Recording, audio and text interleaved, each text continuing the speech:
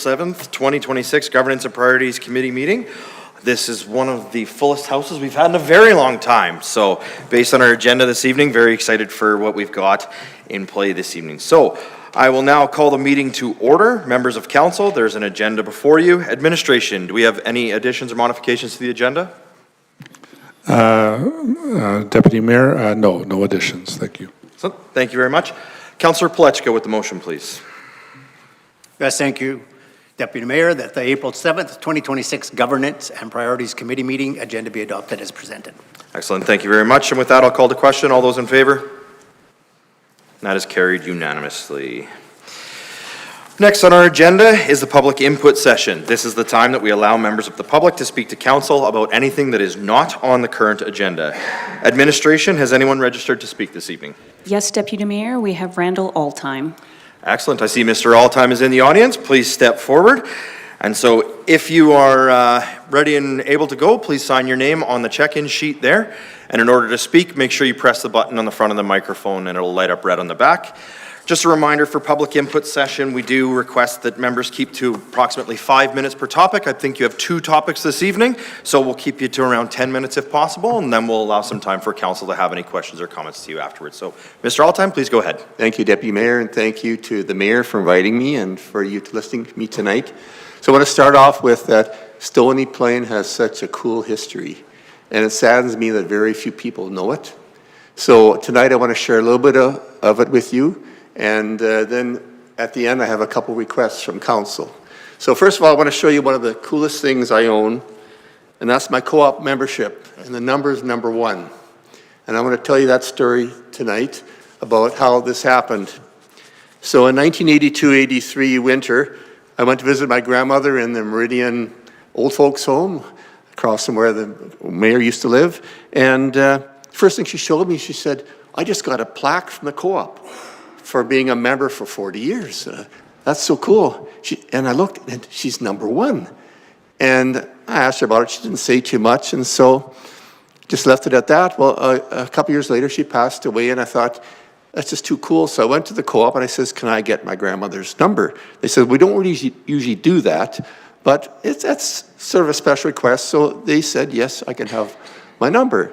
Well, I told all my relatives, and my relatives got number 2 and number 3 and number 5 and number 6. And thought nothing more of it. So in 2003, 20 years later, I said to my dad, I said, "So how come Uncle George's number is 3 and yours is 448? Well, he says, "Well, here's the story." And never told me the story before. So in November of 1942, my grandfather, Philip Altime, he called 8 men to his farm just south of Stony Plain, and with the intentions of starting a co-op. And at the time the war was on, and like my dad says, if you had money, you still couldn't buy anything because there was nothing to buy. So farmers back then, they all slaughtered. And they would go to this guy's house and that guy's house, and they'd use an old garage or they would use an old barn, and they were moving equipment all around. And my grandpa said, "This is crazy. We should just build a building." And other people thought, well, we'll build it, then everybody will want to use it. Well, if we make it a co-op and everybody has to buy a membership, then that won't happen. So anyway, late November of 1942, my grandfather called 8 men to his farm. Well, only 7 came. 1 didn't show up.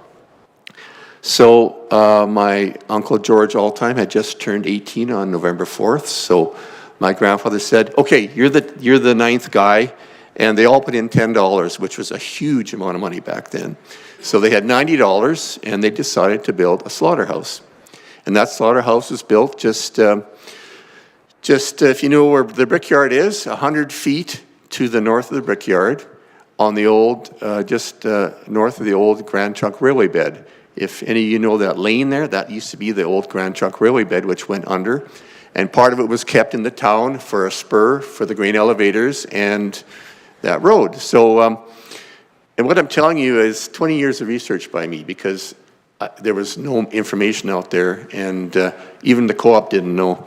So anyway, they built a slaughterhouse. Now, if you knew my grandfather, he wasn't going to spend money if he didn't have to, and all the Altimes used to work in the lumber camps in winter, so they built a 2-story slaughterhouse with square logs.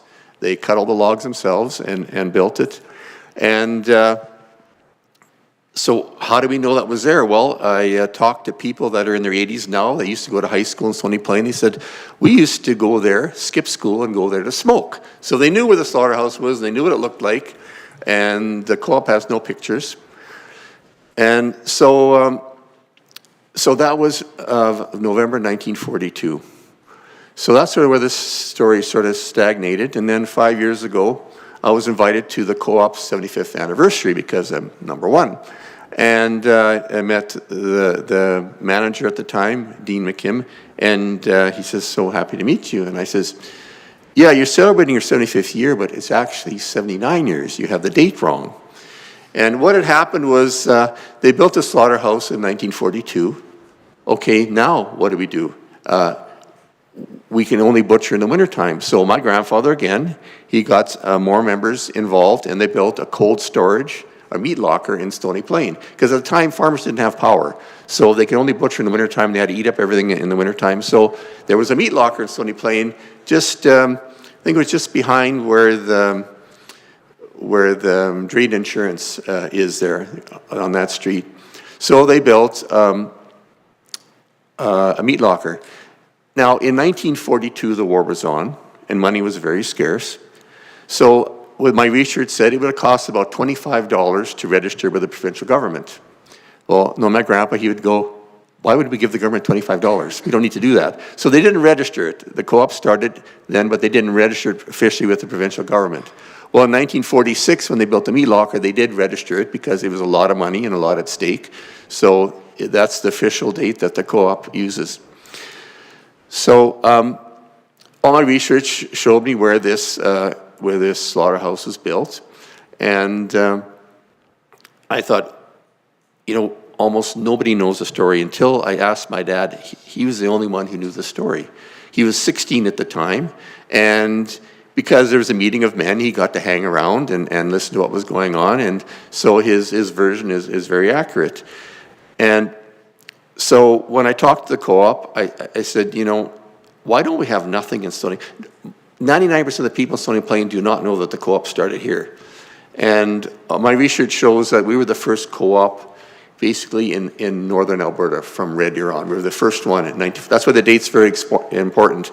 After the war, there was a co-op in every town in Alberta probably. But before that, we were the first ones.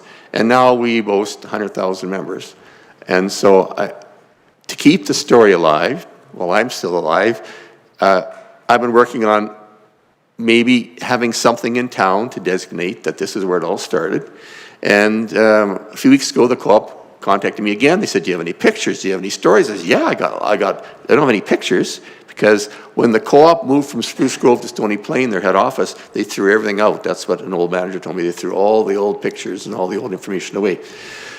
So we don't have any pictures, but I've gotten information from many old people about, yes, they used to take meat to the slaughterhouse, and they used to cut it up, and they used to bring it home. And so in my research, I found out where it is, and there's a little lane that goes to where it used to be. And I thought, wouldn't it be cool if we had a sign that said Slaughterhouse Road, where the co-op started, or something like that.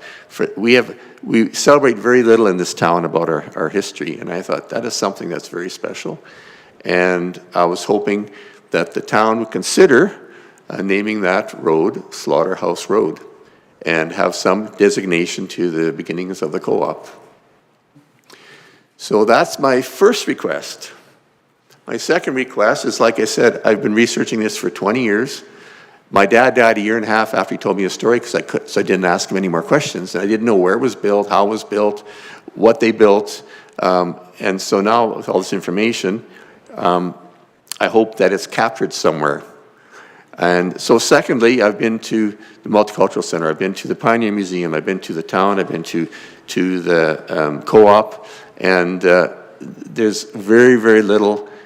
So I was hoping that this council could give me a mandate or permission that I can go through the old records that I heard some are on digital and try and find out if there's a plot plan of the town showing that slaughterhouse, is there a business license? Is there something from 42 to 47 that shows the slaughterhouse being built and the meat locker being built, and something that we can post, display as part of our heritage?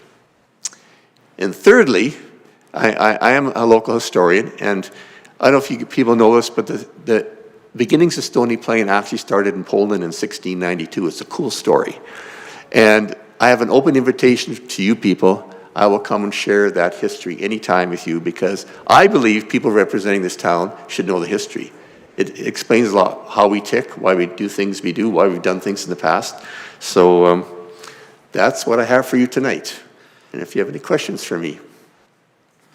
Excellent. Well, thank you very much, Mr. Altheim. History presentation is always graciously appreciated. Couple of things on the request. So first and foremost, in regards to the naming of the road, we'll start with that one. It's my understanding you have submitted an application to the town under the Significant Names Registry.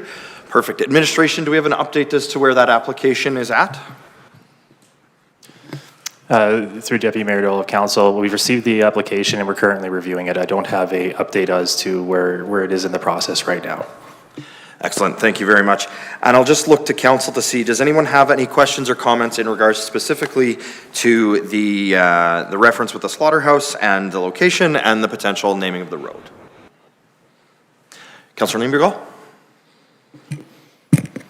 Thank you, Deputy Mayor. Through you to Randy, thank you so much for being here tonight. And just recognizing the importance of oral storytelling and how fortunate you are to have been able to capture that story and be able to pass that on to us. I myself was not aware of this, so I appreciate you coming and sharing that with us.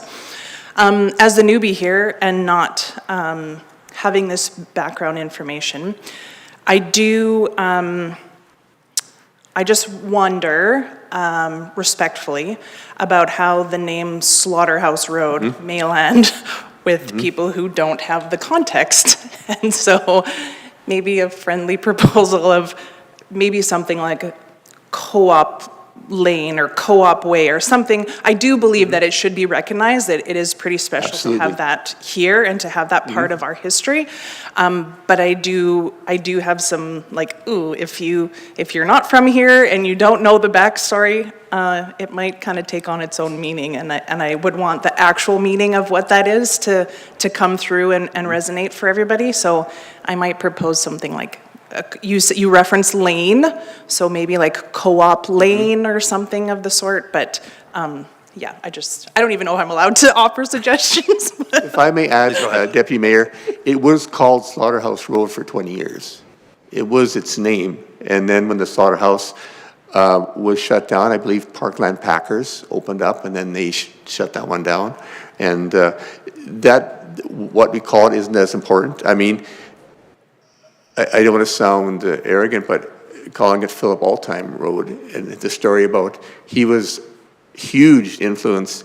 And as a child, I didn't get those stories from my grandpa because he was in a car accident when I was 6 years old. And after that, he was just not there. So I didn't get those stories till I'm in my 40s and 50s. So I would like something.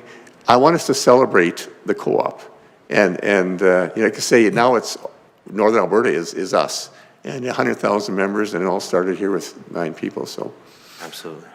No, wonderful, and thank you for bringing that forward. And like I said, I'm sure administration will work with you through the application to determine whether it's that name, there are other appropriate names, or so on and so forth that could come forward to it. So I think that's important recognition, and the history is very important. Same as you, generationally, definitely not number 1, but it's 874. And love that, because it's so much easier to remember than some of the numbers who are being issued today. But again, it has that history, it has that importance, and so very, very proud to have that in the community and continue to have it in the community. I know we've had some discussions with the co-op. We met with the board chair, Mayor Choi, Councillor Niebergall, and I actually met with the board chair not all that long ago. So if there's any more questions in regard to the road naming? Yep, go ahead, Councillor Plechko. Yes, thank you, Deputy Mayor. Thank you, Randy, for coming in. Great history lesson here today for all of us sitting in this council chambers. I don't suspect there would be many people around here that would know that back in the early 40s, we actually had such a thing in our community, and it was created here in our town. So I think that's very commemorative of you to bring that forward to us. One of the things that first come to mind is would be exciting to see if you were able to find some pictures. You know, Stony Plain has a very great history, and a lot of it is on murals within our community, and it might be one more mural that could be put someplace within our community too. So I would encourage you and anybody else that knows anything about this to be able to look deep in the archives to see if there's something that we can find. 5 years ago, when I talked to Dean McKim and I told him that their date was wrong, and I told him the story, him or his staff wouldn't talk to me for the last 5 years, not one. No, he wouldn't return an email. So I guess he didn't like that. So just in the last few weeks, these new people have been talking to me and they're interested. And but again, they said they threw out everything. Now I'm hoping I can get into the town archives, and I was hoping to get permission tonight, so I don't have to go through 6 people every time I want to access something. And I don't know how that works, but I would hire people, I would whatever, to go through these. It's so important to me that I want this story before I'm gone. And so I don't know if you guys give that permission or make a decision, but I would like access to our old files. So, and if I could. Yeah, go ahead. Again, greatly appreciate the fact of what you've done today, and I think any further outcomes that we can have, probably a good place would be to start with our administration, and if administration, somebody at administration, maybe our town manager might speak to the availability of him being able to get into archives. Thank you. Actually, there was a question I was going to bring to administration, but before I did that, given the tie-in with the significance, you mentioned the Pioneer Museum, the Red Brick Common, formerly the Multicultural Heritage, being the Heritage Ag Society. I was wondering if the member on that could maybe speak a bit to their archiving and history, and then maybe Mr. Altheim, you can talk to whether you've engaged with them or not as of yet. Thank you, Deputy Mayor, and certainly when we got there, wanted to speak to that. Many of our archives are actually hosted out of the Heritage Ag or the Red Brick Common, and there's been a lot of work done over the last while to digitize what's there and so on. Certainly, we have a staff member over there part-time that works in the archives and tries to keep things moving along and so on. And so reaching out to them, I did hear that it sounded like you had reached out to the Heritage Agricultural Society, but getting in touch with our archive staff member to dig in and see what may or may not be available. I do know the town might have a few things, but I do believe it's my understanding that the majority of our archives are hosted through the Heritage Ag Society. Okay. And just to add, I had talked to the co-op, and I said, they send mailers out once or twice a year. Could they put an ad in there saying that we're looking for information? And they won't. So if you guys have connections with co-op, maybe you can ask them that we're developing something, and can they reach out? Because Altheims didn't have cameras back then. They were too cheap.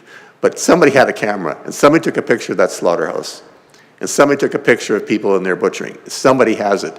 And those people are dying off. Those people are in their 90s.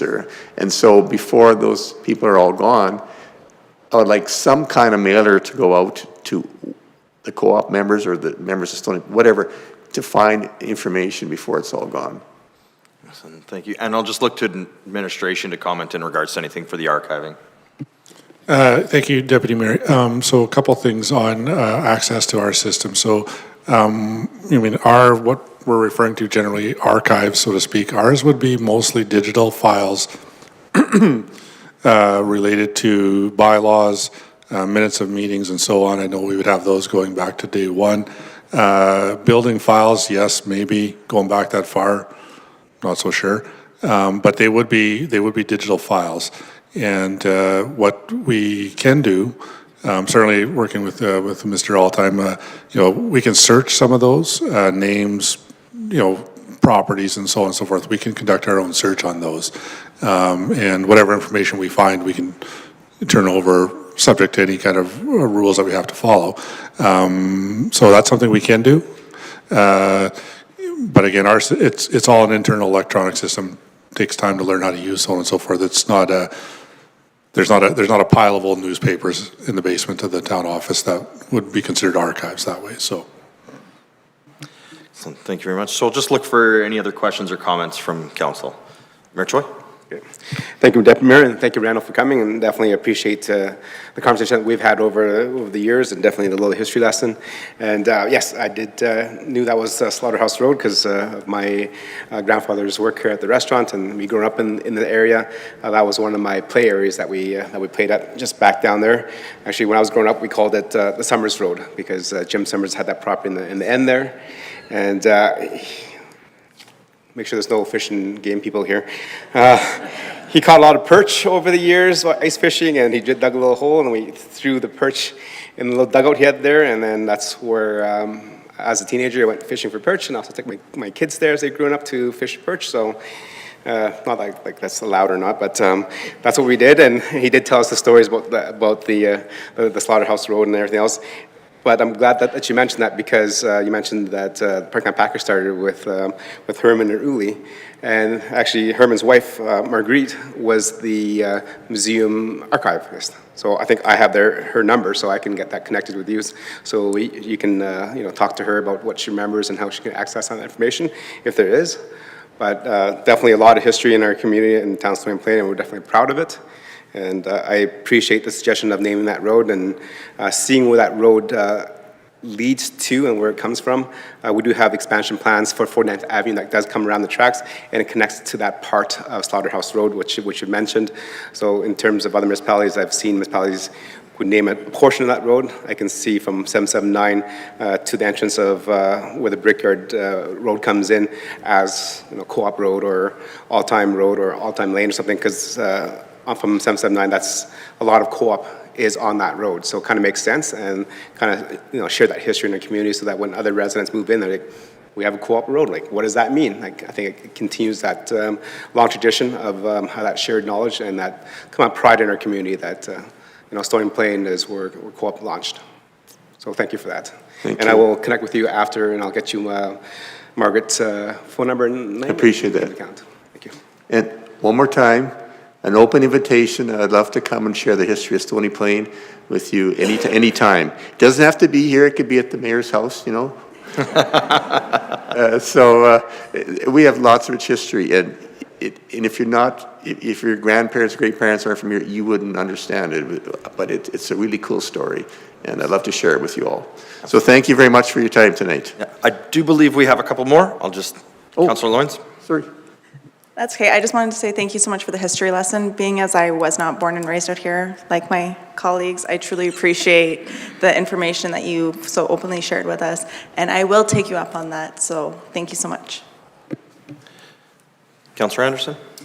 Thank you, Deputy Mayor, and thank you again, Randy, for being here. I know it's sort of been alluded to a couple of times, but if you go look at our significant names registry, and I believe you probably have, there's a lot of very prominent names on there, and All-Time is not one of them. And we heard Slaughterhouse Road and potentially some of the wonders about how that might look public-facing, but certainly the history of the All-Time name in our area is very important to our community's history, and taking that approach to have a name like that proposed to go into our significant name registry keeps that memory alive, right? And if it's not Slaughterhouse Way or Slaughterhouse Road, but there's other opportunities for the All-Time name to be captured in our community to recognize that history, I think that would be important. And on that registry, it doesn't just list names, but it lists the significance as well. And that is a publicly available list that anybody can access on our site. And so certainly something that I would love to see you continue to pursue,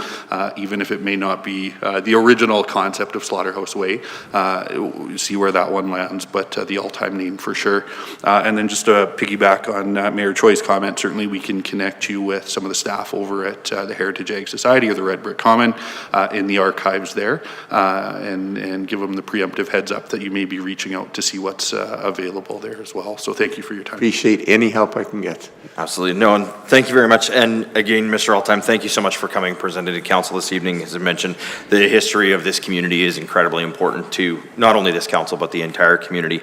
The only other recommendation that I would have is you did mention about trying to find, who may have those pictures and so on and so forth, is despite print media not necessarily being the most common thing, Stony Plain still does have a very dedicated print media reader group.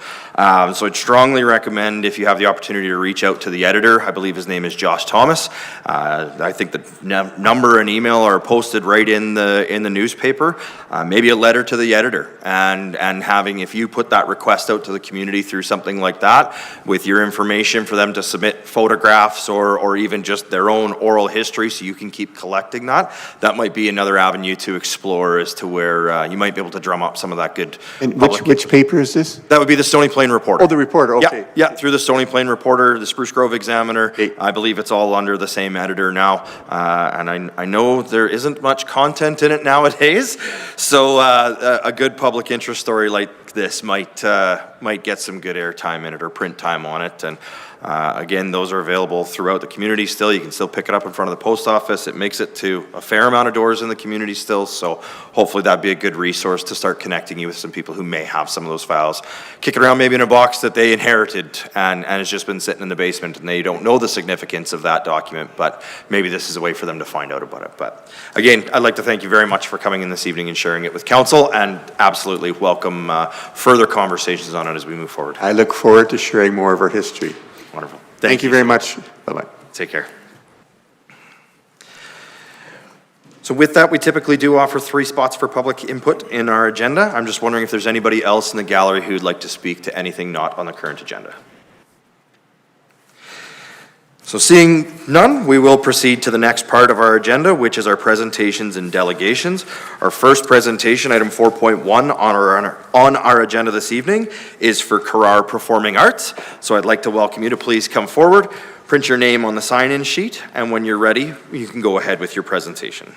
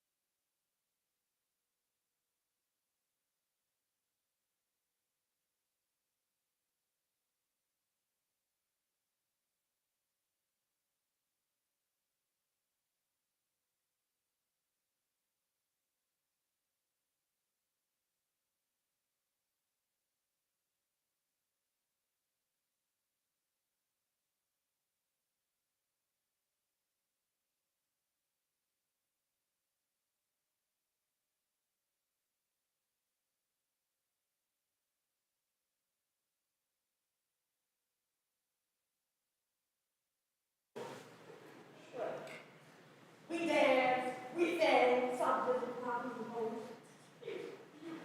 And such theatrical excellence deserves permanent recognition. Banners, statues, possibly a small theater in my... Yes, so we're born without rights, instincts, blasphemous. A proper performance venue befitting greatness. After all, where will future legends stand? Where will talent grow? Where shall applause end?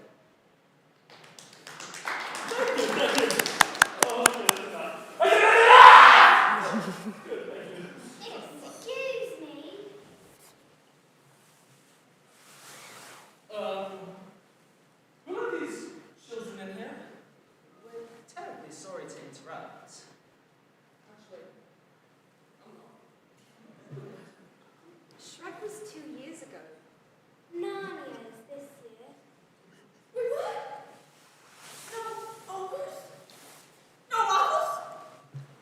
No waffles.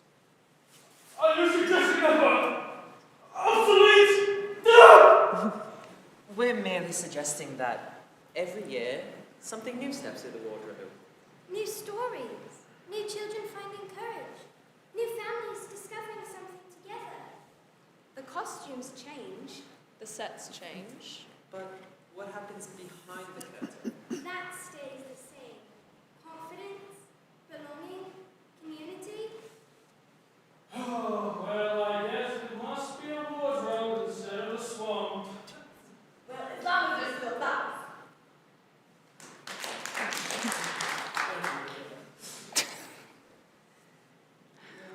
It's not like this is just about Shrek. And it's not about Narnia either. It's about what theatre builds in this community and what it could build in the future. We now like to invite Natalie Day to continue the story. Thank you.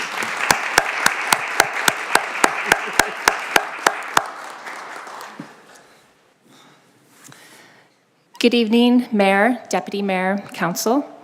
Thank you for inviting Carra Performing Arts to be part of your governance and priorities meeting tonight.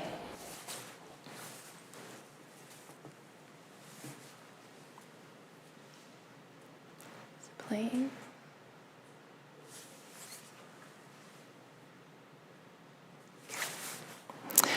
We're grateful for the opportunity to share how KPA contributes to the life, culture, and future of Stony Plain. This year, we're inviting the community to step through a wardrobe and into the world of Narnia. But tonight, we'd like to invite you somewhere else, because what happens inside the wardrobe isn't just a story. Rather, it's a reflection of what happens every day at our studio. Young people finding confidence, adults rediscovering creativity, volunteers building something meaningful together. KPA is where imagination becomes skill, where participation becomes belonging, and where community becomes culture. Tonight, we'd like to share who we are, what we contribute to Stony Plain, and how together we can shape the future of arts and culture in this town. KPA just isn't a theater group. We're an ecosystem for creativity, learning, and belonging in Stony Plain. We are a community-based performing arts organization serving children, youth, and adults in Stony Plain and the surrounding areas. Since 2014, KPA has been a nonprofit organization with a purpose to better serve our community and the students and families that reside here. Our goal in this is to make performing arts more accessible to students and give more children the opportunity to explore their talents without the limitations of financial need. We strongly feel that all the performing arts should be celebrated and all students should have the opportunity to be challenged in new areas. We aspire to create lifelong performers and a love for the arts. We focus on education, production, community connection, and at our core, KPA is powered by local volunteers, families, and artists. Everything we do is built by the community for the community. What happens inside our wardrobe and in KPA goes far beyond performances. We offer training and mentorship, main stage productions, technical theater experience, and leadership opportunities. Participants at KPA gain real-world skills, teamwork, communication, problem solving, responsibility, and leadership. Theater is the vehicle, but the outcome is personal growth and community strength.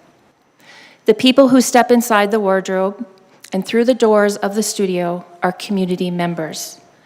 The people you see at KPA are residents of Stony Plain. They are students, parents, educators, and seniors.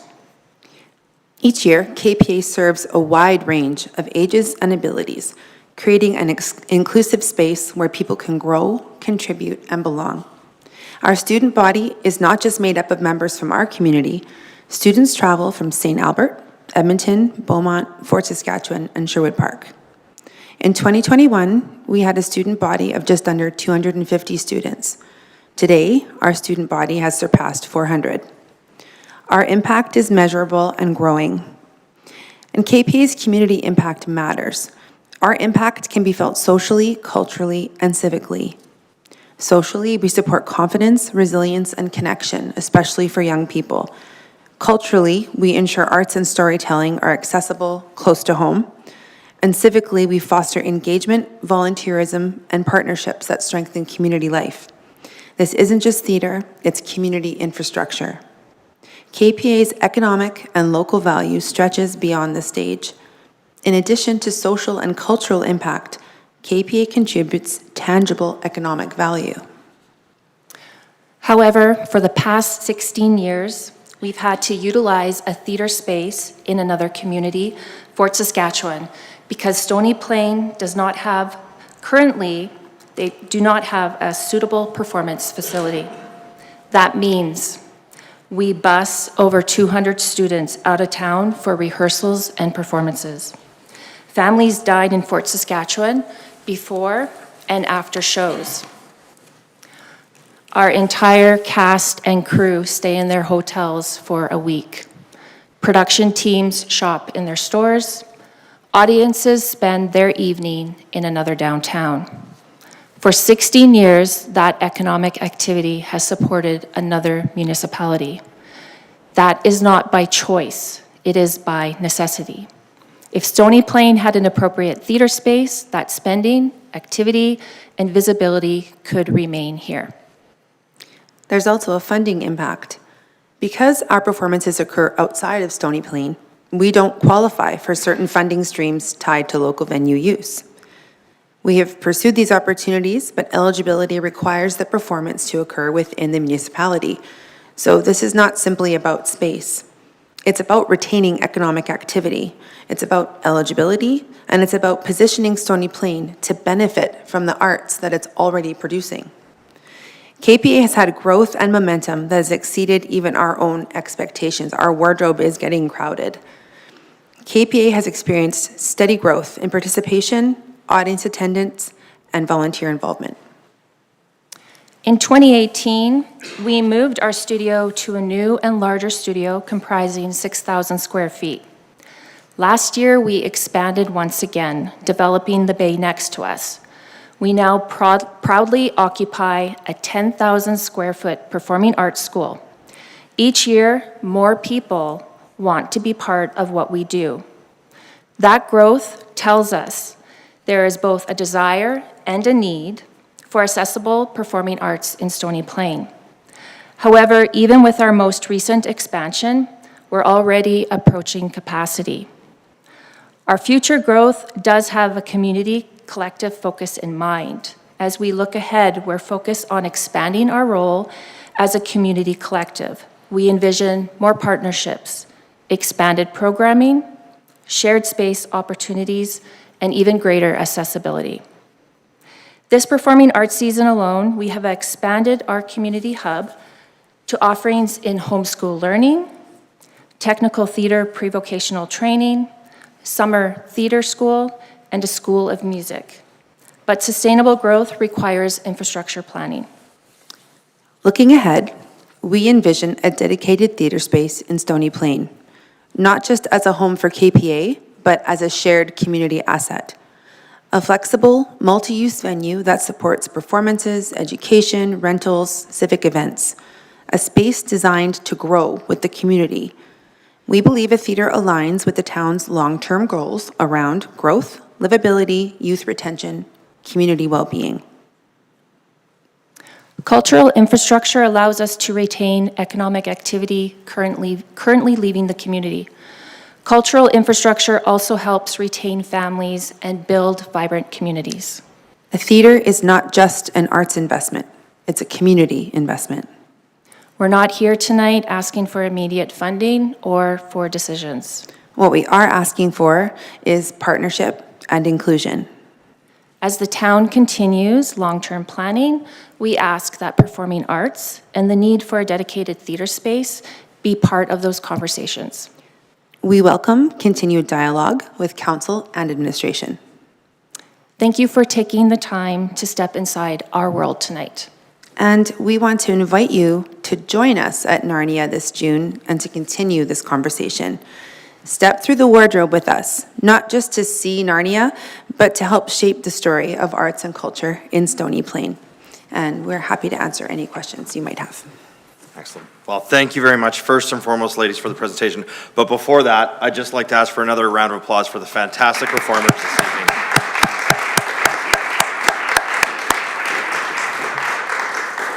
I must say, in 9 years behind this desk, that was probably the best presentation I've had from a community group. So sorry to the RCMP build and the farmers market that you have to follow that, but hopefully you've got it in you. I'm not sure if Lord Farquaad can reach over the desk there. Wonderful. So with that, I will look to council for questions and comments to our presenters this evening. Councillor Lawrence, please go ahead. Thank you, Deputy Mayor. My first comment is, I think Lord Farquaad might still be taller than the mayor. No, truly appreciate you guys being here. Having been part of the KPA family, I truly know what you guys stand for, and I've loved seeing your growth. I know you said you weren't asking for money or location as of today, which is understandable, but I'm just kind of curious, seeing as that I have been in the Fort Saskatchewan auditorium where you guys perform, what were you looking at for size-wise, just out of curiosity? I think that the difficult thing is it's important to understand that for a theater to be truly viable as a theater, maybe I'll just kind of step back a bit. So we know Heavy Metal Place was built, and we know they built a black box theater in there. It is a black box theater with windows, which completely negates the black box theater aspect. And so anybody who's doing something on stage, whether it's say dance competitions, those are huge theater. Yeah, there's so many, it's actually so hard to get dates, even at Shell Theater, to secure them because they're so busy. And so in terms of space, I think that it would have to be comparable to what our Festival Place or Shell Theater or in Red Deer, their facility, that kind of thing. I think that it would be, to me, it makes sense that it's a multi-purpose venue, right? That it isn't just one thing, that there's several organizations that perhaps help shoulder cost. For example, if a pottery guild is in there, whatever, there's all kinds of things that can be sort of dreamed up. So in terms of size, I would say that a standard stage size with a backstage and a lighting system and a tech and sound booth and seating. I know that we have Horizon Stage. The level of seating is quite small, and the stage is in the seating, which is very challenging, and a really also challenging backstage area.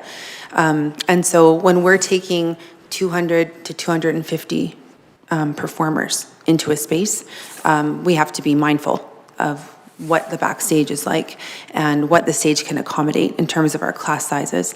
And so to answer your question.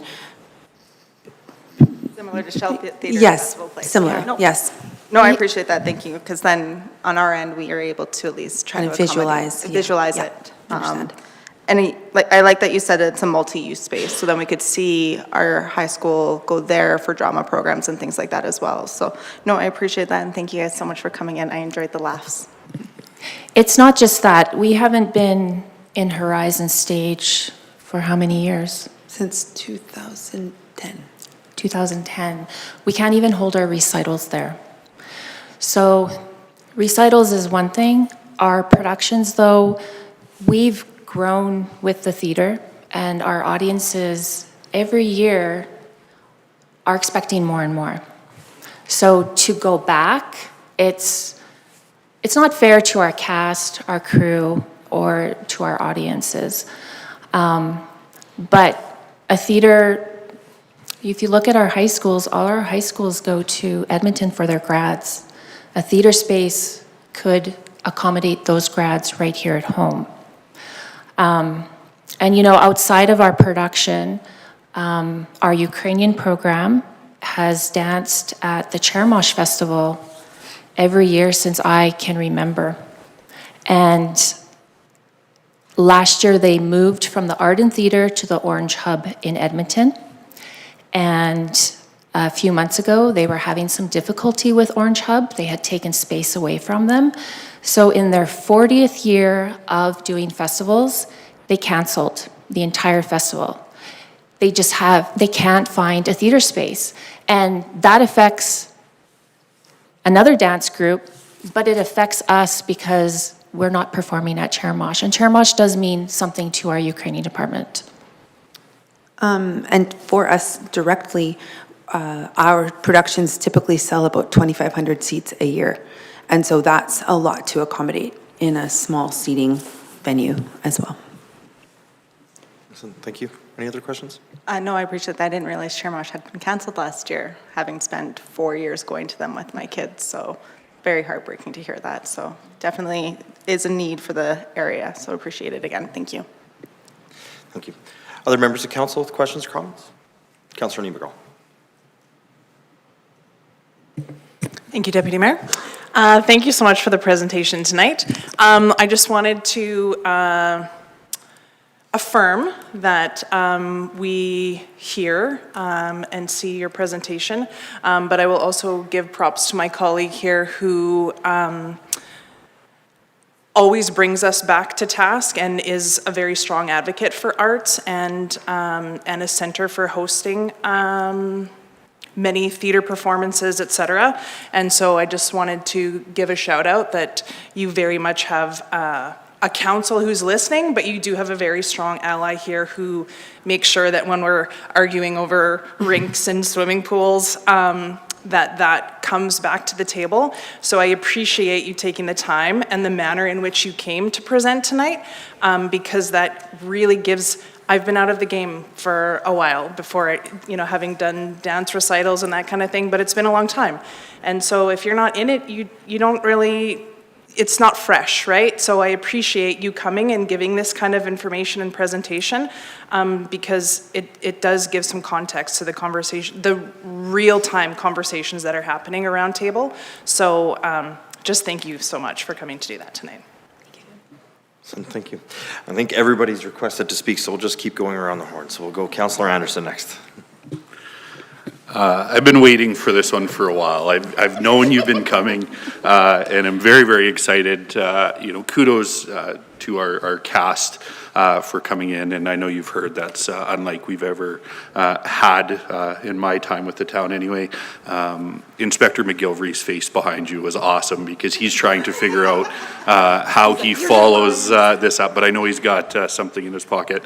My introduction actually to Currar was through our Growth and Commerce Committee.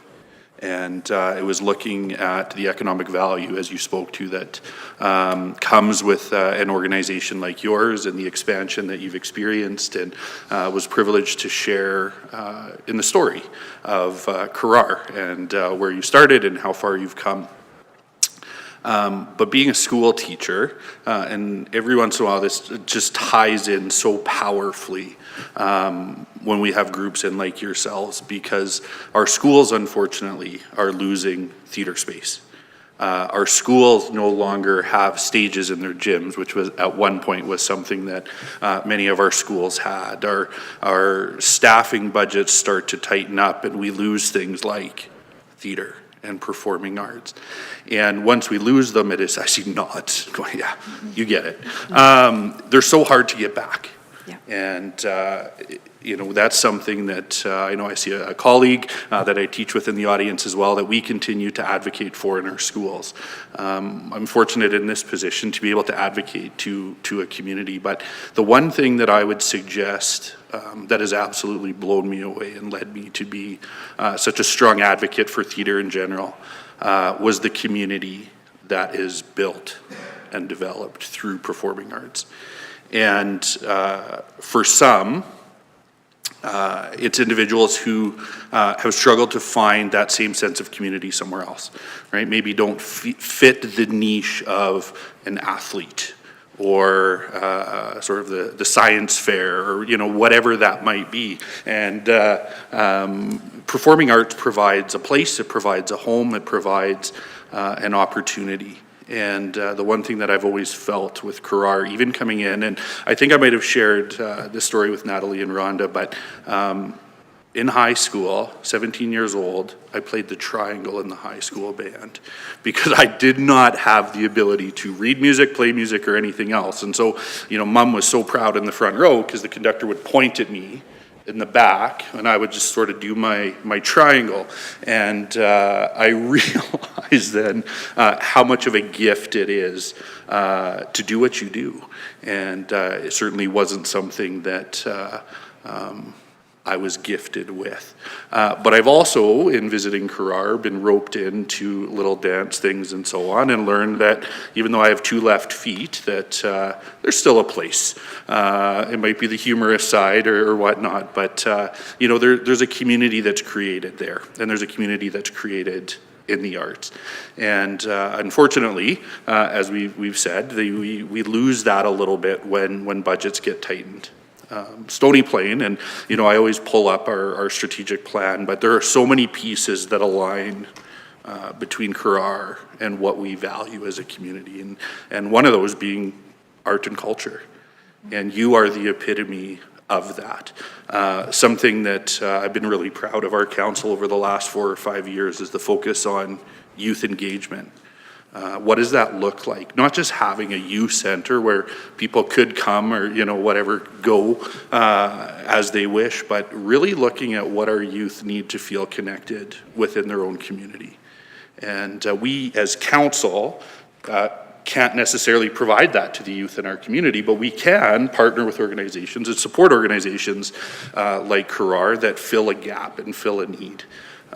Certainly we've had, you know, ongoing dialogue at the council table long before my time, but certainly in my time here about what sort of infrastructure does a growing community need and what are we missing. And unfortunately, we had 60 years where we didn't have new recreation amenities, and that was something that we needed to tackle. What I don't want you to think is that you're not a part of that conversation. And we get together at strategic planning, and there was a very, I think, important conversation had this year about what the future of performing arts in our community looks like. That's not to say that, you know, tomorrow we're going to build a performing arts center, but I do believe that our community sees the importance and value of the performing arts. And if there is a way, and if there is an opportunity, and if there is a path forward, I do think that's something that our council would want to consider and see how we can move forward together. What it does require, though, is people, community groups that are actively engaged in that conversation, right? It's not something that, I can't speak for my colleagues, but when I look down the line, I don't know that you'll see any of us on Broadway. There's a reason we're here. And well, listen. Karaoke, yes, but Broadway is a whole nother thing. When you're on Broadway, Councilor Laurie, I'll be the first one in line to buy a ticket. Might be the only one, but I'll be there. Thank you for being here. Like I said, I know there's so much that you put in terms of time, energy, and effort into our community, and we're better for it. We're better for the work that Currar does. We're better for the opportunities that we see for our youth. Right at the start, I heard 3 words that I wrote down, but it was about building confidence, establishing belonging, and developing community. And that's what we're about. That's what you're about. And I think there's an opportunity for us to continue to move forward together and see what opportunities exist. So thank you for being here. I'll be there. Always love the show, and hopefully I'll be able to bring some of my colleagues along with me. Thank you. Thank you. Thank you, Councillor Anderson. So we'll continue on. Councillor Meyer. Thank you, Deputy Mayor. C.S. Lewis, right? Yeah, also a great Christian writer. So first off, hats off to you guys. You guys not only answered all my questions, and half of them in the performance, but entertained me. So yeah, you guys get top marks for that, for sure. So thank you very much. And I also appreciate your comments about traveling outside of the community. I know personally, my daughter did performed at your guys' center, and I know traveling to Fort Saskatchewan was always a challenge. So I can appreciate that, and I also want to mention that I know it's a barrier for some people too. So, but in your presentation, you did speak to some of the other demands not being met in the region, and you highlighted the Ukrainian dancers and some of these other groups. I'm curious, have you dialogued with those groups specifically and flushed out maybe some of their demands on a greater scale? I mean, beyond the anecdotal, I'm just curious if you've had discussions with them. Or, yeah, I'll stop there. Am I on? Oh, there we go. Is that my voice? So I would say that I've had the opportunity to have several conversations, primarily in theater community. So I have friends that are with Grindstone Theater at Orange Hub. I have friends who are part of the tech community in various theaters. And our own experience, anecdotally, indicates that there is high demand. And the reason why Cherimosh had to cancel is because there was no accessible space. And that, I think it's easy to think that that a theater is maybe not viable in the sense of like a hockey arena being used the way that, you know what I mean? The way that they're used. But I think that the usage of it extends beyond just dance recitals or just productions, or my understanding is that theater spaces are in high demand and across the board. For us, it's taken us, it's probably been only last 3 or 4 years that we now have our guaranteed dates, that we can access the same ones every year. And we're kind of booked into it. And even with that only happened, COVID was not a great thing, we all know. But that only happened for us because of COVID. There were other groups that had to fold based on what happened through the pandemic, and we basically were able to step into their spaces. And so, I mean, I think it would be really worth conversation with various different theater providers. What are their demands? Who comes to them? I mean, we even for us, our little tiny, well, we don't feel so tiny, but you know what I mean? Our organization, even for us, since we have expanded into including some hub spaces, more arts hub community, some event or group rental, we've had so many different groups contact us looking for space. Where do we go for space? And I think something that we lost during the pandemic were those third spaces, right? So people could go to school or work, but then they had another place they went to. And for a long time, I think that was maybe like churches or choral groups or events like that, or groups like that. And those kind of dwindled away. And so part of what we're trying to do is rebuild those arts-focused third spaces. Because athletics are so important. We get that athletics are important and we don't want to negate that. Not everybody is meant to be an athlete. And some people are poets, and some people are singers, and some people are musicians. And our goal is to have it all come through our doors, but we don't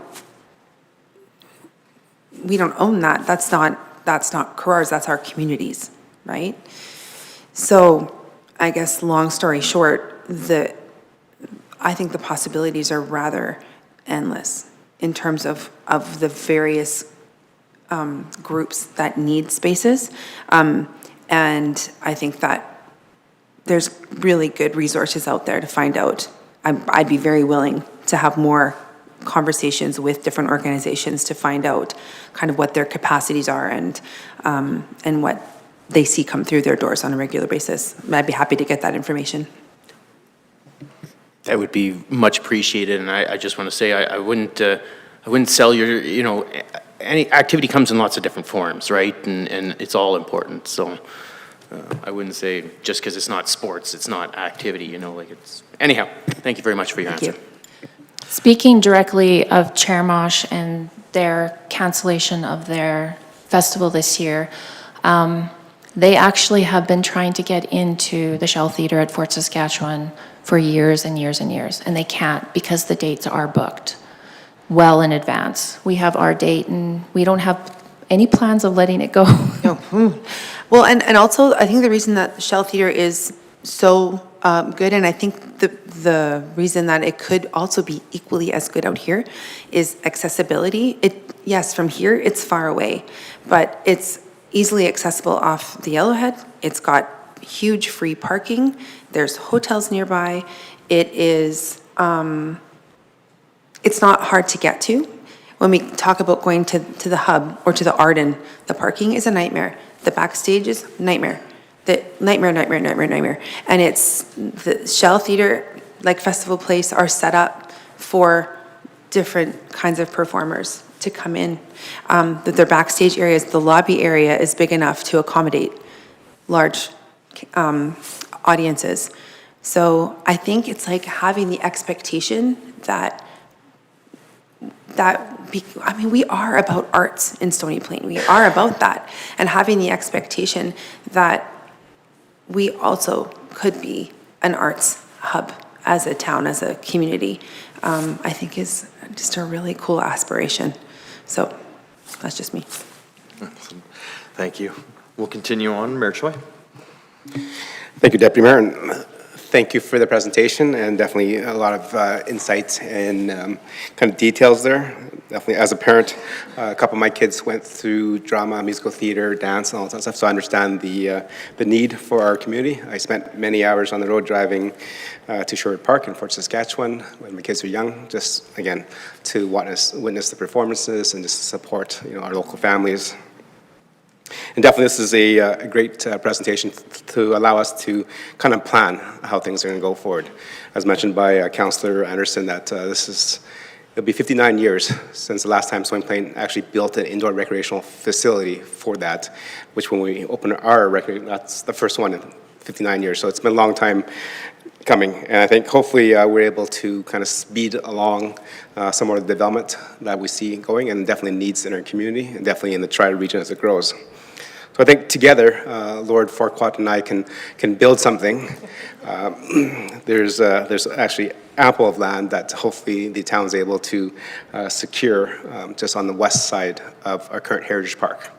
So there's current development happening there, and I think one of the conversations around council and with our admin staff is to maintain as much land we can get to the west of that. Ideal in terms of parking. People won't be paid parking, and that actually will go along with our community partners as we re-engage our community through the next couple of years through our updated MDP as well, to see what our community is lacking, what is needed, and definitely hopefully that you're fully involved and prepared to submit those suggestions and comments there, because that'll help us shape the next rendition of our MDP, which is our 25-year strategic plan. So hopefully we'll get it done within that 10 to 15-year plan. And you coming here to present today kind of kicks that off, because I think this summer we'll be hitting all the communities and talking to a lot of our residents of what do you like about Stony Plain, what can we improve on, and what do you see us build in the future for our residents. So please stay engaged, and definitely looking forward to having a performing arts theater in this community at one point. Thank you. I think I'm taller than you without your hat. Thank you, Mayor Choi. Councillor Plechko. Well, that's pretty hard to follow up. 5 councillors before me and one left to answer a lot of things. First off, I'd like everybody in the audience to stand up, please. Just stand up, please. I'd like you to give our cast a round of applause for coming here and doing what they've done tonight.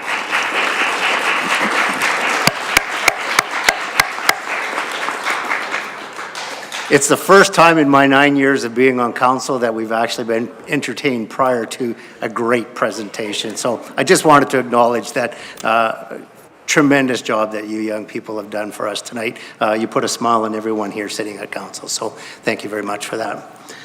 Don't even know how to follow up with everything that's there, but I do want to say a couple of things. First thing is, I've had the chance to come to St. Albert, Fort Saskatchewan, to see several events that have gone on there. And I think you're underselling what the area truly needs by saying that it would work with what's there. When you talk about all that needs to happen within the region, it's a much bigger area than that, than you're talking about. You know, I think of the Jubilee Auditorium in the city of Edmonton that hosts a number of things like this. You know, maybe not that grand size, but, you know, somewhere between the two would probably be the right thing for the whole region, which is 13 municipalities. And most people will travel to wherever that event is. Obviously, you travel a lot to Fort Saskatchewan, so that's commemorative. I think one of the things that really stands out is what you've done to build your organization within our community and how you've adapted to the needs of the region. And I won't just say Stony Plain, but the region when I talk about the region. And when I think about the region, I think you need to do this presentation that I just seen here in Spruce Grove and Parkland. And you need to advocate for cooperation between our three communities to build something in the region. You know, whether it's here, Spruce Grove, or Parkland County, just on the edge. It's something that this whole region needs. So seeing this presentation tonight would bring a lot of smiles to both those councils and maybe a little reality too. Maybe I shouldn't say that too loud, but you know, we all need to work together in the region. I think it's really important for that. So, you know, bring your voices out, continue to advocate for what's there. You know, I think Councillor Anderson mentioned a little bit, it's been in the conversation and he brought it to our last strategic plan. So, you know, it is something that's come to mind that is needed. There's a multitude of things that needed. And, you know, hopefully we talk about the many years it took to build a recreation center here in the community. Let's hope that it doesn't take that many years to build what the communities really need. However, saying that, we also need to advocate to the provincial government for some funding for some of that stuff because it's important to keep people in the region and the diversity of what you're trying to do growing. And obviously, you know, you've gone from 250 to 400 people. There's a big spread there. That building that you're in Main Street might need an addition, or maybe you'll need to ask some of the people that are there to move. But you know, it's great to see, and I really appreciate seeing each one of the smiles that come from the kids that come on prior to your presentation, and I look forward to more conversation as we move forward to try and achieve some goals for what you're looking for. So thank you very much. Thank you, Councillor Plechko. Again, with 6 already speaking before, there's been so many things said that were on my list of things to say. I will say I was more back of house. I was definitely more sounds and lights, but guilty pleasure was I would have loved to have played the Phantom. So, I don't know, maybe there's a future there. We'll have to see. I didn't see it on the list, the ones you've done yet. So, you know, you brought forward just a fantastic presentation, both in the performance that we had and the presentation that you spoke to. What resonated with me most was the discussion of, you know, your understanding of what it takes to bring a facility like that to this community and to life, and your willingness and your involvement and desire to be engaged, to be included, to be partners, and so on and so forth. And I couldn't help but just, as I'm sitting here literally thinking of all of the different things we do in the community now and how we could have this playing a role in that. Everything from an opportunity, say at summer sessions, for some type of a small performance as maybe an opening or in between the artists or something like that, to our downtown Thursday nights where you maybe have a roving performer and doing improv or anything like that. Just, you know, thinking we've got the traffic circle as that center of Main Street and the opportunity for that to become a stage during a public event, things, just all of those opportunities. And so I really hope that you work very hard with the town to understand where there is a role for theater in the community and in the public events that we are already doing, because not only will that help keep it alive, but it will expose so many people in the public to this type of art that they maybe don't see regularly, because it isn't something that is necessarily done in a public front. Unfortunately, usually theater happens behind closed doors, and unless you seek it out, you don't often get exposed to it.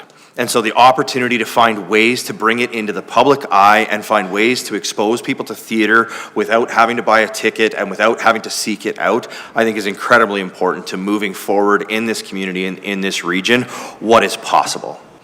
And as you mentioned, the collaboration with dance groups, with music groups, with the Parkland Poets Society, the Potters Guild, all of those different art organizations, we have striven as council to try and bring arts forward and to try and continue. But unfortunately, most of it ends up static. It either ends up as a mural or an installment or even the gallery that you see in the front lobby of the town office now. That's something that's relatively new that we've never even had here. But they are static displays. Performing arts is so much more. And we're able to do it with music because music does happen to be so universal. Literally, it's at your fingertips every day of the week, every second of every day. But theater and that performing arts is something that, again, it doesn't quite have that exposure, and we need to find a way to turn that up into the community to bring that forward. So really, again, you've given us some fantastic examples of things that I believe this council will continue to research into and look into and understand.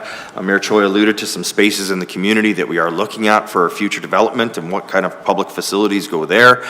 With Old Town South, the further west of the Heritage Park right now, the Heritage Pavilion right now, and what the development there may look like. And so I think as we see some more of the things come on board that we know are already coming to the town, the opportunities for this to exist will be endless. And I think we will find a way. And whether I'm sitting here or not, you will always have my support on that as well. And so I encourage you to please stay engaged and involved, get yourselves exposed to the community, and continue to be that. Because, as you mentioned, when you have to go to Fort Saskatchewan for that, to draw people who aren't already engaged in that to there, it's virtually impossible. And so trying to find ways to bring that home in what we have today so that you can build that groundswell and that momentum would be incredibly important. Think that hit all of my notes. It did. So wonderful. So again, thank you so much for this evening. Before we move on to our next presentation, I'd love the opportunity to offer a photo with the performers and yourselves if you would like. Something that we can share on the town social media again to help that exposure as well as for you to have for your group. So we'll take maybe take a 5-minute recess. We'll do a photo. 15? Perfect. We'll take 15. We'll do a photo and then we'll have a quick break before we move on to our next presentations. Thank you.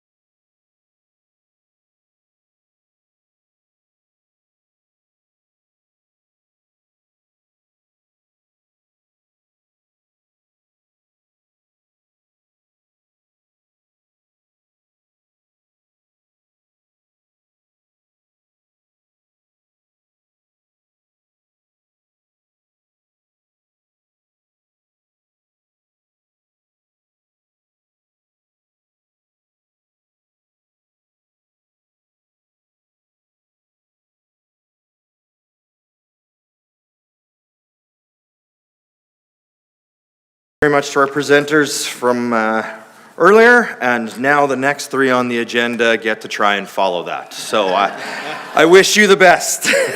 So moving on in our agenda, number 4.2 is our RCMP quarterly update. I see we have the inspector here this evening, joined by one of his members. If you could please go ahead, you're familiar with the systems. If you can sign in and introduce the guests you brought this evening, and go ahead with your presentation, please. Perfect. We did sign in there already. Deputy Mayor and members of council, thank you for your time. You're right, that is a tough act to follow. I did wear my costume, but you don't want to hear either of us sing or dance.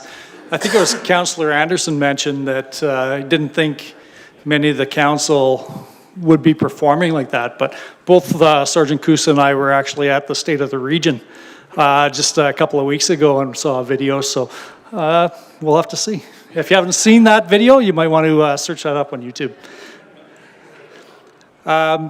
Yes, I'm Inspector Kevin McGilvery. I brought with me Sergeant Colin Kusa. He's in charge of our plainclothes unit, and he'll be speaking partway through the presentation here to tell you what his units are doing and some of the successes that they've had.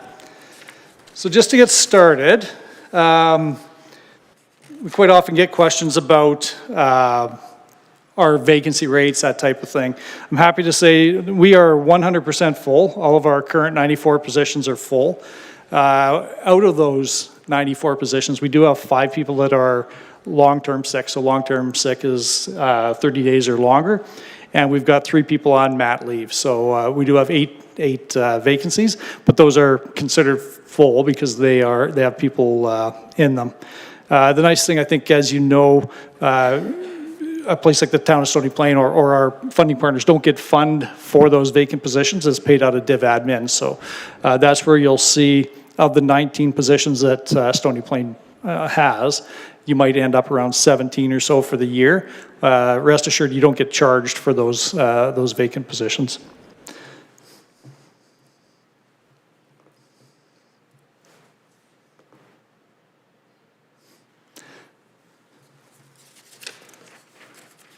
Couple of technical difficulties there. I think it was user problem, but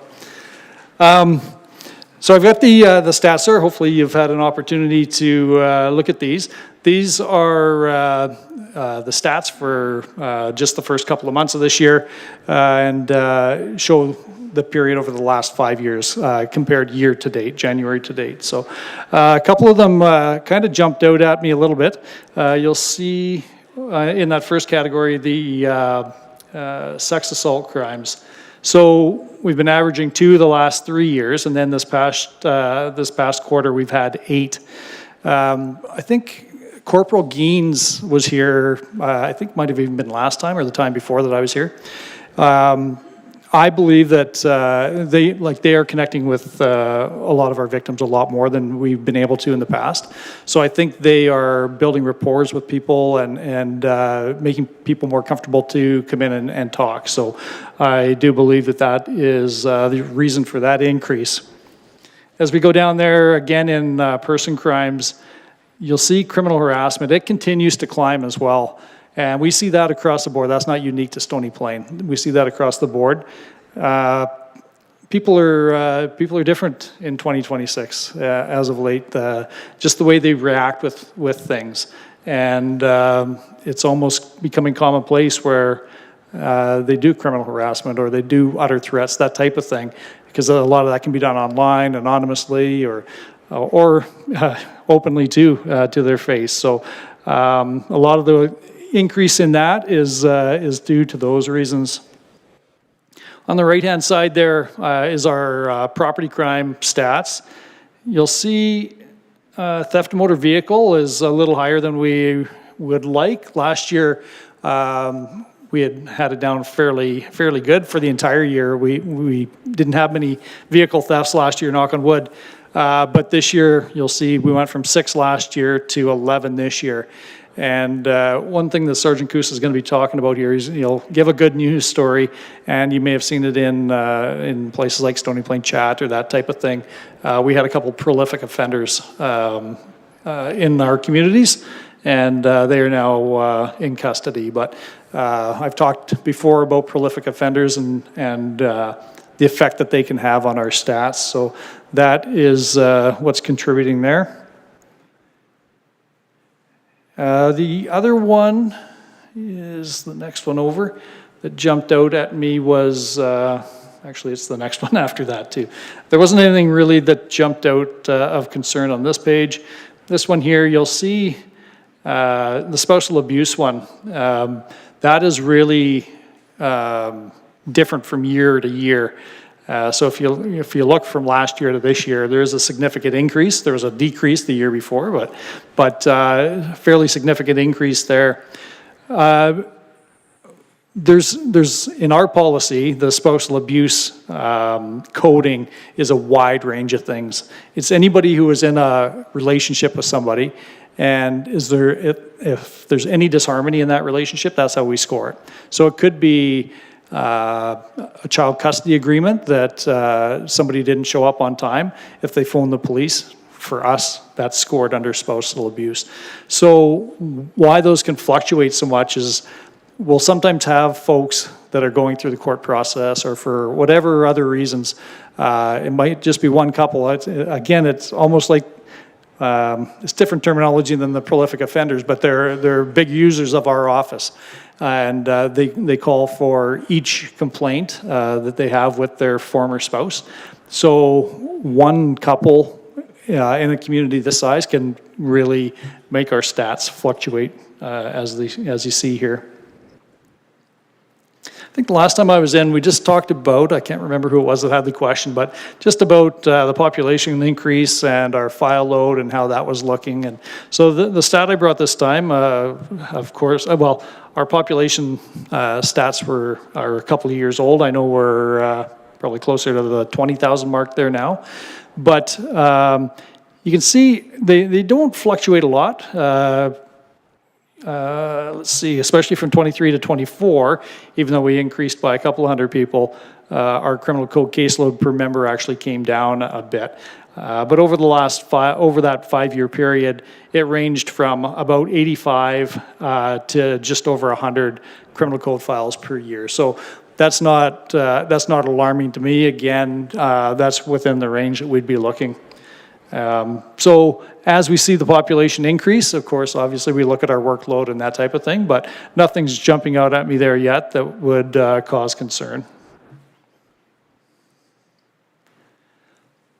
This next screen is our crime severity index. So this is Stats Canada statistic.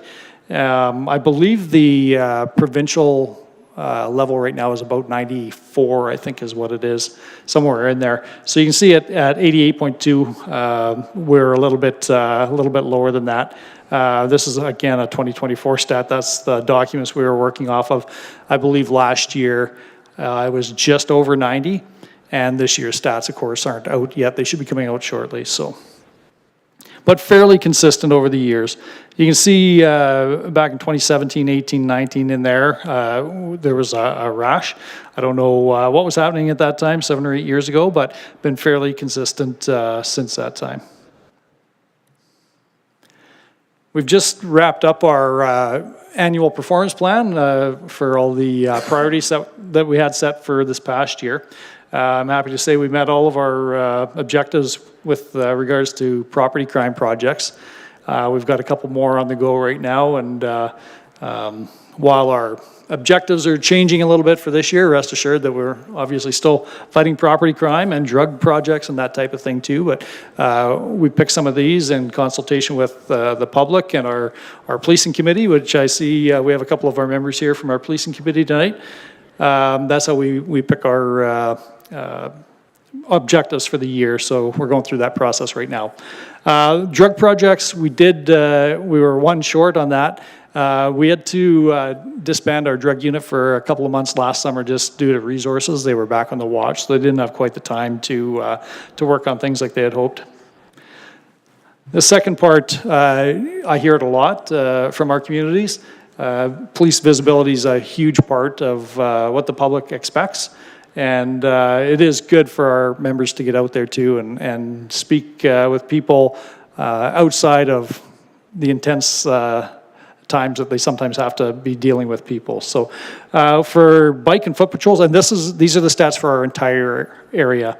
I anticipate next year we'll probably be doing them specific for each community, but this is our entire detachment area. We had hoped to do 75 foot and bike patrols, and we ended up with about 125. The school visits too, I think I explained last time, like we've got 2 school resource officers that hit 4 of our schools, but we've got 38 schools in our detachment area. So Constable Hinman was assigned to the other 34, and he tried to get into those as much as possible.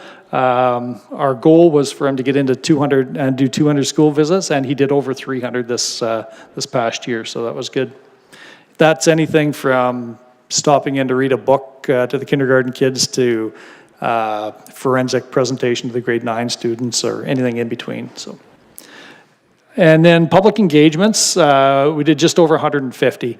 I think I've mentioned before too our fraud presentation. There's a ton of frauds out there right now, and they are literally changing by the month. These fraudsters get better with voices and just different scams. And our community policing unit has a pretty good presentation. So if you ever have the opportunity to see that, I would certainly recommend it. We've tried to do public presentations. We book a venue and advertise and only get a couple of people show up. So the last couple of years, what they've done is they're targeting specific groups. And so if we can go to a service group or something like that and get 30 or 40 people at one time, that's where we're getting the biggest bang for our buck. So if there are any groups out there that would like the fraud presentation specifically, you can call our office. And there's a ton of other different things. I know in this last quarter, there was a couple of groups from, youth groups from Stony Plain here, came over for detachment visits, and there was a online violence presentation that they did here in town. So they've been quite engaged in town here this last quarter. This is just a photo. We've really been encouraging our folks to get out and do some proactive enforcement and stuff in our communities and to try to be seen. Not everybody is out at 3 in the morning when this picture was taken, but rest assured we are out there. They were in the industrial area here in Stony Plain and located a stolen vehicle that night, which they successfully recovered. So it shows the impact that those proactive patrols will have. I've been trying to sell Facebook to everybody here the last couple of years. And so we've really, in August or September of last year, we hired a full-time media strategist, and she has really gotten things rolling with our Facebook page. As you can see from these stats here, we're averaging over 1 million views per month right now on our Facebook page. And you can see by the graph, it really depends on what post we post, how many views we get. So I encourage you to follow us on there and like our posts and share them. That 526, that's the follows that we've had in the last month. I think the next slide here. So we've got, I think since she started, we've gained just over 2,000 followers, and we're approaching the 4,000 follower mark right now. And I encourage you to scan that QR code if you're not following us already. We'll leave that up there for a couple of minutes. Anybody in the room? Anybody? And we are looking at moving to Instagram here in the future as well. So we're just starting those conversations. Actually, this week we have a meeting. So just to reach a different group of people. I'll maybe turn it over to Sergeant Kusa to talk a little bit about our plainclothes units and this good news story that we had.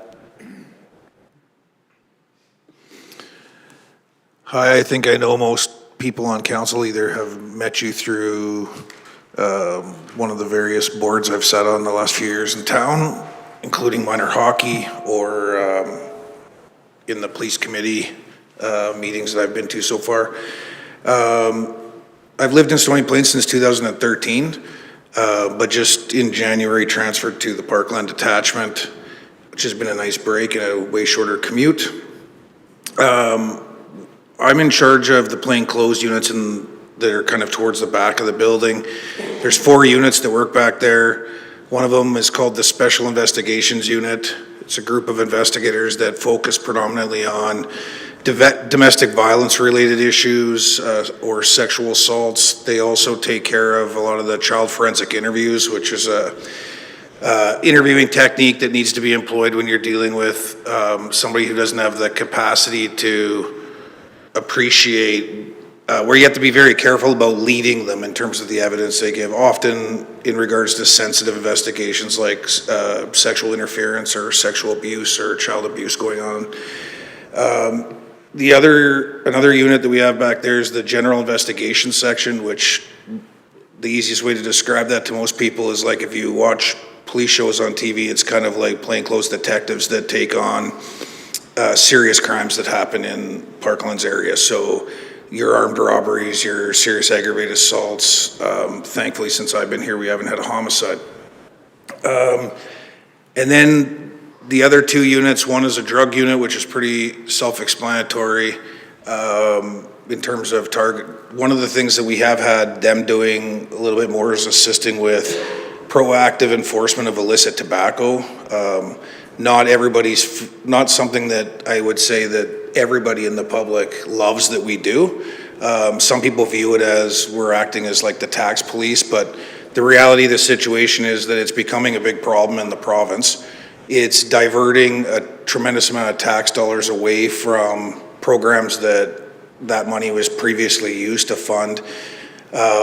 But it's also diverting away from local retailers' abilities to continue to be competitive when they're having to, the average carton of cigarettes right now is about anywhere from $160 to $185 a carton. And the people selling it illicitly are selling it for anywhere from $20 to $50 a carton. So you can see with such a big difference there why it's become so popular. Those profits, we just took down a file here recently where a cell that was operating in Parklands area, but based out of the city, we found evidence suggesting that they were turning over about $1 million a month in profit, and that was just one cell of this one particular group. So it's a big problem there. So our drug unit is not only working just on illicit drugs, but also helping out with that. And then we have a crime reduction unit as well back there.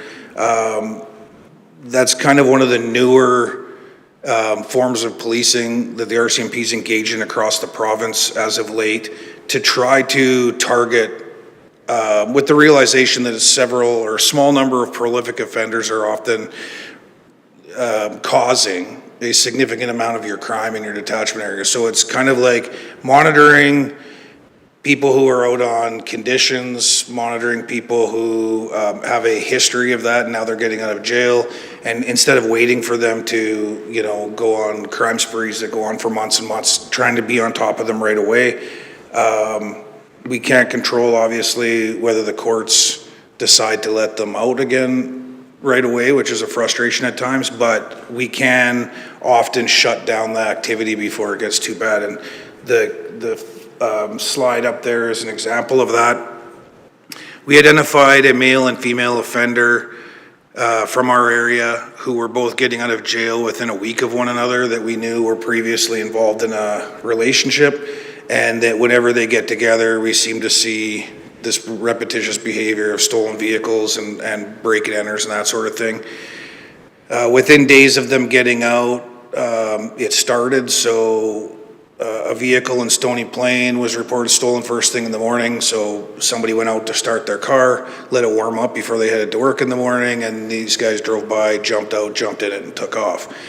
That was the first one. Later that day, there was a truck stolen in Spruce Grove, and when we obtained some video, we seen it's the car that was stolen in Stony earlier in the morning showing up to pick up that truck.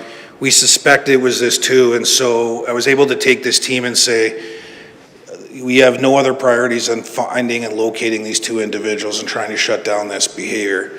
It went on for a few days, resulting in a break and enter, multiple stolen vehicles, but between our unit and another provincial unit that works tightly together, we located them up in the Onaway area and were able to covertly follow them, bring in the RCMP helicopter to avoid a hazardous vehicle pursuit.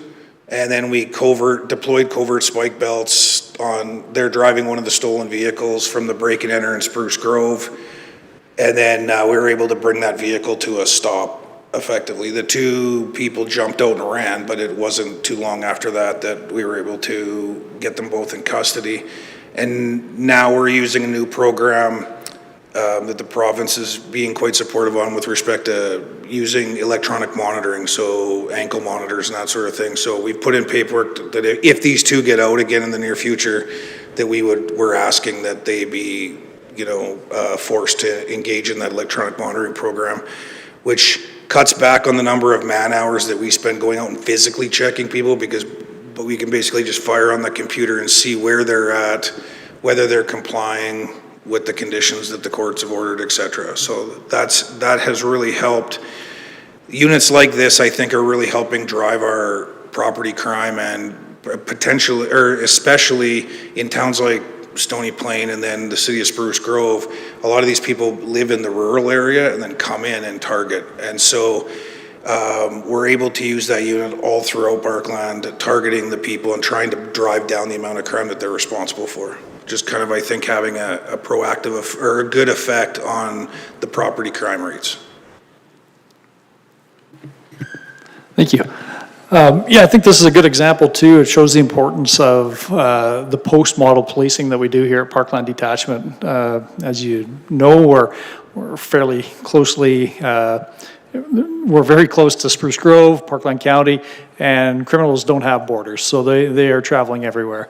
So the benefit of having one detachment police this entire area is our intel sharing and that knowledge of, you're sitting at the desk next to somebody that was just out west in Parkland County or maybe over in Spruce, and that kind of conversation where you wouldn't have if you were separate detachments. So I think this is a good example, and a good example of the benefits of big police service like the RCMP. We had our dog out there, our helicopter was out there, the RTOC was out there, the Real-Time Operations Center, the community response team.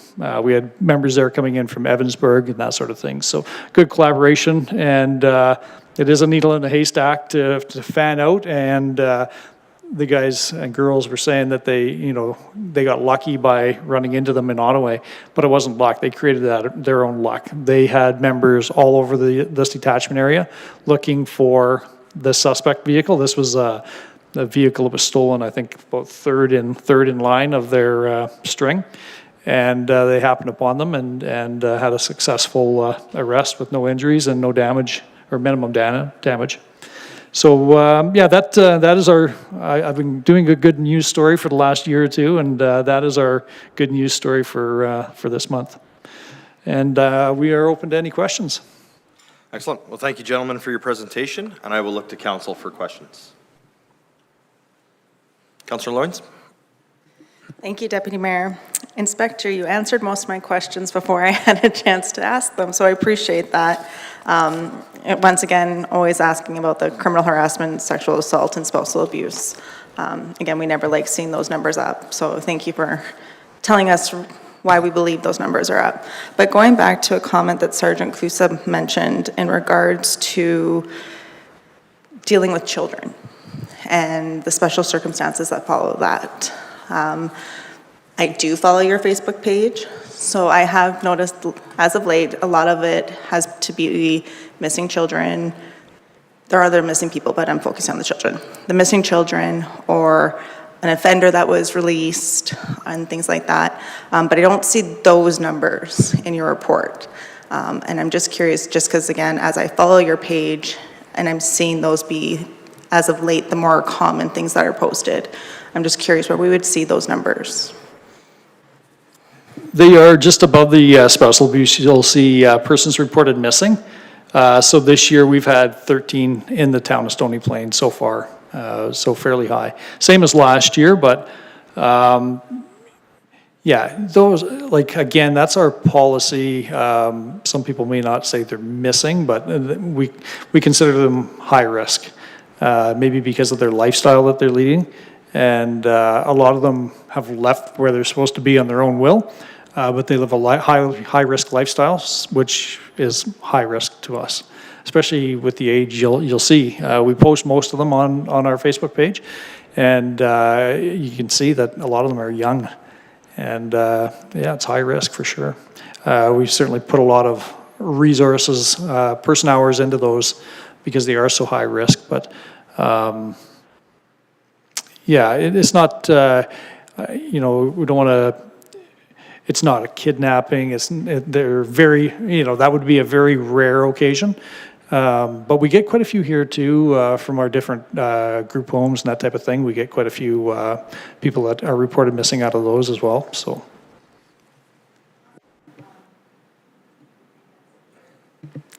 Thank you. I think that'll cover what I was inquiring about for now. I was just going to add that it's also quite rare for us to put a post out there like we did recently with that offender, because there's all sorts of privacy interests and things associated with that. The reason that was done is because we were able to show that over a prolonged period of time, there was enough occurrences and there was a break during the occurrences which we were concerned might not be because the offending stopped, but more so because we maybe didn't get a report of it. And I can tell you that we've received one for sure, quite possibly a second as of today, who's come forward now as a result of that post that we put out there. Just going to mention real quick too, we work closely with the Zebra Center in Edmonton, and they're a great resource to have. The benefit, again, of having the post model here is we can share our resources, so we can find a number of efficiencies. There's not many other detachments that I'm aware of in the province that have a sex assault unit like we do here. So we've got probably 3, I think, people trained in interviewing children, which is a huge benefit to our communities. No, I appreciate that. The reason it triggered me also was because Constable Gord had gone to my son's school to do one of the school visits, and they were unfortunately having that conversation about protecting children and what we do in those cases. And so it was about the same time that offender's name came out in public. So I just wanted to kind of touch on that a little bit. And then I guess my next question was, when you talk about the public engagements or the school visits, I know in my particular situation, there's a group going to visit the detachment tomorrow evening. Would that classify as public engagement or a school visit? Because they are all under the age of 18. That would be a public engagement. Those school visits are literally us going into a school or into an event like that, yeah. Okay, thank you. Excellent, thank you very much. Councillor Meyer. Thank you, Deputy Mayor, and thank you, gentlemen, for coming this evening. I appreciate your report. It answered most of my questions as well, so I'm actually not going to ask those questions. Well, actually, maybe I will. I did a couple of questions. I did hear in your report, and maybe I just missed the answer, but you spoke about population growth, and so just a quick question. With that population growth, would you say we are keeping pace as a community with providing the resources the police need for that to match that growth? That's the other thing with the post model. The post model is where we're sharing resources. So our, of course, the town of Stony Plain has we have that contract under the MPSA, as we do with Spruce Grove. That's another one of our contracts. And then we have of course, with the provincial funding we get from the province covers the rest of our detachment area. So sorry, could you go back? I stumbled there. What was your question again? So it was, you had mentioned population growth, and, right. I was just curious if the Stony Plain is providing the right resources to match that growth right. for the police. Thank you. Yes, I would say that you guys are currently good. We're trying to align all 3 of those right now, and there is a plan in place to have those pretty much matched up over the next year or 2. So once we get to that point, then I think it would be a good opportunity for all three to come together and have a conversation with what the future looks like following that as well. But it's been my goal since I've been in this chair is to try to get all those funding partners on the same page. Thank you. And a follow, not necessarily follow-up, but another line of questioning. Thank you, Deputy Mayor. So I sit on the policing committee, and I do appreciate you guys presented that evening, and I asked a similar question that evening, but I think it might be to the benefit of all council to hear. So I just draw our attention back to your good news story, as it's a familiar case of people stealing vehicles and then going on a bit of a crime spree, I guess you'd call it. If you could speak to the recovered stolen items that somebody would have on them. Maybe you could speak to the efforts that would be required to get those back to those people, and maybe some of the challenges that would that you're faced when you attempt those types of things. So I can use that case as an example to kind of illustrate how it works, but in that particular case, we recovered all the vehicles that were stolen. So there was a Kia Sportage stolen first, a Ford F-350 stolen second. The Kia was recovered outside our area. The Ford was recovered in our detachment area. The Cadillac that you see in the picture was what they were driving when they were apprehended. That was stolen during a break and enter in Spruce Grove at a tow company. They also stole, while they conducted that break and enter, a number of items from inside that tow company. What was the biggest concern to us was a number of sets of keys, so that, you know, we were obviously anticipating they might try to come back to that same and retarget that business. And so in that case, we were able to recover a number of those items just because they happened to have it with them. But when we suspect that they have a number of items, if we have any evidence leading us to a location that they're staying at, whatnot, we'll use judicial authorization. So search warrant applications, etc. Sometimes we'll write a search warrant to get tracking history utilizing their cell phones against them, so that we know where they were repetitiously going to after they committed these offenses. And then we can then build the grounds to apply for a search warrant at in this case, a rural location in the county where they're traveling to, where we know they're storing some of that property, and then obtain it that way. And then what we can identify, vehicles are fairly easy because of vehicle identification numbers. With other property like tools and things like that, it's really dependent on whether the owner knew serial numbers or identifying things when they reported it. Sometimes we're unable to identify the owner of certain property, and then it will end up going to auction, I think, eventually, if it's not claimed. But we'll usually put some sort of public announcement out there so that people are aware that a seizure's occurred, and then if they have items that they think we may have recovered, they'll contact us, and we're able to differentiate that way. We did one recently where we utilized a standing ops plan to do an undercover operation where we made arrangements to meet an offender and buy a piece of property that they were advertising for sale on Facebook Marketplace. And then we're able to tie that property back to a break and enter that had occurred in our area, and then therefore lay the charges appropriate. If that kind of answers what you're... Yep, no, that actually answers a lot of what I was kind of hinting at. Thank you very much. Excellent, thank you. Councillor Niebrough. Thank you, Deputy Mayor. Thank you, Inspector McGilvery and Sergeant Kusa. I just wanted to, no questions in a sense, but just to thank you for coming and giving your time. I think we all just came through an election here, and public safety was definitely something that was high on our door-knocking priority list.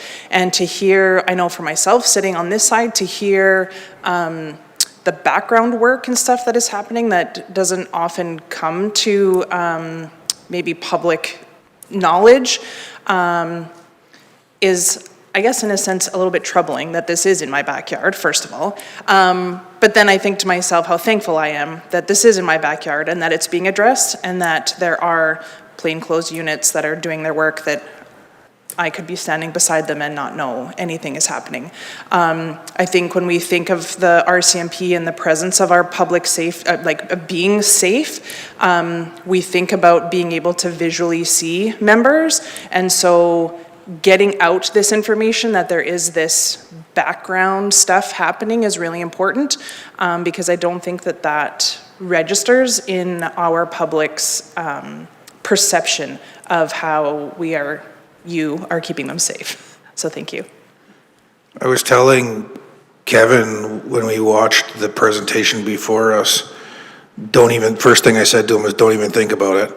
And then the second thing I said was, I wonder how many, I spent a few hours outside a location some of you'd be familiar with called the Old Bar in Stony Plain here over the course of the long weekend. I can tell you, I saw a number of theatrical performances that involved donkeys during late at night here. So there is lots going on here. So thank you. Not sure what to make of that one, but well, Mayor Choi, we'll go to you. Thank you, Deputy Mayor. Thank you for the presentation, gentlemen, and thank you for the highlights. Definitely is really good for us to know that, we do have a low severity crime index in terms of what's happening in the overall province, and the fact that we do have these numbers that our CMP are keeping track of and trying to maintain and kind of mitigate as much as we can in terms of that. Definitely like the highlight of the photo. You said 3 in the morning. I think a lot of our residents excuse me, have the notion that if we haven't seen a car come by our house or in front of our businesses over the last 5 hours, the RCMP are not in our community, and that's not absolutely true. We can see that at 3 o'clock, like I mentioned, most of us are sleeping, but they are still roaming through our business parks and through our community here and there, and let's just make sure that we are safe. So definitely appreciate the work the RCMP is doing in our community, because I do feel safer in the evenings when I go to bed at night, so thank you for that. Quick question in terms of the stats going forward. I think that was one more right there. I think I'm just trying to get to my understanding of what a general federal drug offense is. I noticed we had, for the first 3 months from 2026, 25 we had 1, and 2026 we had 7, so that's that 600% increase from year over year. So what does that kind of encompass? Like, what gets charged under that? And are we seeing that kind of trickle into the next quarters coming into 2026? So every time that we do an enforcement action that involves drugs that get reported through Health Canada, so when we seize a substance and that substance gets sent to a Health Canada lab for analysis, it immediately records, not if, there could be 15 substances, but it records it as like one incident. So we have, if we make a drug seizure in Stony Plain or execute a search warrant in Stony Plain for drugs, that's what would count as a federal enforcement action. And they call it federal because drugs is considered a area of federal jurisdiction. They're like drug enforcement. Okay. Thank you. And then a second question on the same page there is with criminal codes traffic. So in terms of that was seen from 2025 to 2026, there's I think an 800% increase from 1 in 2025 this time, and then 9 for the first quarter of 2026. Can you explain a little bit of that? That's a huge increase. That's something that we should, as a community looking after the criminal codes and traffic, is that stolen traffic? Is it like running lights? Is that? It's criminal codes. Traffic is the very last line on that page as well. It's You're on the right page. It was at the bottom of the right-hand column. Yeah, right there, at the very bottom of the right-hand column, where it goes from 1, the first quarter of 25, to 9, first quarter of 2026. That is criminal code traffic offenses relating to vehicles. So if you have like a impaired driving where they're charged under the criminal code, not provincially, or for like crim negligence causing bodily harm or death, things of that nature, is what gets scored as criminal code traffic. So when we lay a criminal code charge, some of the other thing not to forget about would be if there's a criminal code flight from police, which we've seen that go in big waves up and down, where police officer tries to conduct a traffic stop for any number of reasons, and the person flees from that traffic stop, that immediately becomes a criminal code offense of flight from police officer. Yeah, I think, I can't speak to why there were so many compared to last year in there, but this past weekend alone, in one shift, I think it was Sunday day shift, Edmonton Police Service followed out 2 separate stolen vehicles, and they were both arrested in our area. So it could be something as simple as that too. We lay a flight from police within the town of Stony Plain because it ended here, or so there's a few variables there of what that may be. Okay, thank you. And one final question there, Deputy Mayor. I think Councillor Meyer mentioned and kind of touched on it in terms of our growing population and the tri-region as we continue to grow. I think the town of Stony Plain is more than happy with the services that we receive from RCMP, and members of council have always been cognizant in terms of making sure that we have the proper resources in terms of funding a criminal analyst, a drug squad team, and all the stuff in the school resource officer that the town of Stony Plain provides above and beyond what I think is part of the basic services provided. But in terms of basic services, in my head, I've always attached the number of 1,000 residents for one general duty officer. So that's outside of everything else, and I think we're still maintaining that. And I think Spruce Grove, the last couple of years, have increased theirs. Complement to about, I think they're about 1 to maybe 1,200 residents. But what we're lacking is, I think you mentioned it earlier, is that many of the offenders live in Parkland County and they come into Stony Plain, Spruce Grove to do the crimes and then go back out. So one thing that we're lacking for sure is that the provincial complement of the RCMP. I think we've been talking many years with the provincial government in Parkland County as well, is to get their numbers more in line into more of like one officer per 1,200 residents. Right now I think they're 1 to 1,800 residents. So is there an avenue of going forward in that in terms of lobbying the provincial government and lobbying Parkland County? Yeah, there's a number of different stats that we look at. Police to population ratio is certainly one of those. It's kind of apples to oranges to use just that one for the county because you actually need more because of the distance we'd be traveling for out there. So there's a number of different things that we look at. I'm not sure if you're where we are, like our provincial side is being increased, and so I think you'll see they were, I would say that our provincial complement laid somewhere between our other 2 funding partners in the past. Once we get our new org chart built here, they will be supplying quite a number of people. It's not Parkland County directly. Parkland County, just like all of our other rural municipalities, have a contract with the province, and then the province contracts the RCMP as their provincial police force. So we don't, like our detachment doesn't actually have a contract with Parkland County directly. It goes that route from Parkland to the province, and the province back to K Division, and then K Division says, here's how many members Parkland detachment gets. Along with that, so that's the PPSA side. You guys are MPSA budgeting, but they are the PPSA side. We also police Alberta Beach, Onaway, Lac St. Anne, a number of other communities that fall under the PPSA as well. So yeah, that was all part of trying to get everybody in line as well. And I think we're going to be situated very nicely here. It's going to obviously take some time to get some seats filled, but we're working on org charts now and getting positions built, and we'll be working with staffing here in the coming weeks to get members in those seats. I'd imagine, I'm hoping we get a handful right off the bat, and I think you'll see them build over the next 6 months or so, and within a year, staffing says they'll have all those positions filled. Okay, thank you. And can you provide the number of provincial officers we'll be looking at getting at the detachment? Yes, yeah. Do you have a number that you can share with us? We don't have an exact number right now that we're making public, so I think it's safe to say that it will bring us well within the range that I am happy to see. And with that, I think we're looking at doing a few different things. Our crime rate is actually pretty decent when you compare it to other municipalities. If we're comparing within the hub here, where our crime rates are currently very similar, we've been doing that with a lot less officers in some places.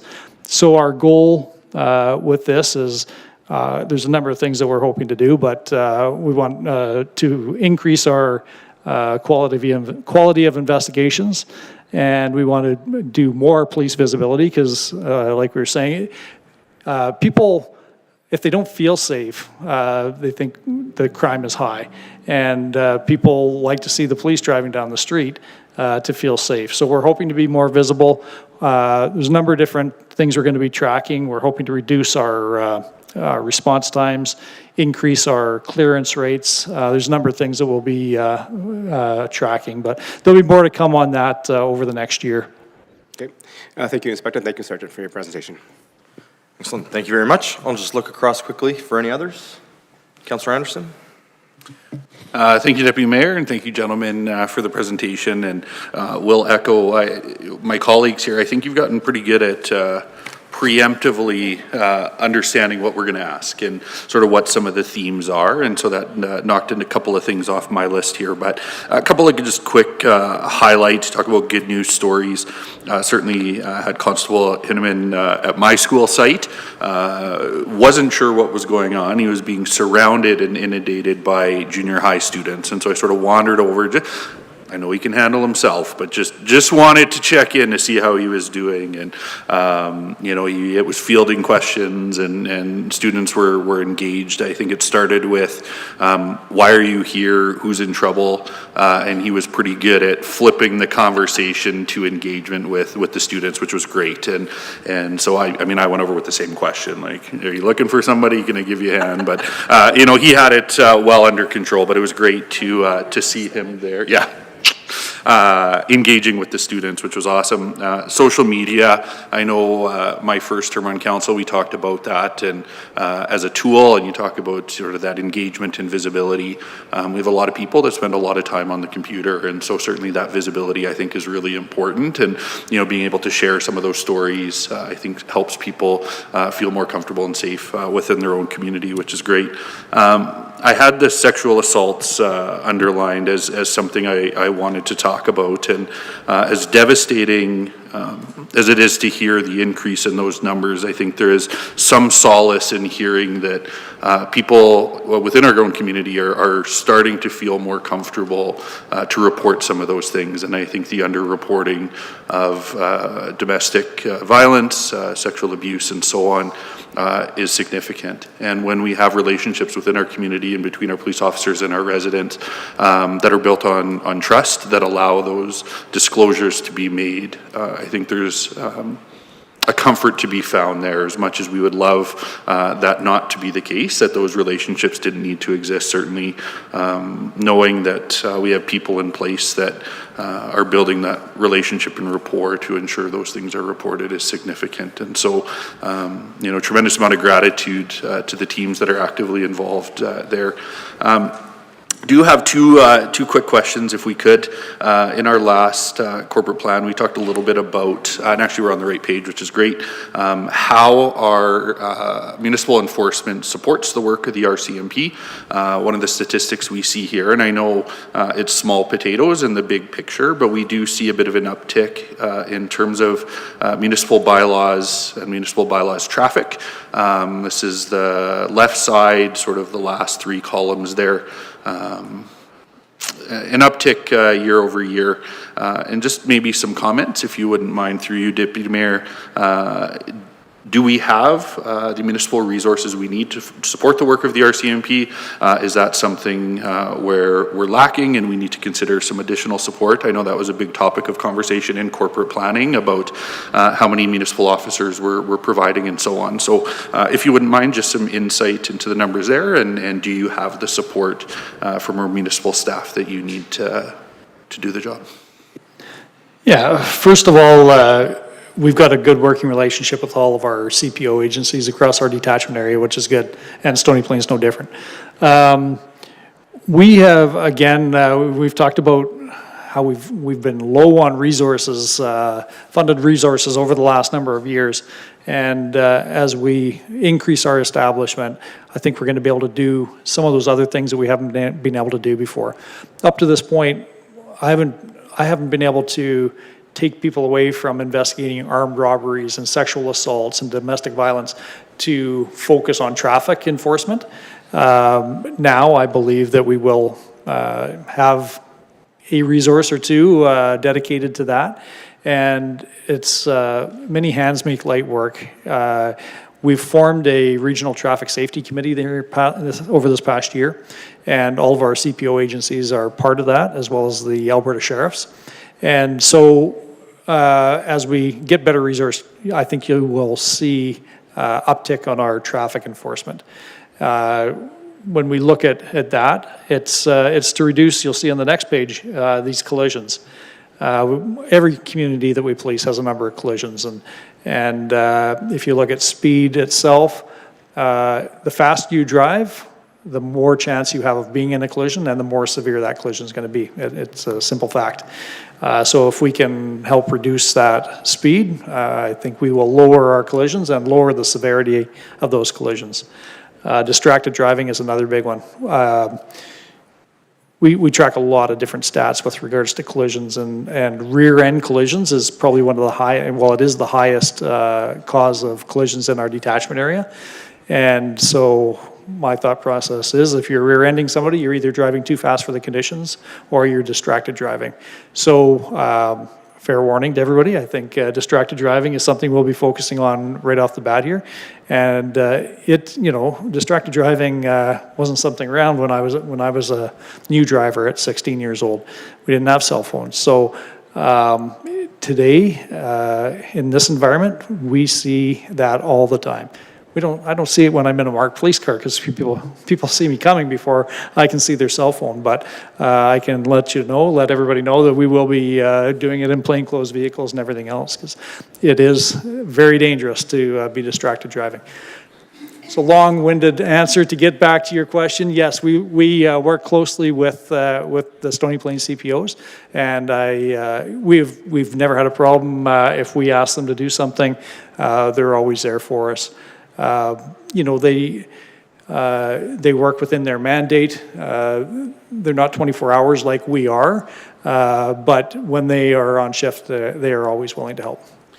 Perfect, and I appreciate those comments, and in many ways what I'd hoped to hear, that it's the collaborative nature, the synergies that exist within the different facets of our enforcement services program, not a deficit, right? And that was what I was hoping to flush out, that your uptick here wasn't because there was a deficit in municipal resources, but that was due to those relationships. I do have one more, if I may, Deputy Mayor, thank you. And really appreciate the Crime Severity Index. This is slide 18. Appreciate the indication where we sit provincially. One of the things that I would be interested to know, and I'm not sure if this is something you'll have sort of off the cuff tonight, but where we might sit within comparable communities. And the reason that I ask that is certainly smaller communities may not see the severity that we might see in some of our larger metro regions. And so certainly nice to see that we're below the provincial average, but just wonder if you have any thoughts on, through you, Deputy Mayor, where we sit within communities of comparable size and location. Yeah, we are right in line pretty much with everybody in the hub here. If we look around the outskirts of Edmonton, there's no alarming numbers there to me. Perfect. A great answer and quick answer, so I love that. Listen, with all sorts of gratitude and appreciation, appreciate Sergeant Cuso being here. I know we've met other members of your staff, but again, as Councilor Niebergall mentioned, you know, being able to highlight the work that's going on, and sometimes I think people not knowing and not understanding the work that goes into policing and keeping our communities safe leads to that feeling that maybe we're not. And so being here, having other members join us, sharing the good news stories, I think goes a long way to ensuring our residents not just are safe, but that they feel safe in their own community, and we're very grateful for that. Thank you. Excellent. Anyone else around? Wonderful. And I will take my turn. And my turn will be short because, again, yes, a lot of fantastic questions and a lot of information that was preemptively answered that I had questions of before. Fortunate enough with Councillor Meyer and some of the members of our gallery to sit on the policing committee as well, and appreciate the work that's being done there, along with already some of the discussions that are happening about community initiatives and what can go on within the community and what can be led by community members, in addition to helping complement all the work that the RCMP is already doing. So very happy to see where that may lead as we continue the work of the committee. In regards to the visibility in the community, if anybody noticed, there was a RCMP SUV that drove past in the meeting, and as long as it wasn't yours, I think that's fantastic to see. So wonderful. Thank you very much for your presentation this evening, gentlemen. Again, it's always wonderful to see you in chambers. It's some fantastic information for the community to gather, and again, appreciate the thoroughness of the reports. I know previously we saw a lot of statistics, but there wasn't a lot of kind of that context and background. So having guests with you like Sergeant Cusa today, and some of those instances and providing some context around the policing that's going on in the community, I think is very beneficial to all of those who choose to tune in or who are present in chambers. So thank you very much and have a wonderful evening.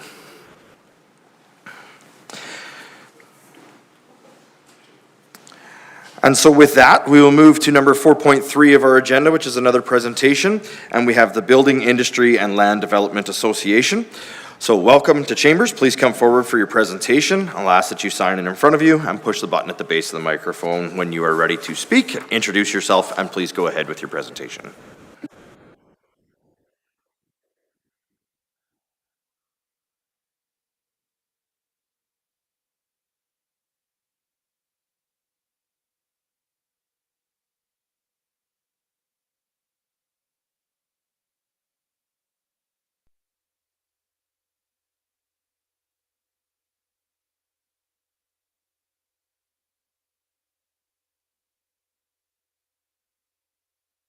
What's that?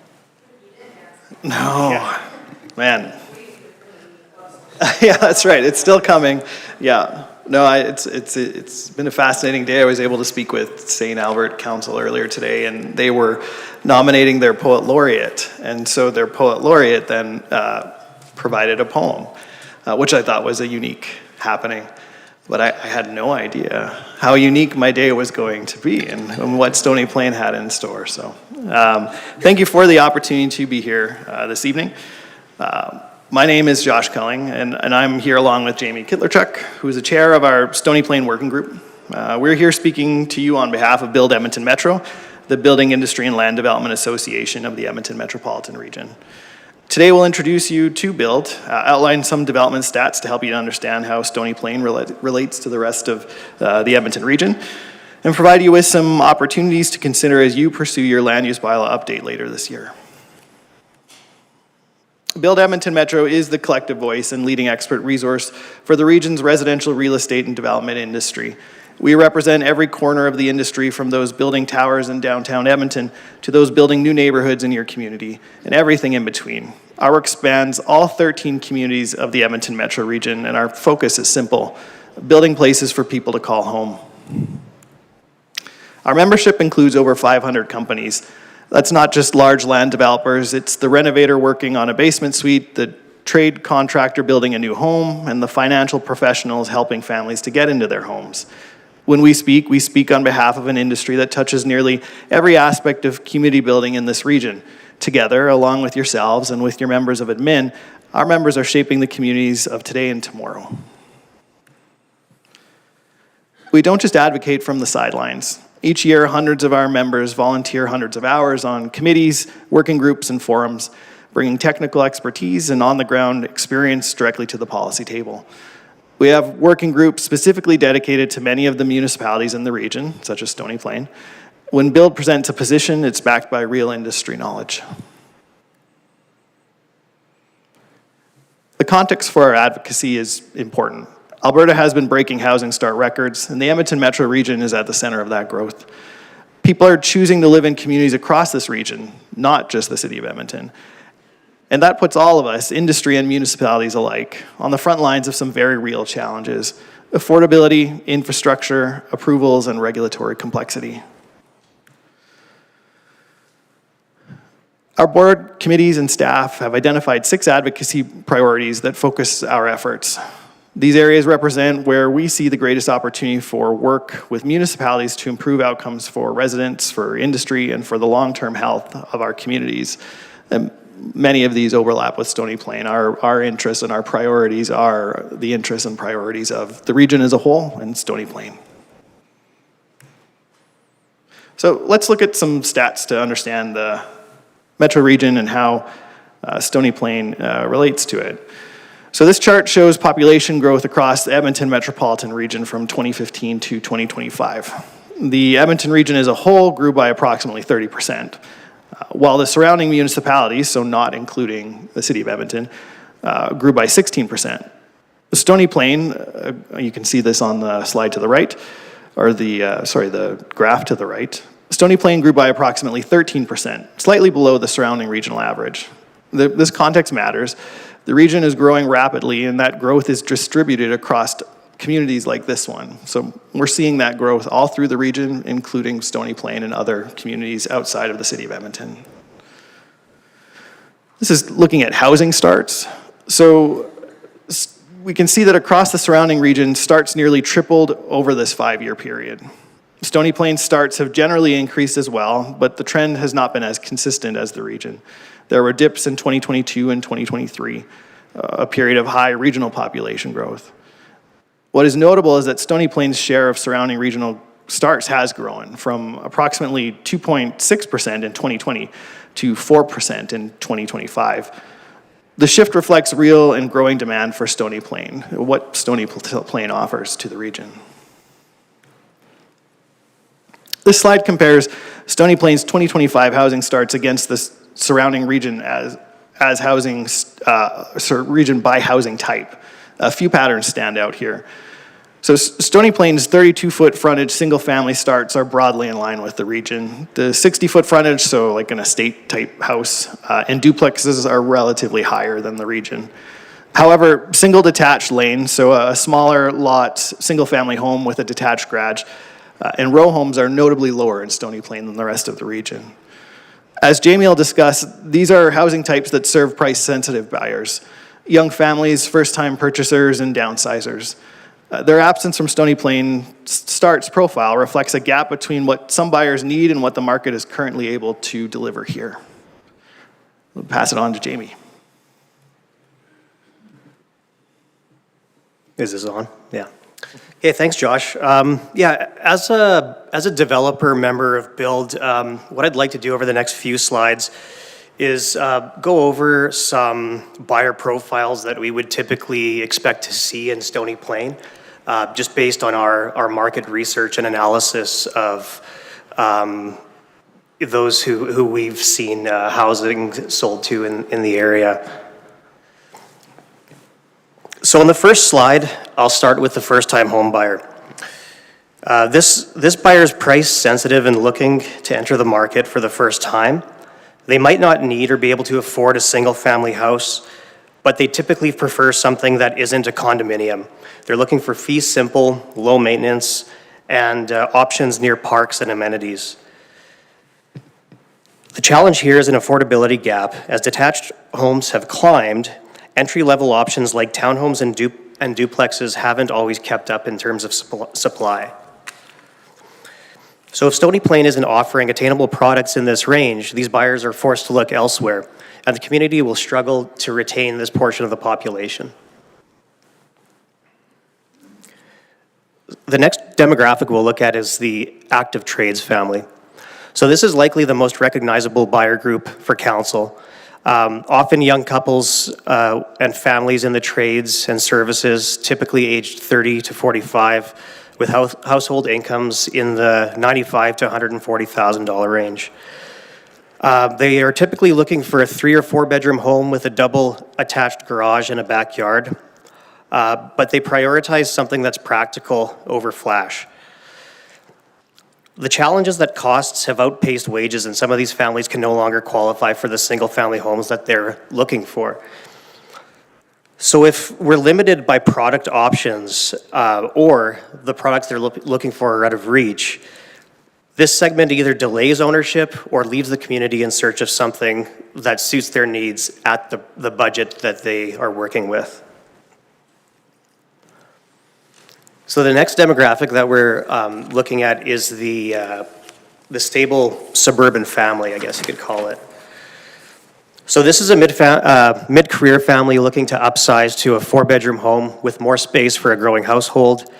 They typically have equity in a starter home, but can only move up if there's a buyer there to purchase the home that they're leaving behind. This is the interdependency in the housing market that's easy to overlook. Move-up buyers are going to be dependent on the entry-level market to be functioning well, so that they in turn can sell their home and move up to the next size or the next applicable option. If first-time buyers can't get into the market, then the move-up market gets stuck as well. So supporting a broader range of housing is not just about affordability, but it also is necessary to keep the market as a whole balanced and stable. And finally, we have the downsizer. These are often empty nesters who are overlooked in the housing market. Some may be looking for less home, prioritizing a bungalow-style, well-designed main floor living with lower maintenance and walkability in mind. The challenge is that this product is in short supply across the region. If it's not available locally, 2 things will happen. This segment either stays in a home that no longer suits their needs, which removes a larger home from the market for that growing family, or they leave the community to find what they need elsewhere. And either outcome is a loss for the community. Providing the right-sized options for this group supports a healthier, more complete housing ecosystem. So what might this mean for Stony Plain?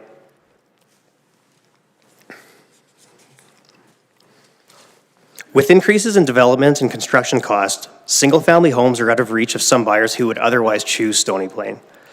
Diversity in housing types gives more people, including first-time buyers, young families, and downsizers, the opportunities to live and stay in the community. A broader mix of housing supports a more inclusive and complete community. If the goal is to maintain a place where families are looking for a single-family home, consider whether the available housing options can meet people where they're at financially in order to keep them in the community.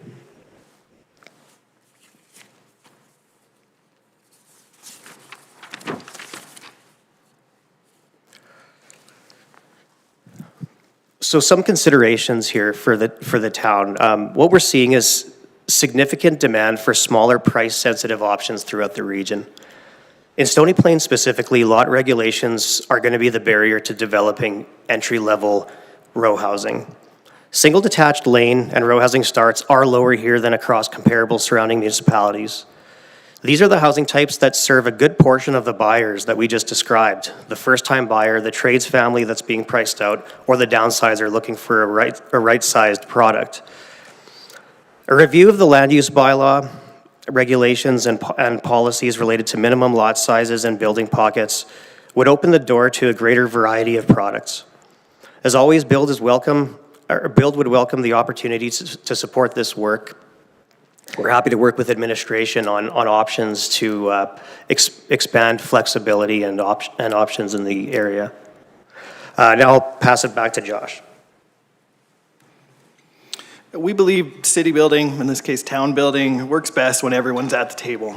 Build invests in research, commissions studies, and shares data. We have conversations with stakeholders, not to win arguments, but to build a shared evidence base to help us all to speak the same language on important issues. Our members are informed on all aspects of residential development across the Edmonton region. We want to support municipalities to foster effective environments for development. We're very interested in supporting on land use bylaw updates or other policy or regulatory projects. Our only ask is that we're brought into the process as early as you can manage so that we can maximize our support to that project. Thank you for your time today. We do really appreciate it. We look forward to working with the town of Stony Plain, are committed to being constructive partners to this community and to help it to continue to grow. And Jamie and I are here to answer questions. Excellent. Thank you, gentlemen, for your presentation, and I will look across the council for questions. Councillor Plechko. Yes, thank you, Deputy Mayor. Thank you to your build team for coming in today. I think I've sat here for 9 years and heard the same comment over and over about how we don't develop properly in Stony Plain and how we need this and how we need that. So I'm going to ask you to help me understand a few things. I'm going to refer to your graph on page 37. When I look at housing starts surrounding region, what I look at is single-family homes. In Stony Plain, we lead the market. Single detached lane, because we don't offer that, we have a much lower percentage rate, which is 3.1%. Single detached front garages, we lead the market at 56.7% opposed to 52 on the other ones. Single lots, 60-foot frontage, Stony Plain is substantially higher with 5.8 opposed to 1.8 in other regions. So we offer a different product in our region, and the region that we offer is just outside of the metro region, I would say. So it's a bit of a different product that we have had in town. And you look at duplexes, again, fairly large amount of duplexes being built into the region. And the one market that you talk about is row homes here, which we don't offer a lot of space to do that. We still are at, a little bit better than half of the region that's out there. Help me to understand why we're seeing in our community some of the lots that Qualico has had in our town for a while, new developers coming in, building homes on them, literally before they get finished the homes, they're sold. So Stony Plain is kind of a bit of a unique market comparative to what the region is and has always been a little bit of a different market, i.e. St. Albert is another market that is substantially different, that doesn't offer specific things to familiarize with what everybody else is doing in the region. So how do we market what we have within the region to be able to continue to build off of what's here, which is offering a bit of a unique market that is now obviously attracting a number of people to town. You think about our Genesis on the Lakes area, a division that's almost sold out. What we don't see a lot of is the row home side of it. And yet, I don't see the demand for that, what you talk about in our town, the demand for it, other than I hear it from our developers in our community. That's the only people I hear it from, because I've been traveling around the last little while talking to the builders that are in town, and they're getting a lot of call for the homes that we've offered in our community. So help me to understand how you compare Stony Plain to all the other region. I'll take this one through you, Deputy Mayor, to Councillor Plechko. I don't think the intent here today wasn't to suggest that what Stony Plain is doing isn't what Stony Plain should be doing. It was really just to discuss what options we see that may be missing here, where there may be some gaps. So there's no doubt that people are moving to the community, and the priority or the preference would be a single detached house, though that's probably common in any bedroom community and most of Edmonton as well. You're 100% correct. What's being built here is selling, but what's being built everywhere in the region is selling because we've had such a increase in population over the last few years that it's been really difficult to keep up with demand. And so, when we're looking at a neighborhood like Genesis on the Lakes, I'm somewhat familiar with it. It was fully developed almost 15 years ago. Those roads and sewers were put in probably 2007 or 8. And there's still quite a few lots there available, right? But that's because that's that's a niche market. It's an expensive lot and an expensive home. And there's demand for that, sure. But what we're seeing is there's a significant demand for some of these other options. And for example, and I'm not just going to compare to Spruce Grove, but we could look at Fort Saskatchewan or Leduc as well. Areas where we and some other developers have introduced, more affordable townhomes that are not condominium townhomes. Those have been the highest demand product that we've seen in these communities. Fort Saskatchewan, for example, we introduced 2 blocks, I think it was 74 lots, we serviced them in 2024, registered them. They were all sold out before they were built. And when I say sold out, I don't mean sold to builders, I mean sold to people who are actually going to be like the end user who's going to be buying those. There was pent-up demand. It hadn't been built there before, and we're seeing that demand continue. So I just want to make it clear, the intent here and the suggestion is not that Stony Plain isn't doing a good job with what they have. It's that there might be some gaps to consider where there could be some opportunities to offer more options. If the desire is there, there's opportunities. If I could just make a... Yep, go ahead. I appreciate the answer, and I guess we're always looking for options. I think that's one of the things that we've always been, but in the presentation, it's quite often pointed out what we're not doing, not talking about some of the things that we are actually doing that is attracting. From what I can see, I've been here 30 plus years, and Stony Plain has developed a little bit slower than a lot of communities, but it's developed a little bit different than a lot of the communities around here. Having conversations with the people in Beaumont, I also understand that, the growing pains with the suggestions that they had to develop their community, it's got a big backlash for them. So I think what we try and do here in Stony Plain is prevent the backlash from coming and still move the community forward. We understand that there's a great need for housing in the area, and I don't think we want to stop that. It's understanding that a little bit better. And just seeing some of the stuff that's happened, I think we had a conversation about a year ago regarding some of the lots that were sitting vacant. Today they're completely full, looking for us to see who are local developers that can actually build some new subdivisions that we can build some new stuff on, which at that time we're able to be looking at. And I think we've done a pretty good job over the last little while of looking at some of the newer stuff. I think of, one of our new divisions in town that's got some zero lot line stuff that's going into it right now. I'm watching it sell pretty quickly, and another phase that'll come up this summer, hopefully, to be able to sell that out as well. So I don't think that we're opposed to a lot of things. I think it's just when I look at what we're seeing, we sell a different product than a lot of other communities, and I think we're starting to see that it's attracting new developers to our community that are now selling different homes that weren't here before. So, it's just one more thing. So I appreciate your answer, and thank you for your honesty. Thank you, Councillor Plechko. Councillor Anderson. Thank you, Deputy Mayor, and thank you, gentlemen, for being here. I always love an opportunity to learn, and I think coming into council a number of years ago, wouldn't say I was surprised, but certainly realized how much or how little I know about many different things, one of them being residential development and so on. And so having people like yourselves come in and share with us is a very, very helpful thing for me, and I appreciate that very much. Because I try to learn, I look at what's been shared this evening, and I think about it in the context of what we've seen over the last little while. And one of the slides, I think it was page 45 of our agenda package, under considerations for Stony Plain in the presentation, talks about entry-level row housing.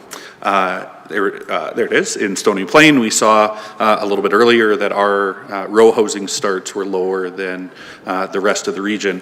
The reason that I bring that up and that I find it so interesting is we had an area that was zoned for row housing that was recently, developer came in, reapplied to actually remove the townhomes and put in zero lot lines. And so at the time, one of the comments that I had made was certainly zero lot lines would see potentially a savings from a standard single detached home, but maybe not the savings of a row house. And if we were talking about having this stock available within our community and having different affordability options and so on, you know, then why wouldn't we keep it as a row house? And here we are today hearing that entry-level row housing is a need for us. And so at the council side, we look at zoning, but it's the developer that comes in and asks for specific products and so on. And so through you, Deputy Mayor, I'm just going to ask you gentlemen, could you sort of flush that out for me a little bit? We're hearing today entry-level row housing.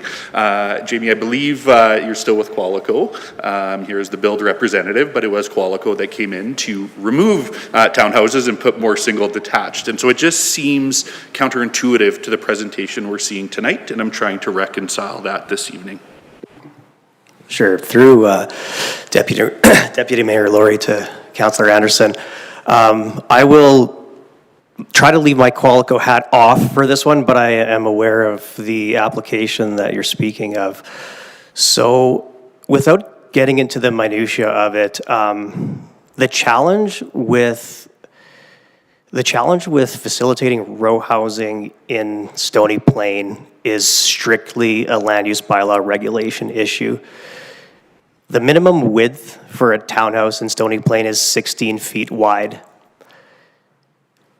In most other communities, it's 14. In Edmonton, it's even less. They might go to 12. So again, I don't want to turn this into a land use bylaw issue, but the reason that it is challenging for builders to expand their row housing options into Stony Plain is because they often offer a mix of 14-foot wide, 18-foot wide, and 20-foot wide row houses. And what the 14-foot wide does is it provides you with a narrower, more compact lot, but it also, you still get your proper garage, but it's a single-car garage with a driveway. So if you go to 16, it's sort of this in-between size that isn't in most builders' specs, right? So what that does is having a minimum width of 16 feet forces them to go up to 18 because that's the next typical spec.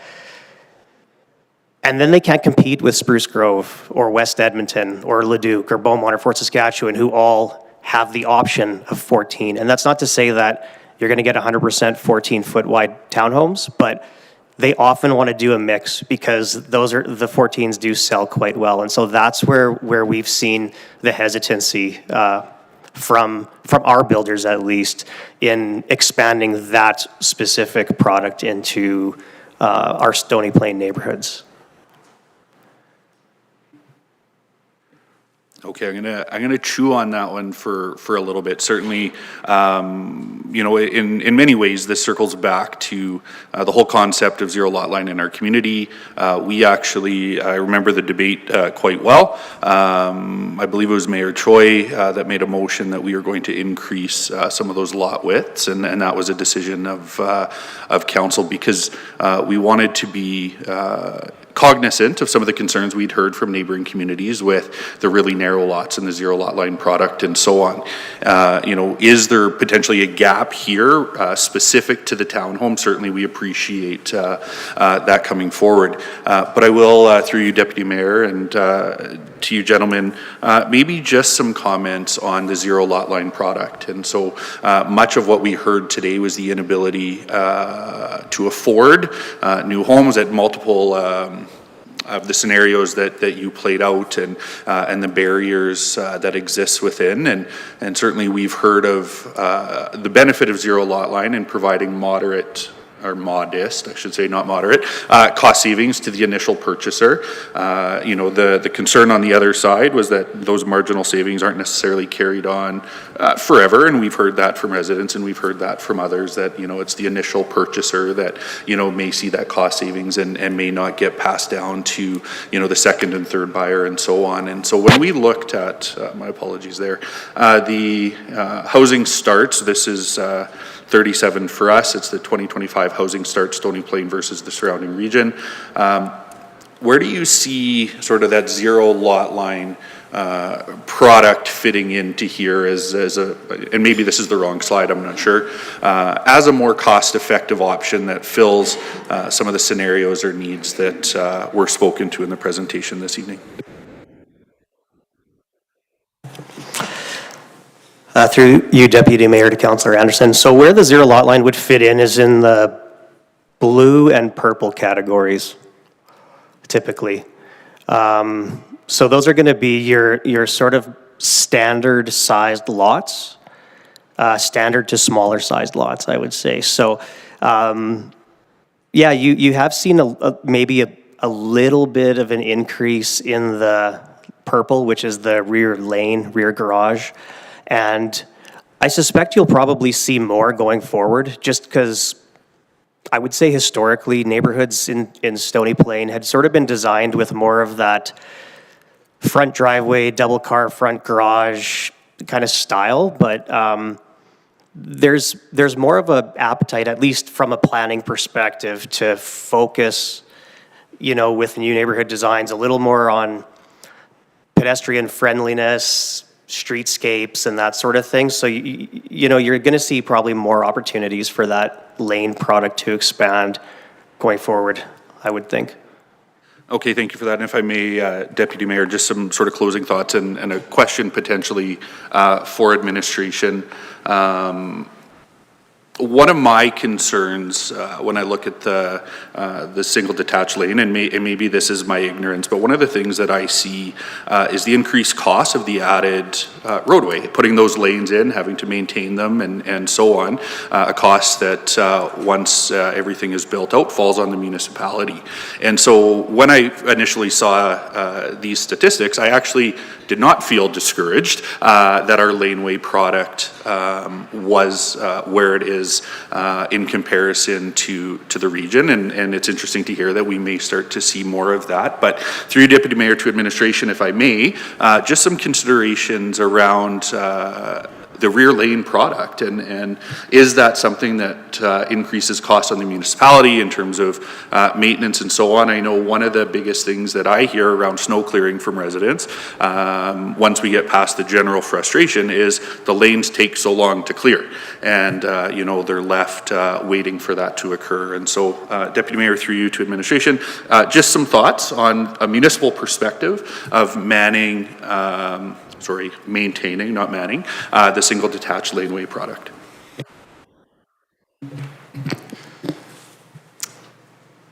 Through Deputy Mayor to Councillor Anderson of Council, thank you for the question. I can offer a couple of thoughts and to I guess support the conversation on this. So of course, whenever more of anything is built, there's more to look after at its highest level. So we do, whether you're considering more roads, more pipe, more sidewalk, anything, whenever you increase the square area of something, we have to consider how we're going to look after that. I wouldn't necessarily completely attribute that to a total cost as much as there's a number of factors that we look at. So there is an increased area. You need more equipment, people to move snow, as you were pointing out snow just now. Those typically we look at those through service levels. So as developers bring in developer contributed assets into the town, we consider how many of these kilometers or meters of this infrastructure gets pulled in. And these are things that we evaluate against council's approved service levels. So those approved service levels then translate into any necessary changes that we have to do in our corporate plan. Those include resources, equipment, and so forth. So can you draw a straight line from more different products to that? Not necessarily. You can, there are ways to, for council to consider what kind of service levels they want to attribute to certain infrastructure classifications. So, and we revisit those from time to time with service level policies, like we did with the snow policy this year, where we recommend changes to approaches for back alleys or back lanes, pardon me, or certain front streets. And I don't want to open up that debate entirely here, but there were a couple of laneways that we identified through comments from residents and our operators, as well as our own review, that necessitated an enhanced level of service because of their location and functionality to those residents. So I wouldn't necessarily say that there's a straight line appreciation on more of something increases cost. There is a consideration. We do evaluate that, and we recommend service level changes that align with council's expectations for the community. So it's a bit of a yes and no answer.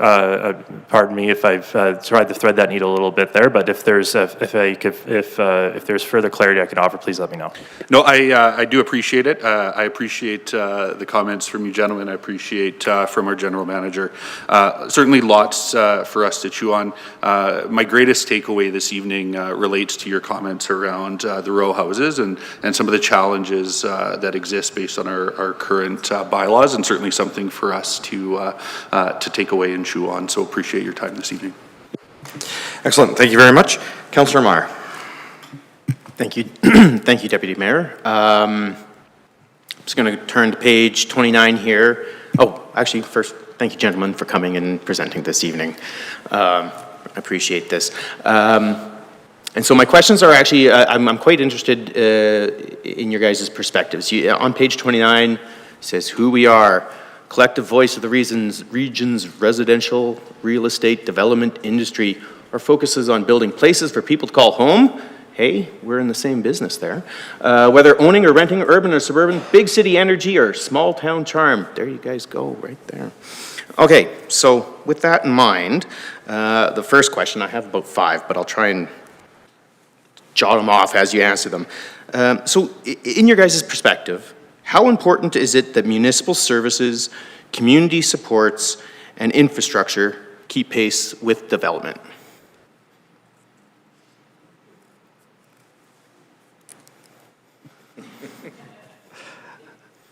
And that's a great question. Thank you for the question, Councillor Meyer, and through the chair to the councillor. I think it's really important. I come from a land use planning background. I've worked on the municipal side with municipalities in the region, and that's a constant sort of wrestling match for municipalities is how do we move forward and how do we support the growth that we're seeing, the growth that we're anticipating, et cetera. That's why the decisions that you all have to make are incredibly complex, and I commend you for signing up for that role. I think that if the municipalities aren't able to meet up with the service demands, then that ultimately does lead to challenges, right? I think we don't need to get into the details of that. It goes without saying. The way in which a municipality keeps up the service standards, I think that's something that's going to be wrestled with by every municipality. What those standards look like from decade to decade might change. I don't know. But certainly it's something that you all have to keep an eye on, and I think it's important that you do. Okay, appreciate that answer. That also good. You've already scratched one of the follow-up questions there. We'll just cut to it. So you guys presented some graphs about Stony Plain and what kind of things we offer and are on the market there. I'm curious, in regards to some of these community supports and infrastructure issues or concerns that I have, do you guys look at that in regards to specifically Stony Plain? Do you guys keep stats on that kind of stuff? Like if you were, well, you guys are the builders and developers, you're the voice, right? Do you guys look at that? Hey, how many schools does Stony Plain have? How much capacity do they have to support the people that we plan to move in? Do you guys look at that stuff? Through you, Deputy Mayor, to Councillor Meyer, as developers, we do look at things like school funding to get a sense of what we could expect coming down the pipeline. I think it's important because the people who are moving into these communities expect a certain level of service, right? Whether it be schools or transit or rec facilities or whatever it may be, right? So we're looking forward trying to understand what is coming down the pipe or what might be planned for as well. I think, those types of amenities are assets to the community, obviously, but In terms of servicing standards, I mean, yeah, like we go back to the snow clearing and trash collection and everything, right, under the sun that you all have to deal with and make decisions on here. So ultimately, as Josh mentioned, you know, it really comes down to the priorities of the municipality and, you know, where you want to focus your limited tax dollars. Okay. Thank you for your answer. I'm going to just shift gears. Well, no, this kind of fits in the same thing. In your guys' expertise, because you guys are the experts and the voice of the real estate development industry. How do we increase density without negatively impacting the livability and that community charm that everybody moves to Stony Plain for? Through you, Deputy Mayor, to Councillor Meyer, I can take a crack at this. I think Stony Plain does have a unique charm. And I'm not saying this as a developer. I like coming out here. It's a nice town. My kid plays hockey out here. I used to come out for the Bluegrass Festival in the summer. There's like, part of the reason people move out here is because it has a really great small town feel. So how do you continue to capitalize on that, capture that without, you know, turning it into a suburb of Edmonton, I guess you might, is probably where you're going, right? In Edmonton, you know, the new neighborhoods are extremely dense compared to those built in the 80s and 90s, the 70s, right? You kind of have this outer circle that's more dense than the inner circle other than downtown. So, you know, you do see more congestion in those areas. I think that what we're looking at in places like Stony Plain as developers is you want to keep that sense of quaintness, but you also want to provide as many options for as many people as possible. So being intentional about how you do that, again, I don't think you're going to want to see, you know, blocks and blocks and blocks of density in a neighborhood that's building out. But I think, you know, taking some baby steps, and you've seen it with the zero lot line where you've seen some introduction of it. We've seen that, you know, there is demand because they're selling right next to more traditional duplexes or single detached homes. You know, all of those options are selling in the same neighborhood. But what it's going to come down to is sort of working through it organically.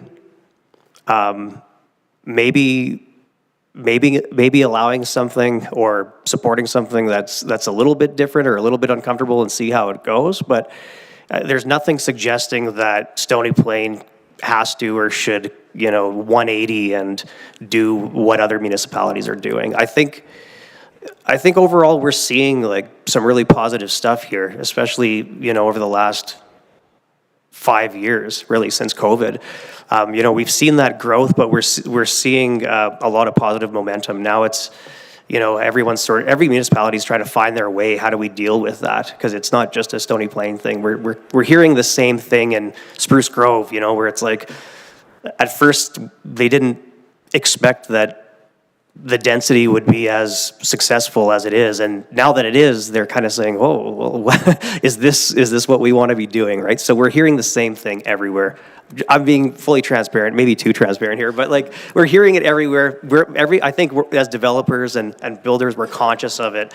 You know, most of us are here for the long term. We want to build great communities. We want to build great houses for people to live in, and you know, we just want to work with you guys, ensure that, you know, what we're doing is comfortable for everyone, but also, you know, sometimes we will be pushing the boundaries a little bit if we see that there's a gap or demand for something that's not currently being met.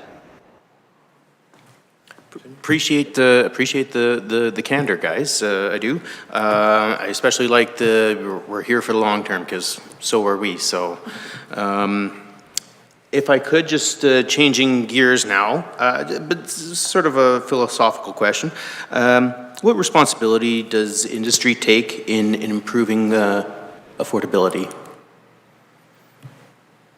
I mean, sorry, maybe I'll backtrack that. Yeah, I hear you guys present ideas and you know, what we can do. I'm curious what you guys do. Yeah, through you, Deputy Mayor, to Councillor Meyer. I mean, as an industry, you know, we're extremely cost conscious. Costs have risen astronomically over the last 5 years, and so we're looking at, you know, what we can do to make things to develop as efficiently as possible. We don't like the idea of oversizing services. We don't like the idea of overbuilding roads. We don't like the idea of building more road than is necessary, more sidewalks than are necessary. You know, we're trying to strike a balance between good neighborhood design, good planning, but we're seeing that, you know, a lot of municipal standards in the region haven't really been looked at thoroughly since the 80s or 90s.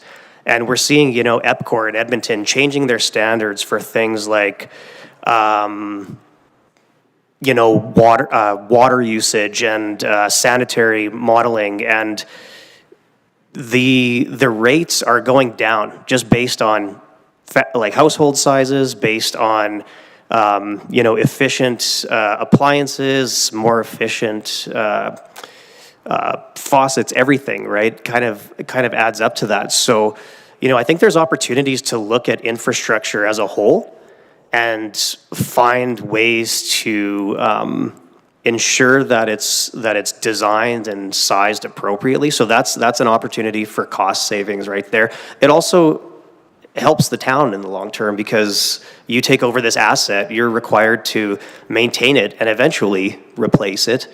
You know, once it's past its lifespan. So, yeah, those are some things we're looking at. There's lots of innovation in terms of home building as well, and opportunities for bringing costs down. But it has been challenging. It's been really challenging to get some projects off the ground because the costs are so high, and the expected revenue hasn't been able to keep up because people can qualify only for so much.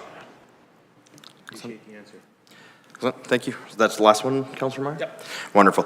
For infrastructure, I think Mayor Choi had put something for April Fools about going back to gravel roads because it was going to be cheaper. So I guess everything needs to be looked at. Mayor Choi, I believe you had your hand up to speak next. Okay. Thank you, Deputy Mayor, and definitely appreciate the presentation and coming back. And just wanted, on behalf of Councillor Meyer and our CEO, thank you. Came out in January when Councillor Meyer was the Deputy Mayor at the time. You came out and we had the conversation about how Build can support the Town of Stony Plain in terms of development initiatives, and also how we can support Build in their advocacy and lobbying work. So definitely appreciate the conversation and the continued collaboration as we move forward to building our communities. I do have a question in terms of the 5-year trends in the numbers of housing starts. So I'm curious, are those housing starts just for Build members, or is it for all builders in every community? Thank you for the question, Mayor Choi, and through the chair to the mayor. These are all the starts for the region as a whole, so it's not member-based in any way. So it's through Edmonton Housing Research Corporation, so it's not our data, it's their data. And so David, who runs Edmonton Housing Research Corporation, actually visits every site that's under development and documents at what state it's in. It's a real passion project for him. So that's general data for the Edmonton Metro region. Okay, and that's good to know, because you know, some of the conversation with the previous elected officials and other builders is that most organizations group only represent their membership, and the people that are not part of the membership get left out in the cold. So it's nice to hear that affirmation that it is all development within each municipality, not just Build Edmonton Metro members. Okay. The second question for you is, I think you had a good slide there in terms of the downsizer. I've met with many residents in our community that have left our community because they cannot downsize efficiently. And I've also met with many people that are still in their, I guess, the family homes, so they're overhomed because they cannot find something that they're suitable with moving into. And in your slide, you mentioned about having the smaller kind of bungalow-style homes. But when we approach a lot of land developers and home builders, they don't want to do a smaller bungalow because the market right now is for two-story up. So when I do make these concepts in conversation, it's pointed out here that we need those kind of homes for downsizers, but yet they're refusing to build. Like, what is the strategy that we can use as a town municipality to talk to those home builders in our community? Says, hey, this is this market. We need you to build these houses so that we can have downsizers move out. Take those people that are overhomed out so that they have those big backyards, the double garages, 3 or 4 rooms to the trades home, family homes, and then having those people, instead of leaving our community, stay in our community so that they're still connected. Any advice on that, please? Yeah, through you, Deputy Mayor, to Mayor Choi. Yeah, this question comes up probably half of the times that I am in front of this council. It's a really tough one to answer because bungalows can be built, and they are built. They're just really in small numbers, especially in the more traditional neighborhoods. In Genesis, you're going to see more, but again, that's a very niche market that's got the money for, you know, an estate-style home. And so the challenge with it is most builders, if they're building on spec, they're trying to, I guess, project what the typical buyer is going to be looking for. And the majority of buyers are looking for that space that is typically found in a 2-story home in terms of like what they can actually afford. And so when you start looking at bungalows, the cost per square foot rises quite a bit. Now you're basically taking what would have otherwise been in 2 stories and a narrow footprint and expanding it. It's going to be wider. You have double the foundation, maybe, or 1.5 times the foundation, 1.5 times the shingles. You know, your costs for the interior aren't really that much lower. And a lot of folks who are maybe interested in that, their expectations aren't aligned with the reality of the cost. So a lot of people feel that they can sell their 1970s house that hasn't really been updated and buy a smaller bungalow and walk away with a bunch of cash and, you know, set off in the sun. And that's not the reality, because that new bungalow is going to cost more than the house that they're selling typically. So what we've seen is builders who are building this type of product, focusing more on duplex bungalows, townhouse bungalows. You're starting to see those more in Edmonton, but even those are a tough sell. So, you know, in any neighborhood, like, you'll be lucky if you see a block or a small cell of that type of product. But you're right, we're seeing it. It's a growing demand, not just bungalows, but just options for seniors overall. We're seeing more demand for seniors apartments, not just seniors apartments, but apartments that have the amenities that, you know, empty nesters might be looking for, right? And that are closer to commercial and retail, so they don't have to drive, or they can get away with one car if they need to. So, yeah, it's a challenge I think we're all trying to address and come up with solutions for, and it's a tough one because you're typically not going to get a spec-built bungalow, unfortunately. I don't know if that answers the question, but it's... Yes, it kind of does, and I think maybe there's, we need an organization of seniors that says, we're building 30 homes and we want them, so that might have that opportunity to instead build 30 homes instead of building 2 or 3 each and every year. Mm-hmm. Okay. I have a comment there, Deputy Mayor. Just want on behalf of the conversation that Deputy Mayor Meyer at that time and myself, we appreciate your support in your comments in terms of our offsite levies. I think there's mention about trying to keep things affordable. But when we had the conversation, it was understood that we know that offset levies, the new development has to be able to pay for itself to get started. We can't put the additional costs onto the existing subdivisions that are currently in the town of Stony Plain. So having that conversation and hearing where build is coming from and where municipalities come from, I think there was a happy medium that new development needs to be able to pay for the services itself up front for those lots, even though it may cost an extra $5,000 a lot or something, because we can't put that onus on the rest of the taxpayers that are currently here right now. So definitely appreciate that conversation. And if we need any additional help, if you want us to advocate in terms of different agencies, or if you need us to help you, we will do that. And we do have things that are coming through the next couple of years, and it's the revamp of our municipal development plan. And I think you mentioned that Stony Plain has a unique charm because since 2013, our municipal development plan was uniquely Stony Plain. And that's probably why you see the kind of different housing types and growth in the community, because we wanted to make sure that that character and that history of Stony Plain stays. And we definitely ask you for your input as we go through that and rewrite that over the next year and adopt our new municipal development plan. So thank you. Excellent, thank you. Look across for any other questions or comments. Perfect. So seeing none, I do have a few myself. Again, many have been answered. I'll start just with a couple of comments. First and foremost, I just want to thank Build for the tour that you did for your members with Stony Plain and St. Albert and bringing your members through. And I understand that that similar tour is now being duplicated for the Federation of Canadian Municipalities Conference, which is in Edmonton here in about 2 months' time. And so again, the opportunity to work with Build and to show off our community and especially the revitalized downtown, I think is a great opportunity, and it was great to see that recognition from Build of that as well, to show your members, this is what we're doing out here.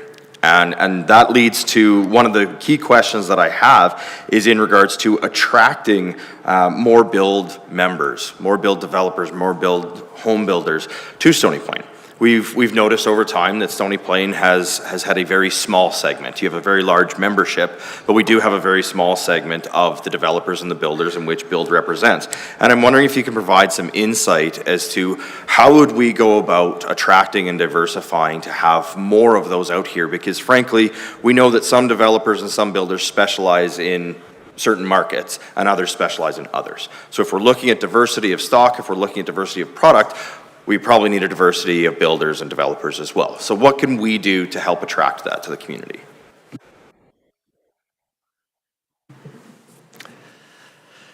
Yeah, great question, Deputy Mayor. I think you're seeing it already. You're seeing developers like NAC moving out here, so they have a huge presence in Edmonton and have for a long time. We work with them a lot. Landrex is out here now. You're seeing more builder interest. I think there's a couple of reasons. One is Spruce Grove is growing, and basically, if you're looking at options on the east side of Stony Plain or the west side of Spruce Grove, you guys are connected, right? So that whole area, I think you're going to see a lot of growth in the coming years, or at least a lot of interest in growth in that boundary area.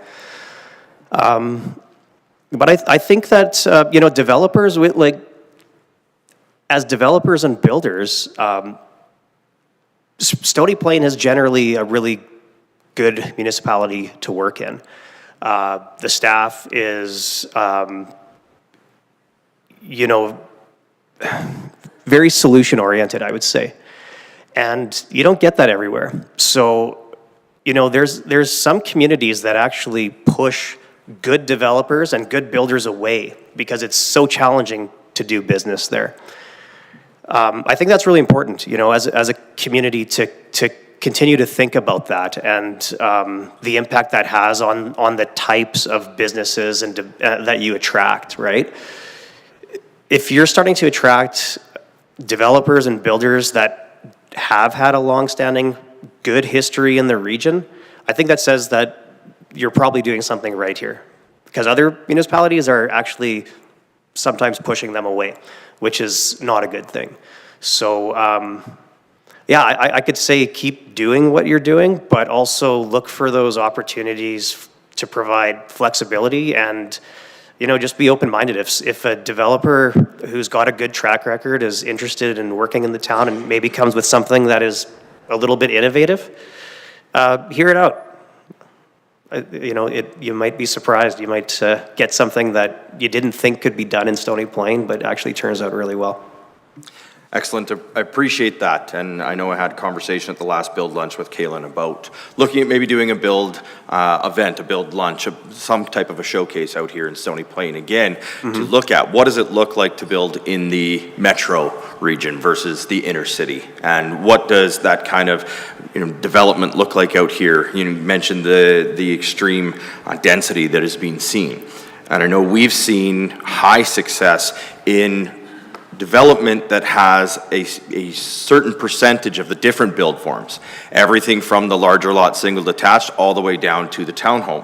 And I think that's one of those solutions. And when you talk about land use planning, when you talk about neighborhood design and so on and so forth, that where we've seen a lot of that success, and I hope we continue to see that success.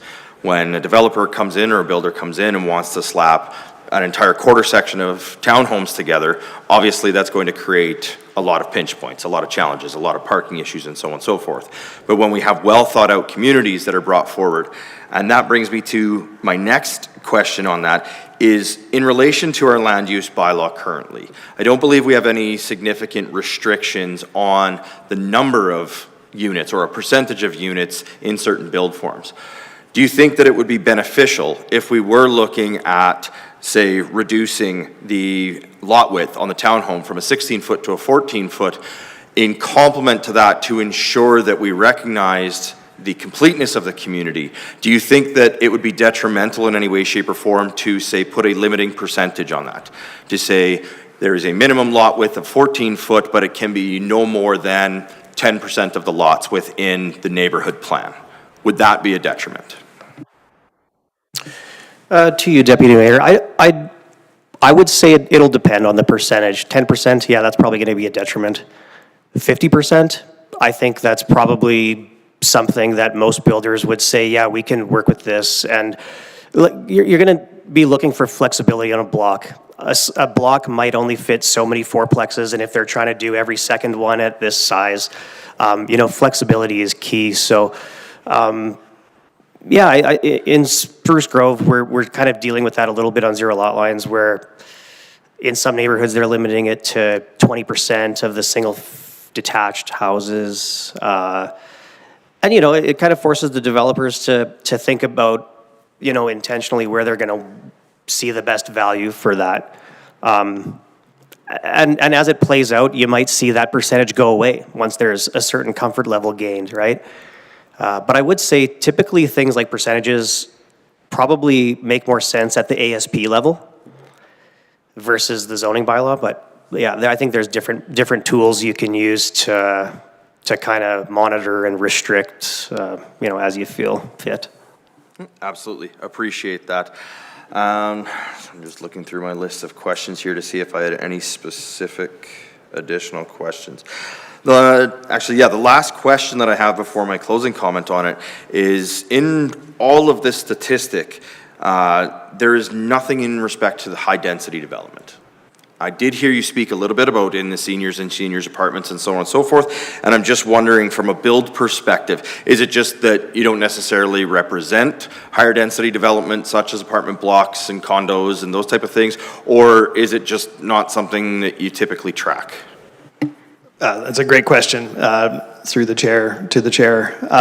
It actually is much more simple than that. We actually don't have that data readily available. So the multifamily data is harder for us to track down. The Edmonton Housing Research Corporation that we used for the data that you saw doesn't track that data. So that was a limitation.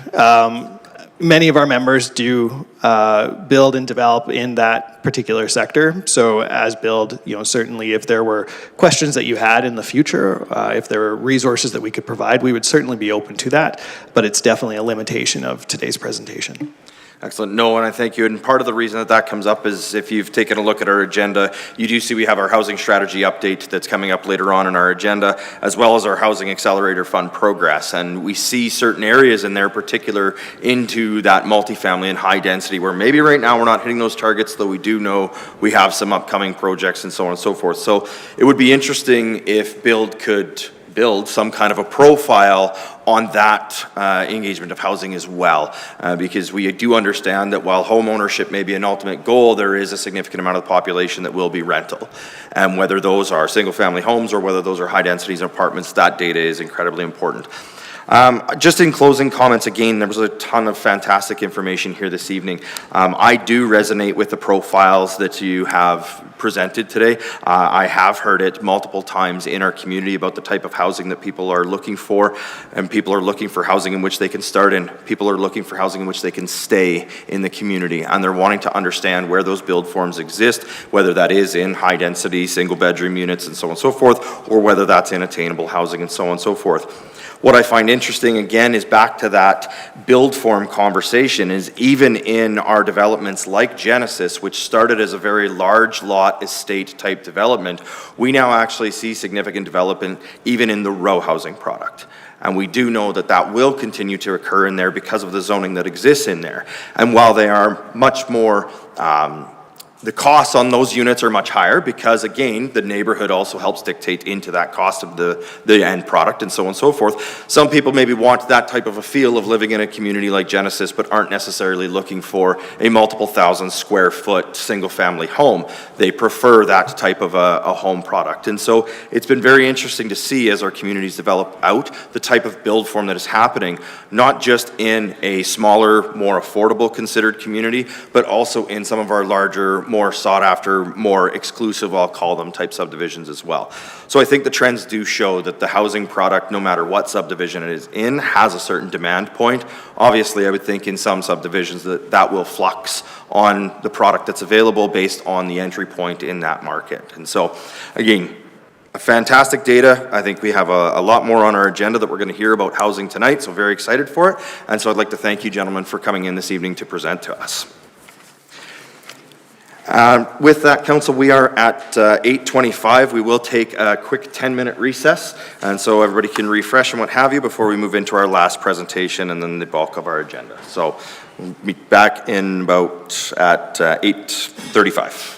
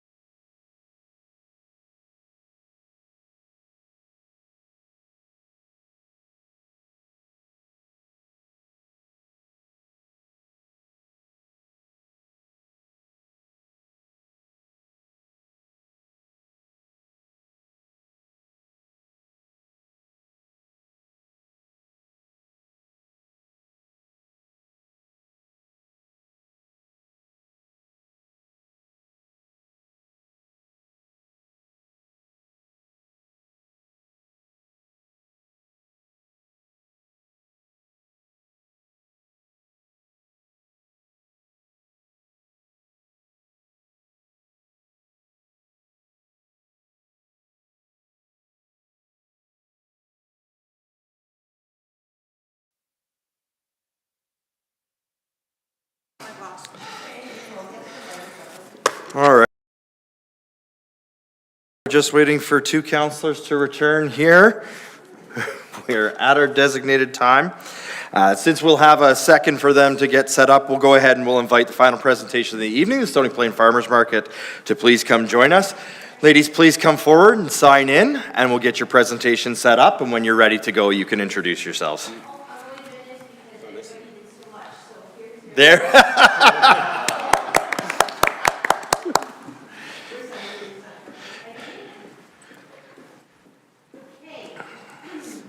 Wonderful. So when you're ready, again, please press the button on the microphone and it'll light up red so you know that you're speaking.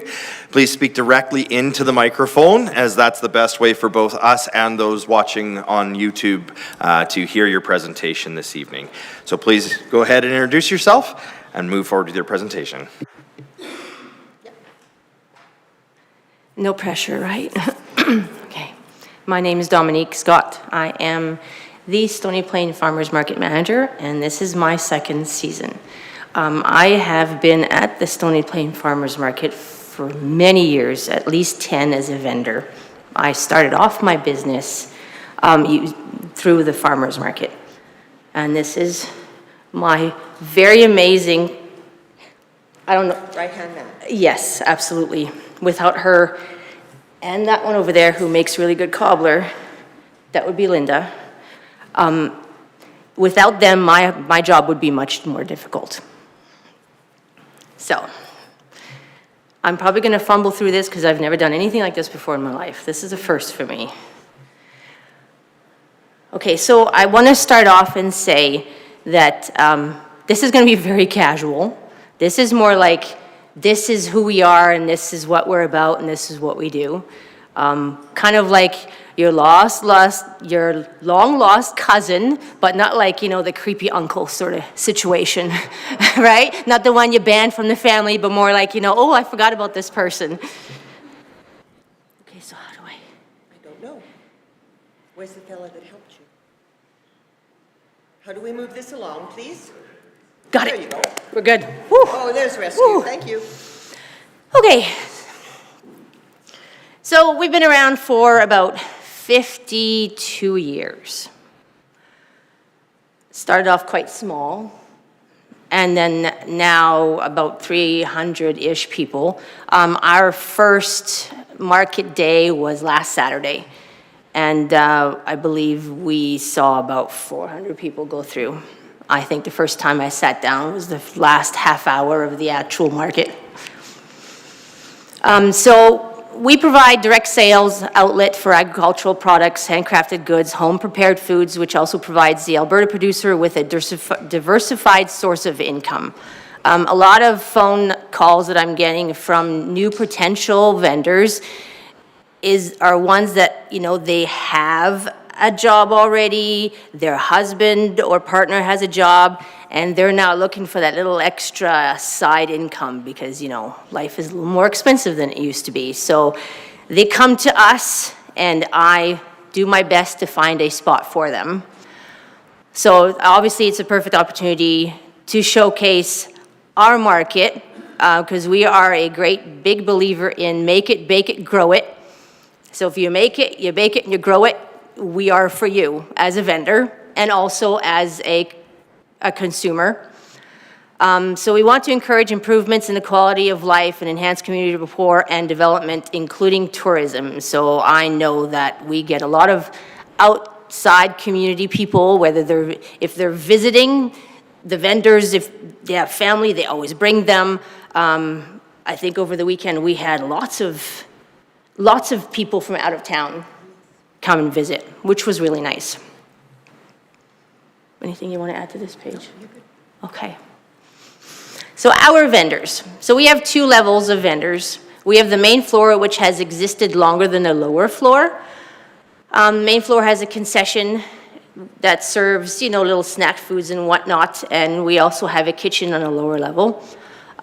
So in 2025, we had about 150 vendors that I patiently dealt with. We have helped launch some small businesses. by building customer loyalty and networking opportunities. The great part about our market is that we can give a platform to some vendors that maybe otherwise would not have an opportunity to start something new. And at the same time, the sad part is when they have a great business opportunity, we also see them go. Because our market is more like an entry-level start-off point. So a list of some of our most common ones. And we also offer affordable table rental, which attracts potential vendors. So a lot of, the bonus with the market is, instead of renting a store space, which could be thousands a month, our table is $30, which is their little market, which really helps put the cost back into their pocket rather than just, having a lot of overhead. And at the same time, they get to test out what consumers might find interesting versus what might not work, without it being too much of a hit in their pocketbook, or, it wouldn't create bankruptcy. So we're still expanding our vendor base. We introduced a little bit of outdoor vendors last season, and I have some that are coming this season, along with some food trucks that are interested.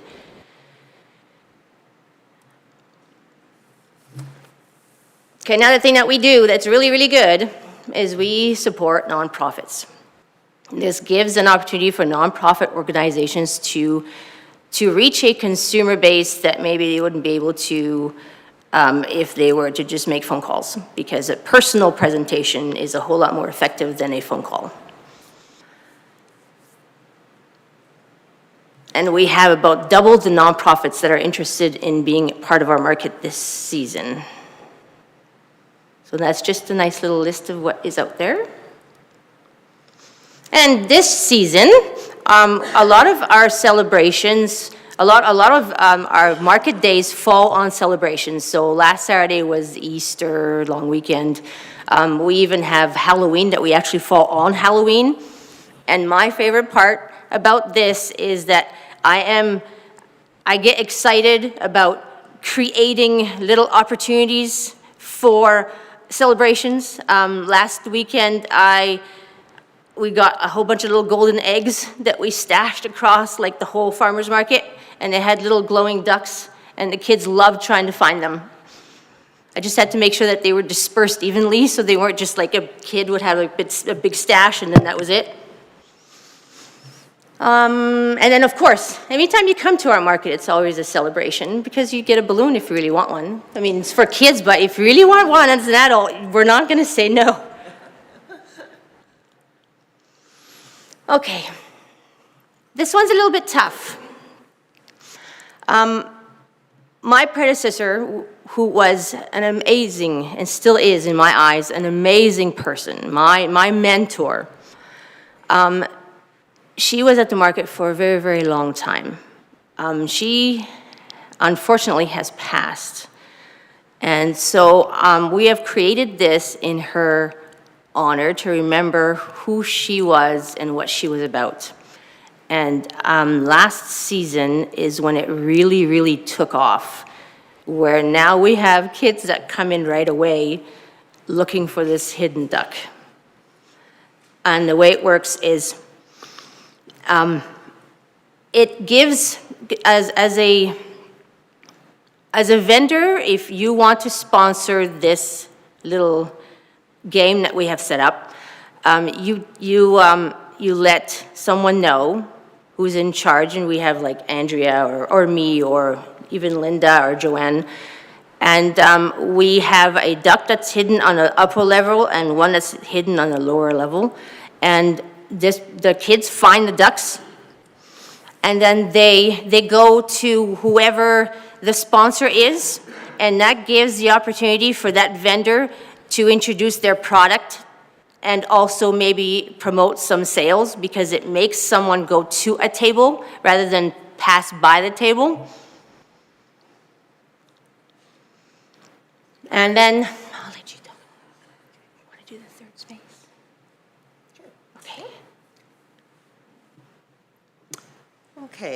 Dominique has handed it over to me for a little bit.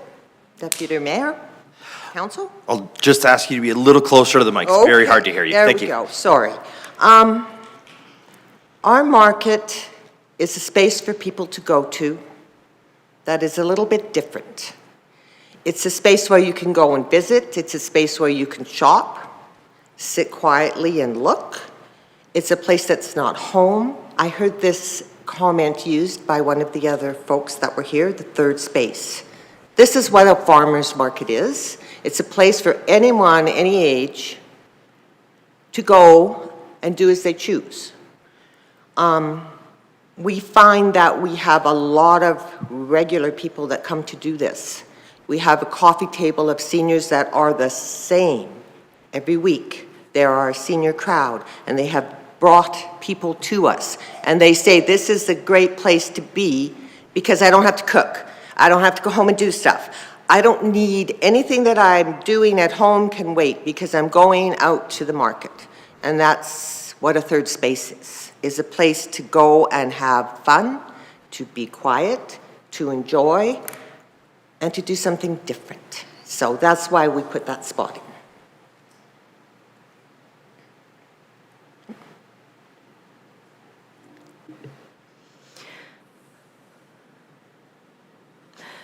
Okay, so the community center where we have our market has been our home for decades. I love the building. It has character and has meaning. A lot of stories from the past are shared by consumers and vendors. And we are ever so grateful to be able to hold our market at this community center. You get to a point where when you're unloading your items, you just know which cracks to avoid, but without those cracks, it wouldn't quite be the community center that it is. We know it well. So our heart of town market is generational. So a lot of our vendors have seen children grow up, having families and continuing to come, in Joanne's case. Some of our vendors have parents who started their businesses at the market and are currently vendors now. So in my case, my first set of children I brought to the market a long, long time ago. And I actually have one right now that is doing a nonprofit thing. And then now my son, who is 12, he works in the market and he enjoys the atmosphere, which teaches him responsibility, and he gets to see that, you know, his mom actually does work quite hard, much to his surprise sometimes. But overall, we strive to create a family atmosphere and are receiving compliments about our market on a regular basis. Every day that the market is on, I always have somebody stop by, whether it is a vendor or whether it is a consumer, and we always have the compliment that our market feels like it's a family. And we are friendly and we are supportive of each other, and that's one of the reasons why we also have new vendors. I think we're doing something right because we are introducing new people that have heard some good things about us. So in conclusion, I want to say thank you for giving us the opportunity to do this, and that you should definitely stop by for a visit. And if you give me a heads up, Linda will make a cobbler. I'll say my words. Okay. Okay, I just would like to take 2 more minutes. I know the night is getting long, but I am the longest standing member of the Stony Plain Farmers Market. I have been part of town since 1979 when I moved out to this area. I was an employee of the CIBC when it was the Little Brick Bank, okay? So I've been around town a long time. I live north, but Stony Plain is my town.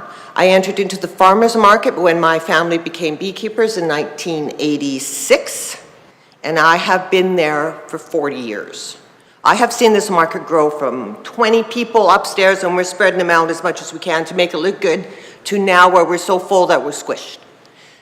I have seen this market grow immensely through 7 managers. It is unique. It has a character all its own that we have built over these years. We have 50 to 60 vendors that I write receipts for every week. It's their storefront. This is my storefront. This is where I sell my honey. If I didn't have my storefront, I would not have Yellowhead honey. This is where I go every Saturday for the last 40 years. My son is also a beekeeper. He supports the Alberta Beach Farmers Market. So we are a farmers market family and have been for generations. I see the importance of our market being kept in the heart of town because we need to grow the heart of town. We need to keep it viable and we need to keep people coming to it. It's in its 52nd year, and I think this is one of our best years. We were allowed to run as an essential service when COVID was on. We ran a deficit, but we ran with masks and shields and the lower level being closed, but we ran and people came. That's how important this farmers market is to our community. As Dominique said, I have seen children in buggies grow up, have children, come to market with their children now. That's how long I've seen this self-sustainable market. We have no sponsor. We make our own money. We pay our bills. We have never neglected our rent, our bills. We have always been on time. The history of the market goes back 52 years, and probably before that I don't know about. But we have been a part of town forever. The hall has been our home forever, except for a couple of years when we had to vacate to the Perk building for reasons I will not explain. We were allowed back after 2 years from the Perk building and started up again running our market. And we're here today not to ask for anything. We're here today for an awareness to new council of who we are, what we do, how we support downtown, and how we want to stay downtown. I understand there's talk about the community hall. I understand growth is growth. I also appreciate greatly the renovations that were made to the hall this past year, and we struggled through that time and we did good. Outdoor toilets, people doing things in the back bushes. It was an amazing year, but we got through it and people were very kind to us, which was great. Town helped out a lot with what you did was amazing. So we just want to be here today to say thank you and make you aware of who we are. And we are a team of 6 people, 3 ladies, 3 guys, and that's how our market runs. We're there at 6:30 on Saturday morning and we're there till 2:30 in the afternoon, and we run all these hundreds of people through your hall, spending their money and making us earn a little bit too. So that's why we're here, and we do thank you for your time, and hopefully you come see us at the market, and yeah. Excellent. Well, Dominique and Joanne, thank you very much for your presentation, and Linda as well as the supporting cast in the back. With that, I will look to council to see if anybody has any questions or any comments for you. Mayor Choi, go ahead. Thank you very much. I will have to kind of say that Linda's peach cobbler is really good. I did have some. I don't know, I think the only thing that could have been better is if there's a little bit of ice cream next time, Linda. Right. But I'm not judging. I'm just sharing my thoughts. No, just on behalf of the downtown community, I've been here for a long time. And the market is someplace that I've frequented lots when I was a teenager and child, and when we lived downtown, and even now as an adult. And we go there and pick up a few things and just walk around and say hi to a lot of the vendors and the consumers that come in there, because they're our community. They come from the surrounding areas, but the majority of them are from, they identify Stony Plain as their hometown, home base. So it's good to be able to reconnect, and definitely thank you for the services that you provide for that third space. As you mentioned, those seniors, I sit down and I chat with them all the time I'm there, and they give me some great ideas, and sometimes it's in one ear out the other because we have that arrangement that they're going to tell me the same thing again and again. But it is an opportunity for us as elected officials to connect with our community. So thank you. So thank you, Councillor Meyer. Thank you, Deputy Mayor. Do during your presentation. You mentioned you guys are seeing such success that now you're squished in there. I'm just curious, beyond the actual physical space, if there's any other things that would be limiting your growth, and well, even just that, are you guys looking to grow? Is that like in your vision? Actually, I mean, broadly speaking, what would be your guys' vision for the future? So I guess there's a few questions there. You good? Yeah, I just don't remember how to reply. So through deputy mayor to councillor, sorry, through deputy mayor. Totally okay. I think I You was could actually just go supposed to straight direct to my it. questions through him as well, so. Sorry. We're all friends here. It's okay. Everybody was so formal before. I'll take that answer. We've learned through a weird opportunity or weird circumstance, because last year we had some flooding in the lower level. We've had to learn to rearrange tables a certain way, which in turn turned out to be quite a bonus, because now we've also learned how to rearrange them to fit a maximum amount of people, and then also a little bit less amount of people and still make it look like it's full. My focus this year, and absolutely we want to grow, always, because there's always so many businesses out there that need to have an opportunity to show consumers what they have. I'm focusing on, developing the outside, because there is a green space between our market and then the church next door. I am trying to talk to someone to see what we can and cannot do, because I don't want to break any rules. But I think it would be a great opportunity to have some outside vendors, and then maybe, I know we can accommodate a couple of food trucks, but if we could accommodate a couple of more, that might be a benefit to people that come to the market, because then it'll give them more of a variety. But as far as long-term goes, this is my second season. I've learned a lot of things last season, so now this season it's more like I'm trying to see what can work by pushing it a little bit without getting, without crossing that line. We are full, but we still have space, I'd say, for 10, 12 more tables in the lower level. And then the green space, if it becomes available, many vendors do choose to like to vend outside. So that would be the scope of our growth. Okay. Thank you. Thank you very much. Councillor Niebergall. Thank you, Deputy Mayor. Thank you very much for the presentation, ladies. As the newbie, I appreciate you coming in to fill me in on the ins and outs of there. I do frequent the market, so I will be sure to stop and actually say hello to you now that I have faces to the organizers and the people behind the scenes there. I want to say that I appreciate the vision of like an entry level where you help build people and you build up their businesses, and then I imagine that creates some transition opportunities for people, and so appreciate that you fit in the space that you're in right now, and that there's a little bit of room for growth, but that this is a sort of an evolutionary process for our community, which is great. I also really love the Nancy's Duck Hunt and how that is going to continue to help build and draw attention to new vendors there, while still kind of honoring the legacy there and what that stands for. So I just appreciate you coming and your patience tonight for waiting this long.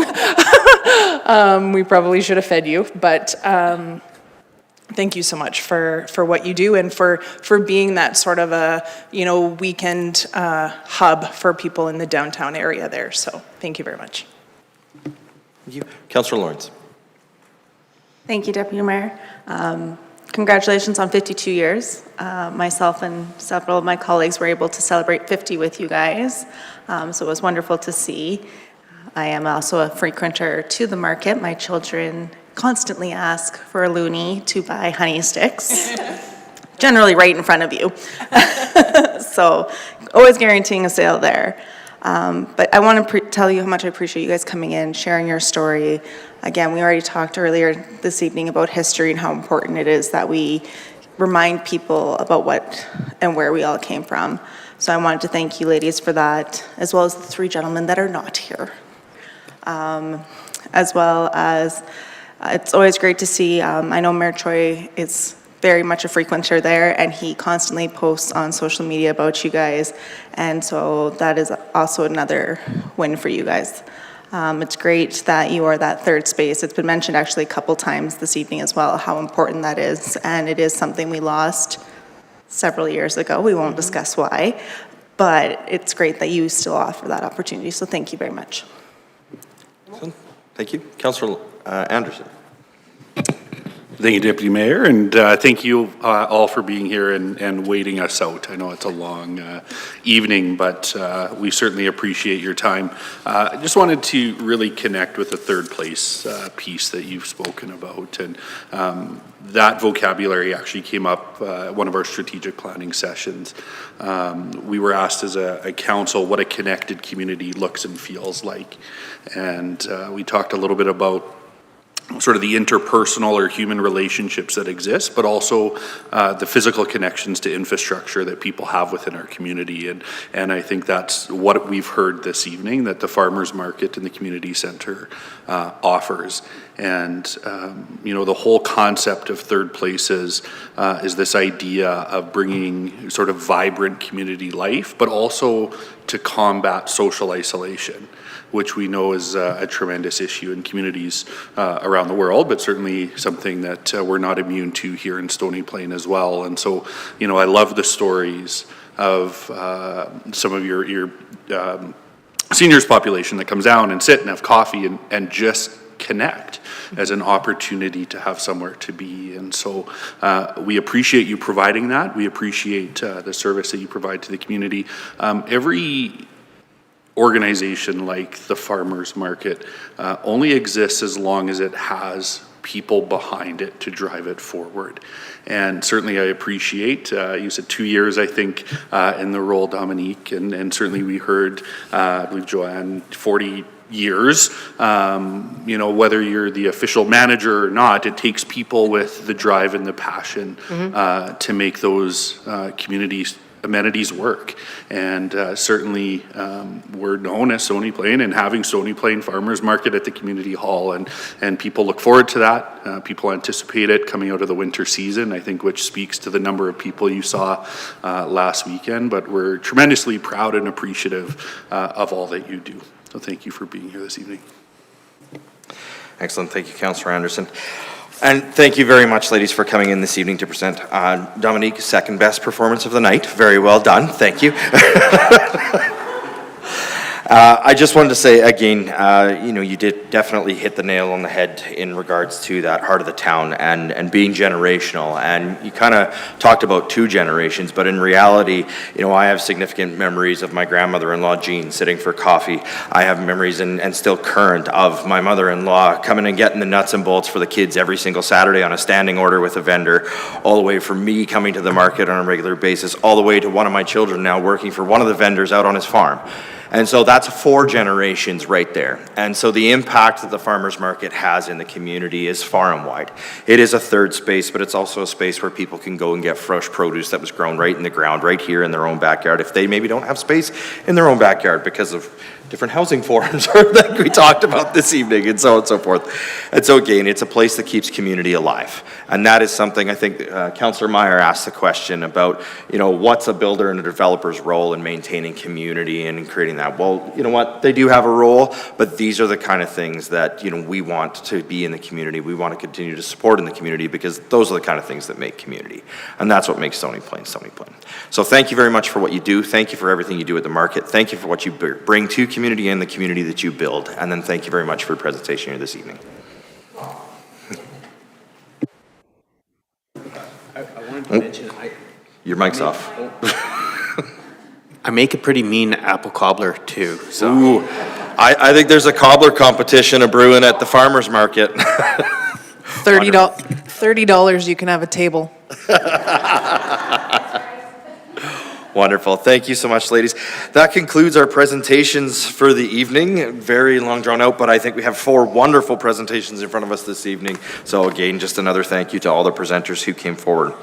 So with that, we move on in our agenda to the adoption of the committee minutes from the Governance and Priorities Committee meeting on March 2nd of 2026.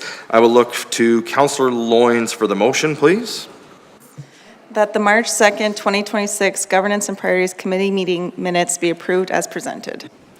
Excellent, thank you very much. Members of council, we've all had the opportunity to read and review the committee meeting minutes. Do we have any errors, omissions, or corrections? Seeing none, I'll call the question. All those in favor? And that has carried unanimously. Moving on in our agenda, we have 3 business items this evening to go through. Item number 6.1 is our housing strategy update. Administration, I'll ask you to please proceed with your presentation.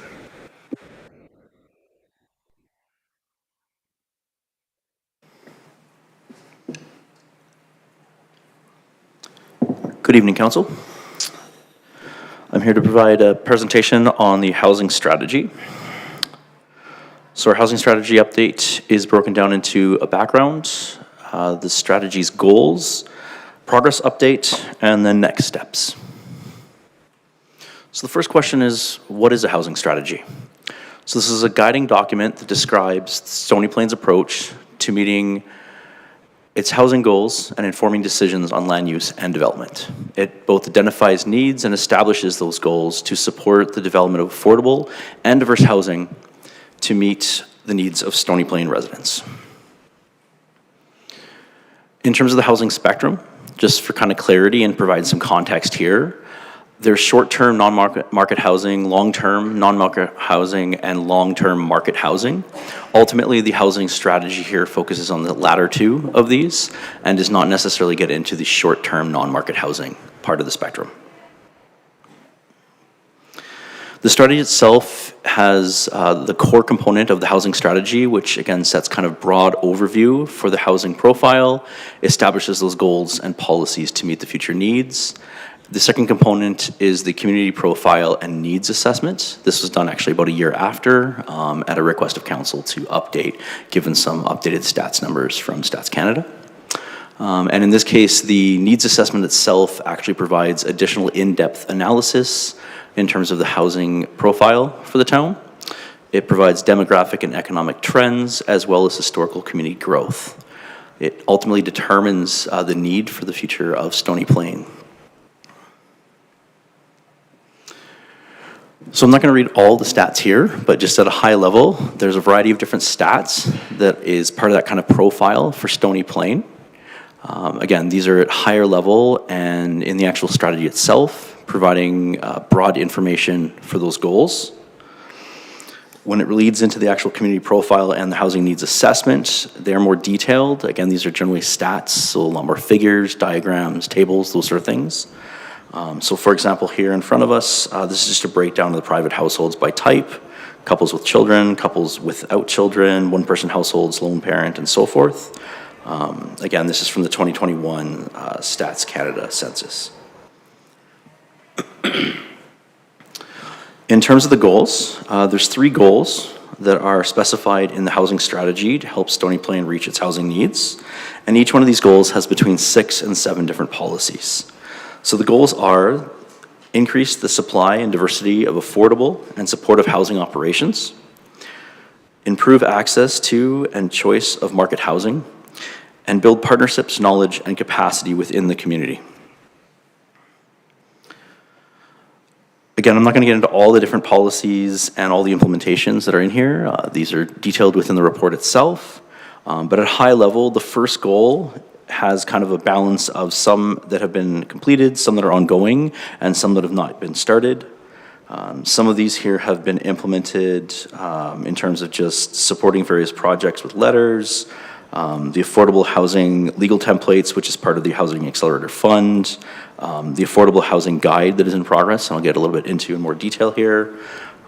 In the later item that I'm presenting second, so again, these are things that increase the supply and diversity of affordable and supportive housing operations. In terms of the second goal, to improve access to and market choice of housing options, these ones here are all ongoing or complete. Some examples would be adding regulations to allow zero lot line development, the review of the town's parking needs through the parking study, certain revisions that were done in the 2025 LUB update. In terms of the third goal, most of these are ongoing. These are initiatives the town does on an ongoing basis, such as working with the Lac Sainte Anne Métis Association, coordinating with various stakeholders, opportunities with the short-term non-market housing study and the affordable housing guide in progress. Again, some of these various policies overlap in terms of the implementation approaches. Ultimately, as we continue to work through the goals of the housing strategy, these will be incorporated or considered when we update the MDP or the Municipal Development Plan over this year into next year. And ultimately with the Affordable Housing Guide and Toolkit, which was the 8th half item, which I'll detail again in the next presentation. But this is a guideline here that basically looks to, if there is an affordable housing project, this is a guide that the town is working on with a consultant right now to complete, to make public, to support potential affordable housing projects. And with that, thank you, and available for any questions. Thank you very much, administration. With that, council, the floor is open for questions of clarity and understanding on the presentation from admin. Do I have any questions? Councillor Meyer. Thank you, Deputy Mayor. So a bit of a comment. Reviewing this report, looks like we're doing lots of stuff, which is good. I would love to ask the question and say how much of this has translated into, you know, on the ground sort of results. But I see one of those goals is developing indicators and monitoring process to track housing diversity, and it's listed as not started yet. So I'm just curious, broadly, do we have plans to tackle that one in the next year? And just generally all the other ones that are listed as not started, I'm assuming they're in the plan, they will eventually be gotten to? Through the Deputy Mayor to Councillor Meyer, my apologies. I guess what I'd say is there's not a specific plan to get to all of these in terms of that we're specifically following. It is something that when opportunities arise, we do ensure that we kind of check them off as we're able to. Examples would be with the Housing Accelerator Fund. Again, we weren't planning to necessarily have the funding that we did receive to do that, but it has led to multiple of these being done, you know, at a faster pace than I would believe intended.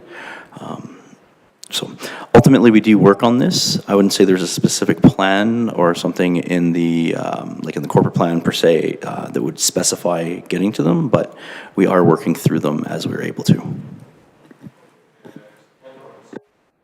I think I got turned off here. So in regards to the, and just going to page, it is, sorry. It is on page, what page are we? 221, develop indicators and monitoring process to track housing diversity. So what I hear you saying there is there's nothing specific in the corporate plan in regards to that particular goal or policy being met anytime, and we don't necessarily have a plan to tackle that other than that it's on the list of things that we could do.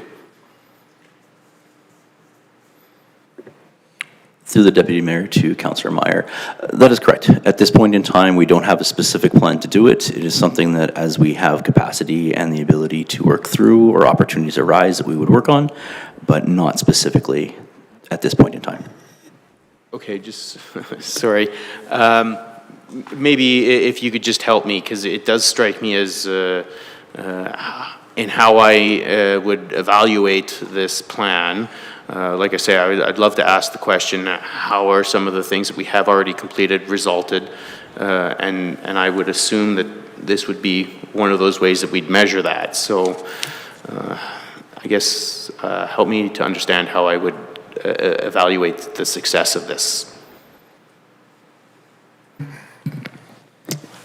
Through the chair to Councillor Meyer and all of council, as the manager was mentioning, there's a number of initiatives and initiatives, maybe not the right term here, a number of items that are in this plan that we weren't necessarily intending on starting, but we had the opportunity to with some other external benefits. One of them that we talked about was HAF. As the manager was mentioning too, there's an acknowledgement that we want to get to these, but we haven't started them yet. It doesn't mean that we lose sight of these things. It's just that we have to align some of the other initiatives that we are working through to get to them. There are things that we've started through the Housing Accelerator Fund, as well as some internal workings about how to better track a number of different measurements. A big part of establishing these types of metrics and these indicators is understanding what we want to measure predominantly. Those are things that are outlined into in the housing report that's before council that we would start to aim at should we have that capacity that the manager is mentioning. In terms of how council can look at the progress that's being made, this is one of those touch points where we show progress that we've been making, and we can hear from council about things that they'd liked us to that they can give administration about what we want to work towards. Those are things that we can take away and evaluate and see what we can do. But there are, as I mentioned to council and in other presentations, there are a number of things that are coming to fruition in this year and the next 18 months. I think will assist on some of these questions, but we don't have an exact date or timeline when that's going to happen, and we don't know exactly what it's going to look like. So for the meantime, it's not started. Doesn't mean that we don't think about how we can start it. Okay, appreciate the answer. Sorry. Appreciate the answer. I look forward to further developments there. Thank you. And I think from a metrics perspective, we see in the chart that's provided the 20 various tasks essentially that were identified under the 3 goals. And looking at those, we can see that we have 4 of them completed, 11 of them ongoing, and 5 of them not yet started. So while it's certainly one of the items is a KPI in helping us understand, I think it does show that we do have some tracking on the report going so far. And I believe Mayor Choi had comments as well. Thank you, Deputy Mayor. And just to follow up on that question, because when I read that, I was wondering if that development indicators, is that our own development indicators? Or can we use something what has Councillor Pletchko has already referenced to in the earlier presentation by Build, where they already tracked the building, not the high density, but they do have tracking of the single family, the row housing, the back lane access. So if something easier for us, instead of having our own indicators, we can just use that year-to-year guidance to see how diversified we are. We've accomplished that and solved that problem with actually having to develop our own.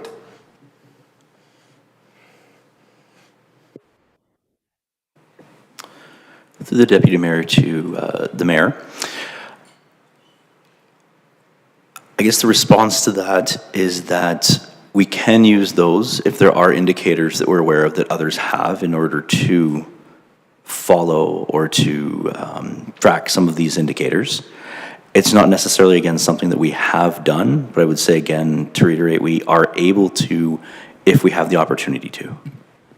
Yeah, and through Deputy Mayor to all of council, a big part when you're establishing these types of tracking and indicators is you want to make sure you're measuring the right thing. So a part of we use this report and the information that external parties have, and we have to bring those together. You don't, and this is just broadly speaking, we want to make sure that we're spending the time reviewing the information that's going to be relevant to tell the community and council just the kind of progress we're making on this, not just data for the sake of data too. So there's a lot more access to data out there than there's ever been, and certainly there's an inclination and also availability to take this information and compare it to something else, and I'm just speaking broadly. This is it's something that we have to think through, so we're spending time on the right on the right things to tell the right story. Thank you, and I believe the data that was being referred to is page 36 of the presentation, and it was the Stony Plain housing starts data that was provided by the Edmonton Housing Research Corporation. And so that may be a good data set for administration to investigate and evaluate and determine if that data may be able to provide us some of the relevant answers that we're looking for within the housing strategy. Councillor Meyer, was that all your questions? Excellent. We'll go to Councillor Anderson. Thank you, Deputy Mayor, and thank you to administration for the presentation here this evening. I'm going to ask that we look at page 223 of our package. This is goal 3, looking at building partnerships, knowledge, and capacity within the community.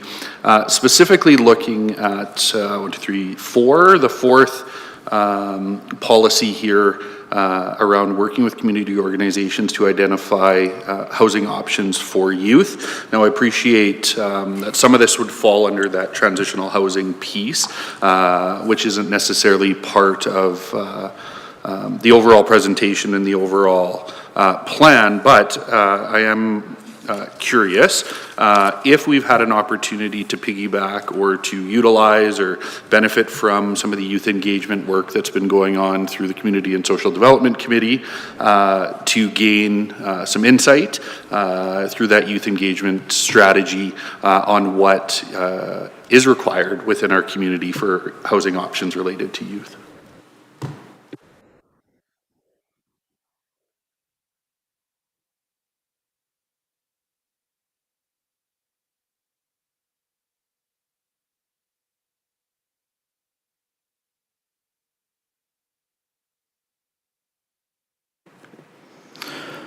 Through the Deputy Mayor to Councillor Anderson, I'm not specifically aware of anything that we've done with that project. I'm not particularly aware of that.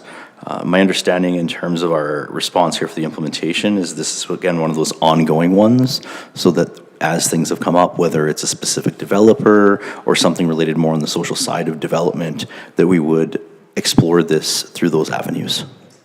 Thank you for that, and if I may, Deputy Mayor, certainly appreciate the comment here. I do think there's an opportunity here to go to the source, if you will.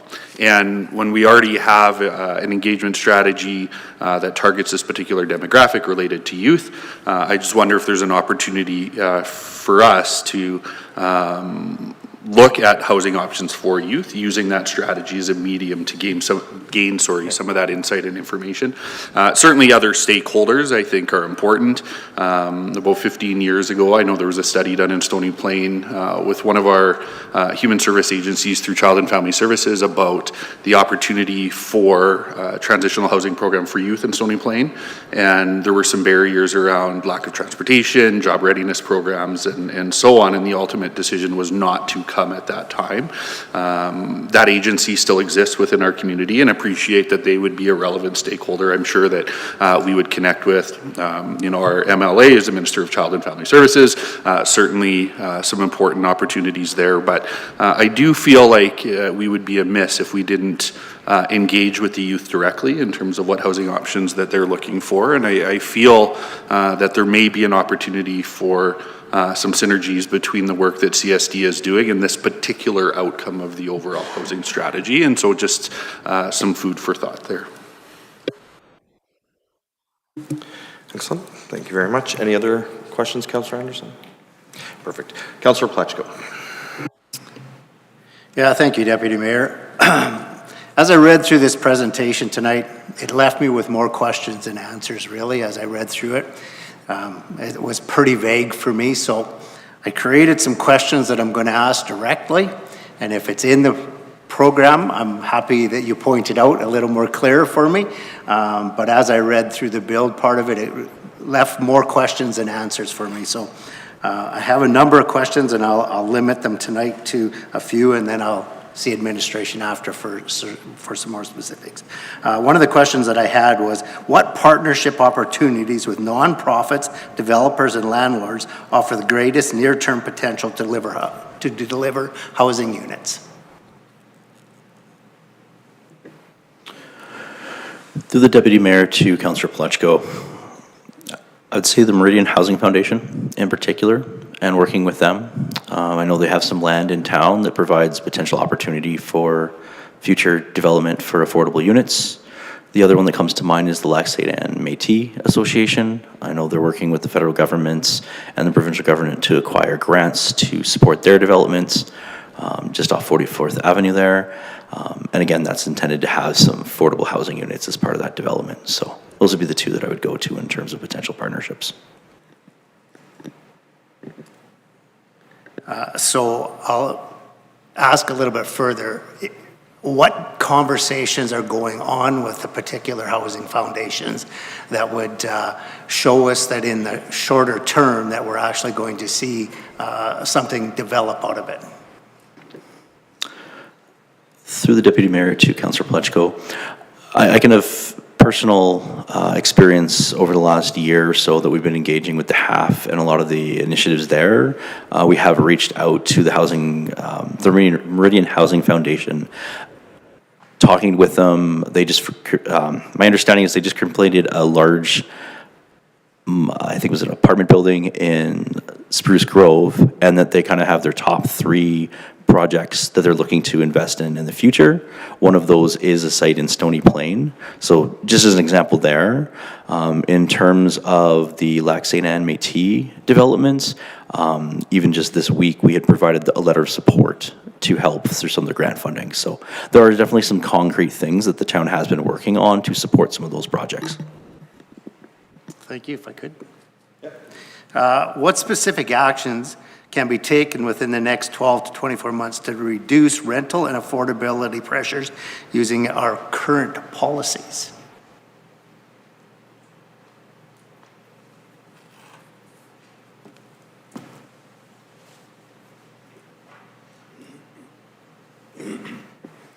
Through the Deputy Mayor to Councillor Plechko and all of Council on this one, there's a variety of different things, I guess, that could be done. You know, ultimately looking at our development charges, our fees, those sort of things are options that could be flexed, that we would have the opportunity that are within our control.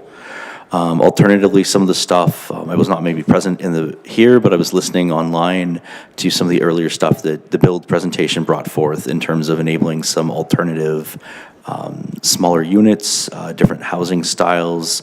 That may also provide some alternatives for reducing the costs for some of those things. So those are just some that come to mind. Mr. Deputy Mayor, if maybe have that question again, I wouldn't mind providing a few comments too. I just want to make sure I'm clear on the question. Yeah, thank you. I was actually going to provide a little bit of commentary to Councillor Plechko as well, and then I'll follow on that. And I think there's a role for council to play as well in that, and I was referenced there. And I think there were several things in the build presentation that spoke to those opportunities to create that housing market. And we know that not all housing that's built becomes occupied by the owner of the housing, that there is a rental market that is served by enabling different housing forms and so on and so forth. So I think there's an opportunity for council to play a role in that tonight based on some of the conversations we heard today. And then I'll let you reiterate the question so that our admin can have their answer there as well. Sorry, I can reiterate that question. What specific actions can be taken within the next 12 to 24 months to reduce rental and affordability pressure using existing policy? Yeah, I appreciate the question. It's just a good open-ended area. I mean, there's some dialogue to be had with that particular question. I would support some of the comments made by our manager of planning as well as the deputy mayor. Without and I'm just going to provide some perspective, I guess. That's a good question because it's an ongoing challenge. We heard from Build, or you'll hear from call what you want, quote unquote, experts in the field. At the local government level, within existing policies, we do have some fair amount of flexibility that council's approved over the years for administration to, and I believe I heard Bill mention as well, be solutions focused or take the opportunity to try to, how would I put it, keep the input costs as low as possible and then allow those to be, moved forward through the sales process or whatever. So what does that mean? Deferrals of offsites that we've done in the past for different projects. taking a look at, the design requirements on any particular project. There'll be a broad-based policy of, such and such design and sidewalk and, so on and so forth. But, within reason and within flexibility, what is not necessarily required on some of the off-site infrastructure costs, within reason or within, fitting the particular project in itself, having some flexibility there. That ability already exists in policy. So, just to that 12 to 18 months, we have been doing that and we can continue to do it. I'm going to stop there for now. Yeah, I greatly appreciate that answer. More? I have one more. Yeah, go ahead. Right at this point in time. One of the things that I read through there was the concern that our community has with change. And what I'm wondering is how will community concerns related to density, parking, neighborhood character be proactively addressed through communication and engagement? I looked for some way in there that it would tie that so that we could keep our community informed and engaged while still being able to do what we need to do. And that was one of the questions that really come to mind was how do we do that?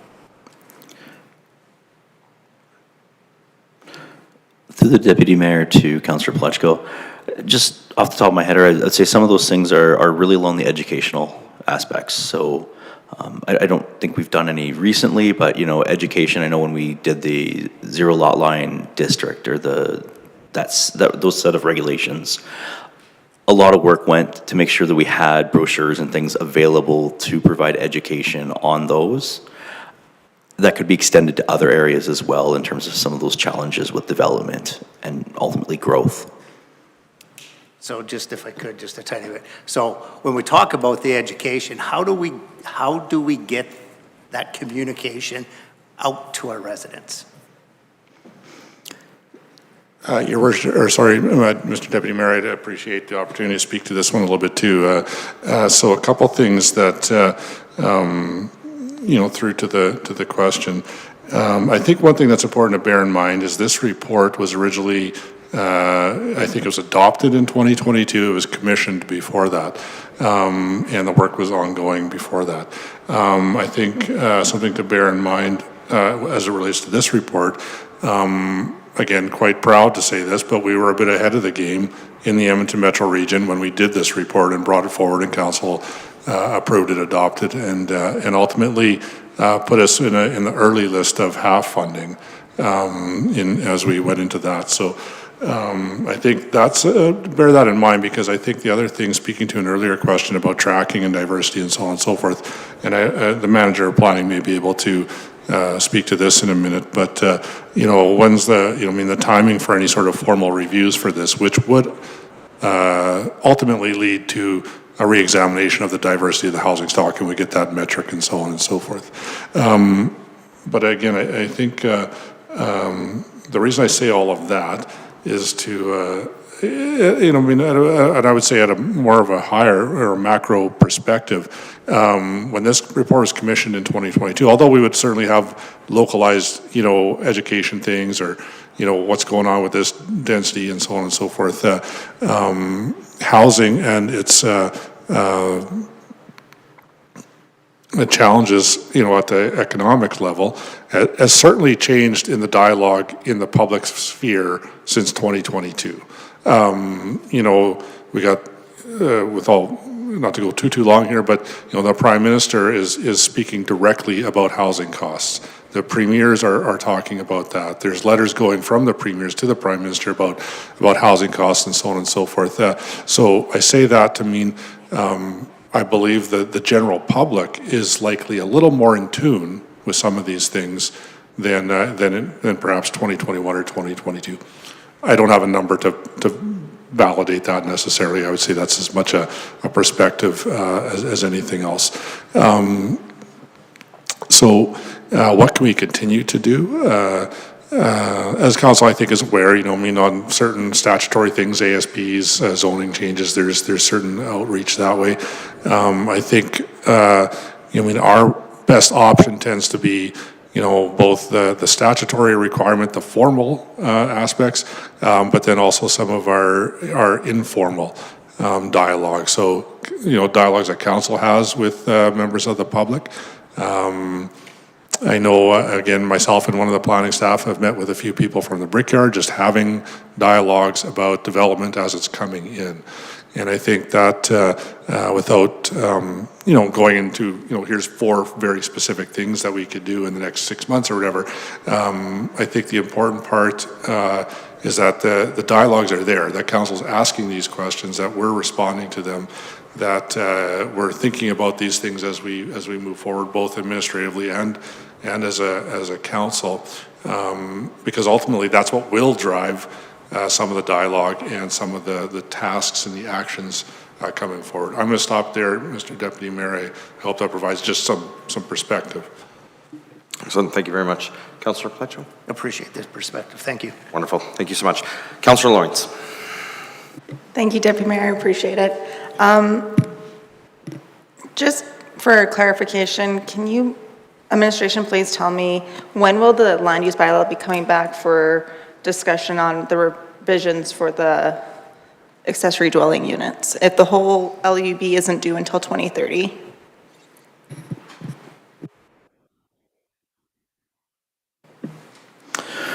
The Deputy Mayor to Councillor Loynes.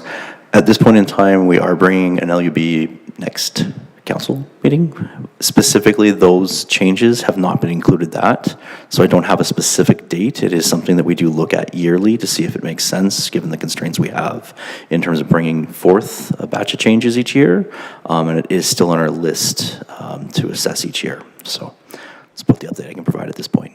Thank you. Thank you very much. Mayor Choi.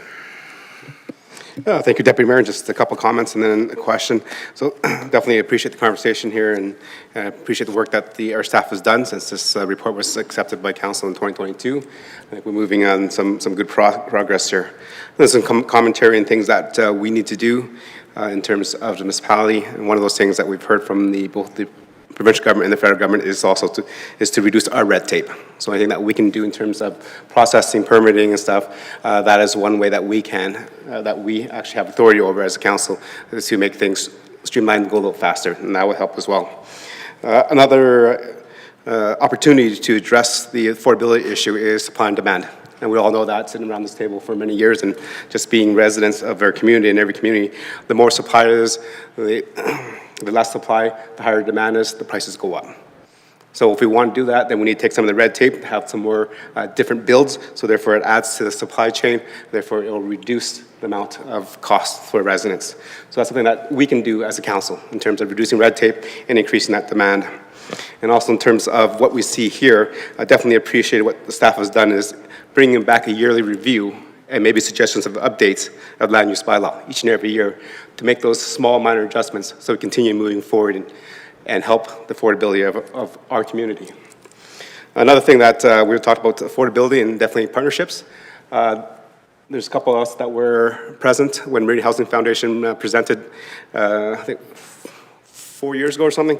They're requesting a capital contribution each and every year so that there was a dollar set aside from all 3 municipalities, so when the opportunity arose, that they're able to build more affordable housing, because that's what Meridian Housing Foundation does. However, I think because of the way that the Housing Foundation is designed, we needed all 3 municipalities to agree. Even though Stony Plain and Spruce Grove were agreement of doing that, Parkland County was not, so therefore it fell down. I believe this is another conversation that Meridian Housing Foundation is talking about now. And definitely, I would support that, and hopefully members of council will do that, because the faster we allow the Housing Foundation to acquire the money to do that, instead of having them to wait until they have the project ready to come back and present to council, and again, having all 3 councils to present. We do know that through the presentations from the Meridian Housing Foundation, from our own housing strategy, from the tri-regional housing strategy, there is a big need and demand. So when we continue to put hurdles up, we are preventing and slowing down that process. So we have a Meridian Housing Foundation that does a really good work.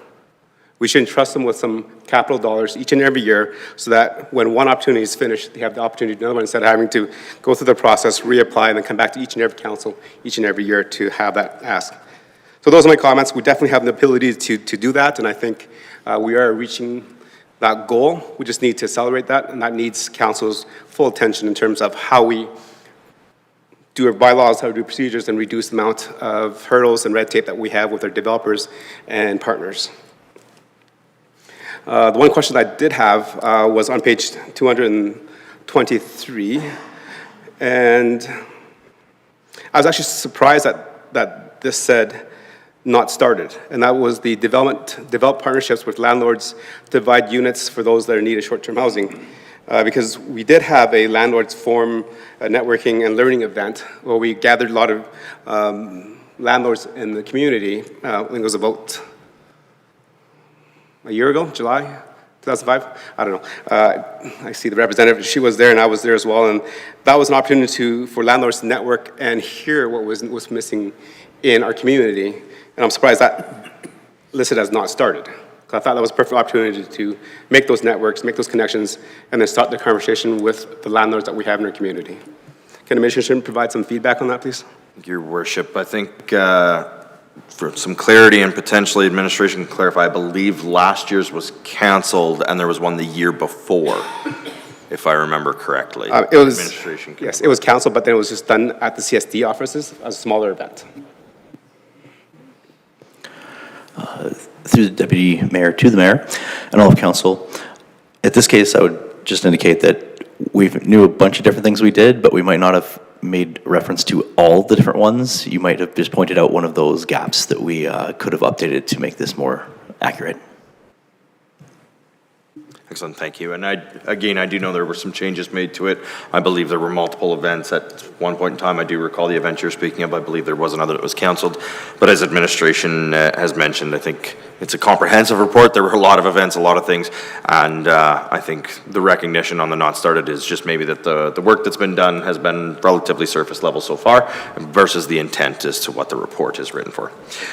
Looking for any other questions of clarity and understanding on the presentation before I move forward with mine? Excellent. Seeing none. So I will ask a question in regards to the land use bylaw update. As we got in our future council meeting agenda items, we do see that it is coming forward for what's listed as a 2026 administrative land use bylaw update first reading on April 13th. It is then coming back for public hearing and the second and third reading on May 11th. We heard tonight from Build in regards to a couple of things, and we've heard in the past about a couple of other things, items of what I would call barriers or red tape that we've identified that have been raised as challenges that may or may not necessarily be significant shifts in what currently exists in the land use bylaw. And I'm curious about two specific items and the potential to consider those when the land use bylaw comes back forward. Referring to page 222 of our package, on the goal 2 of improving access to and choice of market housing. And when it goes through, it talks about the reduction of the barriers and so on and so forth. It states that the update of the land use bylaw with provisions for narrow lot development is complete. However, we specifically heard tonight about the challenge in regards to the 14-foot wide townhome, whereas the town's land use bylaw has the 16-foot. And it talked to the concerns about the build form of a 14-foot versus the 18-foot versus the 20-foot, which is essentially industry standard, where our land use bylaw currently has a width that does not necessarily fit within an industry standard, which is why we may be seeing these units not being constructed, which we'll see a little bit further on in the half update as well as in the build update that we received. And so that's the first one in regards to the potential to consider the 14-foot lot line. And I'll just add the second one. We heard during the development update and the housing start update a few weeks or months back in regards to the challenges with zero lot lines on the survey after the foundation was placed. And so the question was asked at the time if we required the same of a duplex property or a townhome property which shares lot lines, and we were told that we do not. And so I believe when I went through the issues report, and when we talked about it that night, it was identified that a significant number of the compliance issues on the zero lot line developments were that the builders were not getting the secondary survey of the property done after foundation before proceeding with construction. And we understand that that is not a common practice in other municipalities. And again, as I mentioned, on other products that we have that share a lot line on duplexes and townhomes, we don't require that. So if we're looking at opportunities to reduce red tape in order to help increase our development and help encourage developers to build product, I'm just wondering, with this coming forward as an administrative update, do we have the opportunity to receive information from administration on those two specific opportunities to reduce barriers and remove red tape that could be considered within this administrative update? Through the Deputy Mayor and all of Council, broadly speaking, I guess the challenge we have is it does take a while to do the research to make sure we have all these when we bring an administrative update forward. I'll be forthright, those two specific issues are not some of the changes that we have proposed at this point in time. So could we? Yes. Is it there right now? No. That said, I will attempt to get into some more details in the specific questions you asked. In terms of the 14 foot and specifically in terms of the implementation, noting that we did it has been completed. I think in this case, some of these items are ongoing, some of them are complete and kind of finalized, some may be both. I think this might be one of those examples. So we did look at that. The lot widths were reduced in a previous administrative update. So we did complete that task. Now, could we go again? Yes. Could this become ongoing? I would say definitely yes. So that's what I'll leave for the answer for the first question. In terms of the second one, I don't know if I have more to add. In terms of what I've previously provided to council, in the sense that, yes, we could remove that requirement. It is something through our research that had been beneficial. In terms of requiring that additional survey, it is something I think once the industry is used to that, it just becomes part of the natural workflow within any of the zero lot lines that we've had. Again, in Stony Plain, we've had somewhere between 10 and 15 probably right now, so it is a low amount. My understanding is it's not a large cost. It is a cost, but not a large cost. And it does prevent some potentially lengthy challenges from a surveying perspective or legalities in terms of boundaries and encroachments. So I do believe it is still beneficial to continue to have because it is preventative. It does prevent larger costs for a nominal cost for most projects. So I'll leave it there if there's any further comments. Thank you, appreciate that. And I think what I would like to do is just advise administration, these would be questions that I would be asking on the first reading of the land use bylaw amendment. And, you know, potentially if we require more time for administration to gather the information, maybe have to look at dates for the public hearing and the second and third reading or so on and so forth, if it is the will of council to consider changes on those in any way, shape, or form. I would again ask in the preparation on that for specifically the secondary survey, because the red tape that introduces, not just on the additional cost, but actually the timeline of construction, because as we've seen, in order sometimes to get a surveyor out, it can take a fair amount of time because this is a very large growing area.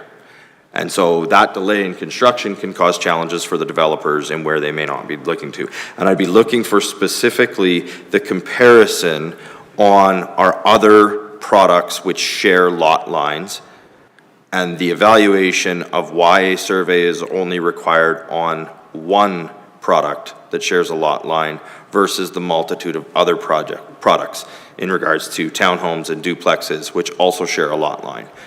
And the justification as to why we would continue with a survey requirement on one of those three products in comparison to the others. And so again, that's just the commentary tonight, knowing that we have that upcoming in our next regular council meeting. That was all of my questions on there. Perfect. So with that, I will ask Councillor Meyer for the motion on this, please. Didn't even give me a heads up, you call me. We're on the housing strategy. Yes, thank you. That the housing strategy update be accepted for information. Excellent. Thank you very much, Councillor Meyer. With that, we have had a significant amount of discussion on this. Again, this is a governance and priorities meeting, so we don't really have too much to debate because we're only accepting for information. Just looking to see if there are any final comments from anyone. Seeing none, I'll call the question. All those in favor? Perfect. And that is carried. Recognizing that we are at 9:50 and we have 2 business items to go as well as councillor discussion, Mayor Choi, I will look to you for the motion to extend. Thank you, Deputy Mayor. Does it have to be unanimous to extend? I believe it does. No? Through Deputy Mayor, 2/3. Ooh. All right. Thank you, Deputy Mayor. I make a motion that Town Council go past 10 p.m. tonight. Thank you very much, Your Worship. I'll look across to see if there's any comments in respect to that. See some hands being withheld. Excellent. With that, call the question. All those in favor? Wonderful. That is carried. Thank you, Mayor Choi. So up next, business item 6.2, we have the 2026 Housing Accelerator Fund Progress Update, Administration. Give you a second there, and please proceed with your report.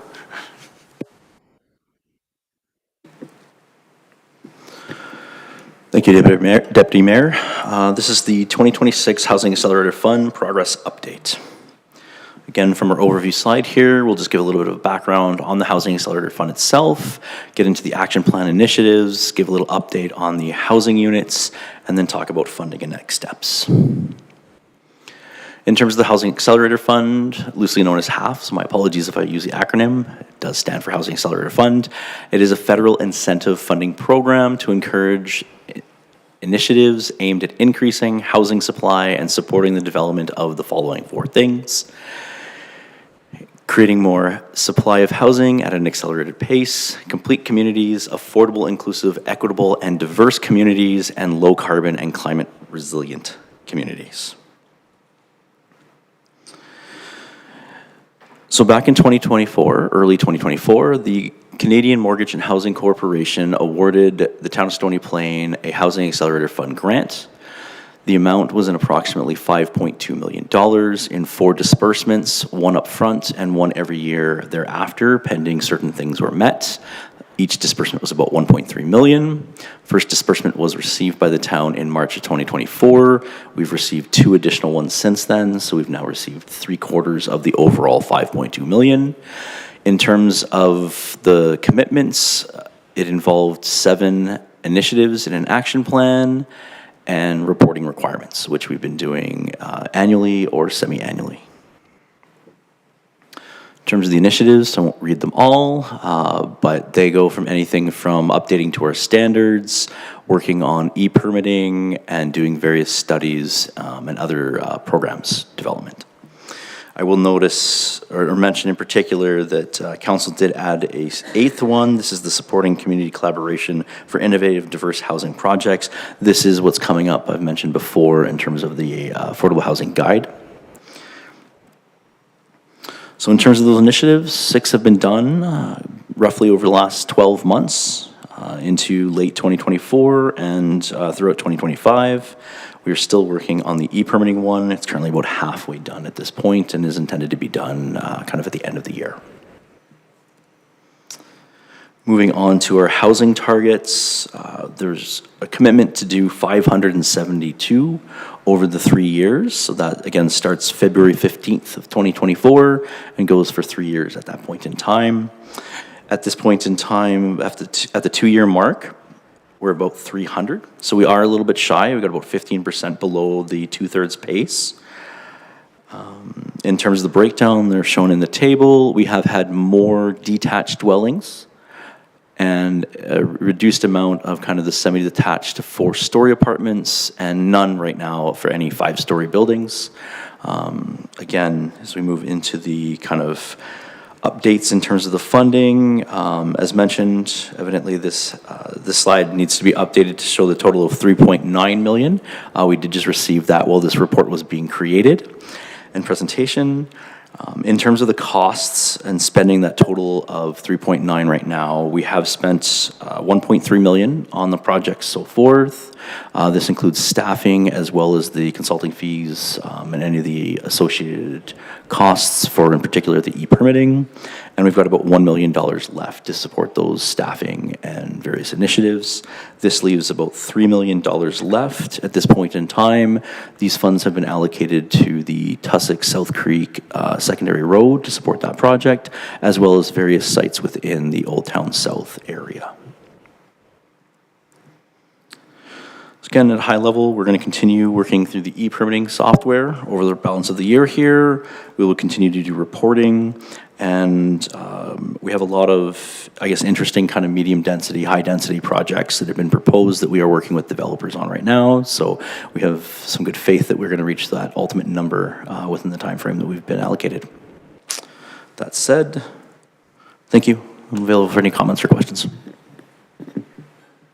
Excellent. Thank you very much for your presentation. I know you touched on it right there at the end, but I'm sure there's going to be some questions in regards to numbers. I'll just look across the council to see who would like to speak. Councillor Loynes? Thank you, Deputy Mayor. As you are correct, I do have questions about these numbers. I'm grateful that administration has faith that we will get the remainder percentage completed in the next year, if my math is correct, for the 3 years required. But just for clarification, can administration give us an idea where 93 half-dwelling are supposed to be 5 stories or greater apartments, where it's planned for? Through the Deputy Mayor to Councillor Loynes. Specifically, again, these numbers were done based off of estimates for previous developments that have taken place. So again, in this case, I think they had looked at B&G Manor and the library and kind of averaged that out over an annual rate, extrapolated for 3 years, and that's how those numbers were originally conceived. Ultimately, I guess one example I could give is the Entro, which is over by the Timmy's on 28th Street. That one, I believe, has 136 units, if I remember correctly. So again, that's a 4-story. Most of our high-density areas are able to go to that 5 or 6 story if they wish to proceed. So again, there could easily be the opportunity there for one large project to come forth that would lead us to that number. Can also be divided into several smaller projects as well. Okay, so then, black and white, it doesn't have to be a 5-story, it was just us putting numbers together? When the Canadian Housing and Mortgage Company put together the program, they divided it into the 3 bins, being the detached, what we generally refer to as the missing middle, which in this report has been noted as semi-detached 4-story apartment, and then anything they have is over 4 stories. So those are the buckets, if you would, that they defined. When we did our stats, we had some in that final bucket, so it did show that diversity. I'm under the impression that they are looking more at the overall amount, and I do know that the middle group is actually the one that they're more prioritizing. That said, the 4th one, just for reference, is actually accessible transit areas. We don't have a major transit stop or a transit hub, I guess I would say, in Stony Plain, so we don't have any in that category. So it's really just circumstances based on how the stats led to the initial program. Okay, no, appreciate that, thank you. Thank you very much. Councillor Meyer. Thank you, Deputy Mayor. Through you to administration, just looking at page 237, funding update. Just the notes on the 1.3 million spent on initiatives, professional services, staff support, software implementation, and licensing. And then just below that, it also says remaining for e-permitting and staff supports / related corporate plan work, $1 million. So the question is, e-permitting, software licensing, when the half funding runs out, how do we, I mean, I'm assuming licensing is like we have to re-up every few years or what have it. Is it sustainable without the half funding? Through the Deputy Mayor to Councillor Meyer. Ultimately, there is an annual cost for licenses, just as most software that we have as a service. In this case, it is something that we are looking to incorporate in the budget, something that we'd look into in terms of fees and charges, and how those fees and charges would be increased or maintained, I guess, into the future. So it is something that we are looking at, given that, you know, the half is a 3-year period. This does give us some time to understand what those fees are going to be and those costs and how we can adjust our budget accordingly.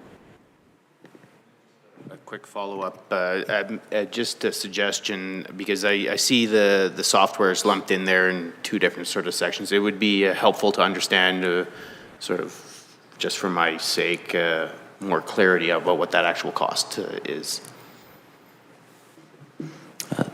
Through Deputy Mayor to Councillor Myers. Thank you. We'll look into that into the future updates. Thank you very much. Councillor Anderson. Thank you, Deputy Mayor, and thank you again for the presentation this evening. I have one question, and it's going to sound a little Chicken Little, if you will. The sky is not falling. I can appreciate that. But we did, a couple of months ago, hear about a municipality here in Alberta that had their $50 threatened to be reallocated and received funds were requested to be returned because they didn't meet the requirements set out in their agreement with CMHC. And so certainly looking at the numbers, again, to Councillor Loyens' point, appreciate that we have hope of meeting what we've set out to meet.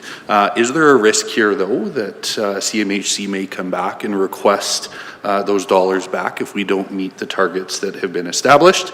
I will preface that with saying I do believe the requirements they were asked to meet, they were part of the second iteration of the half funding, and there were some different requirements there, and their council passed a motion that they weren't going to meet those, so I know it's a little bit of a different context. At the end of the day, they were had some dollars reallocated and asked to return another portion. And so just if there is a risk for us as a municipality, if we don't happen to meet these numbers over the next year. Through the Deputy Mayor to Councillor Anderson, ultimately there is a potential risk. As per the contract, they have the ability to require the money back or reduce the final disbursement or any of those disbursements. That said, if the third disbursement was anything, we are a little bit behind on some of our milestones, or the one in particular. Our housing numbers are not where they're 100% should be there. We did receive the money, I guess I'll say, in terms of the third disbursements.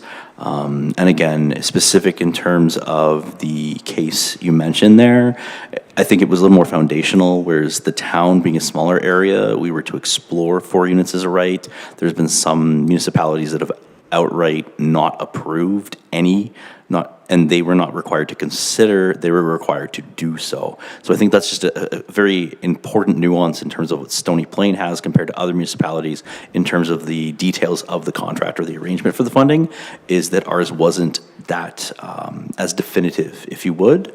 So we have met that bar, so to speak, in terms of that part of the contract.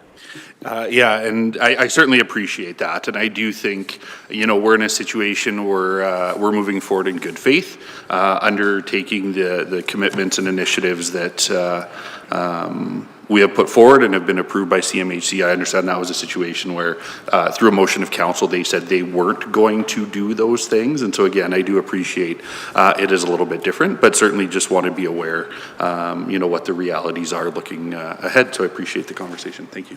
So, thank you. Councillor Niebergall. Thank you, Deputy Mayor. I am going to actually renege that because administration just answered my question and Councillor Anderson, so thank you. Perfect. Thank you. Mayor Choi.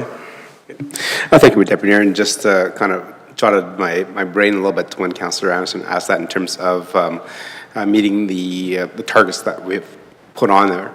So on page 236, where the targets are in terms of 572 dwelling units and over a 3-year timeline, and it's definitely a variety of different building types.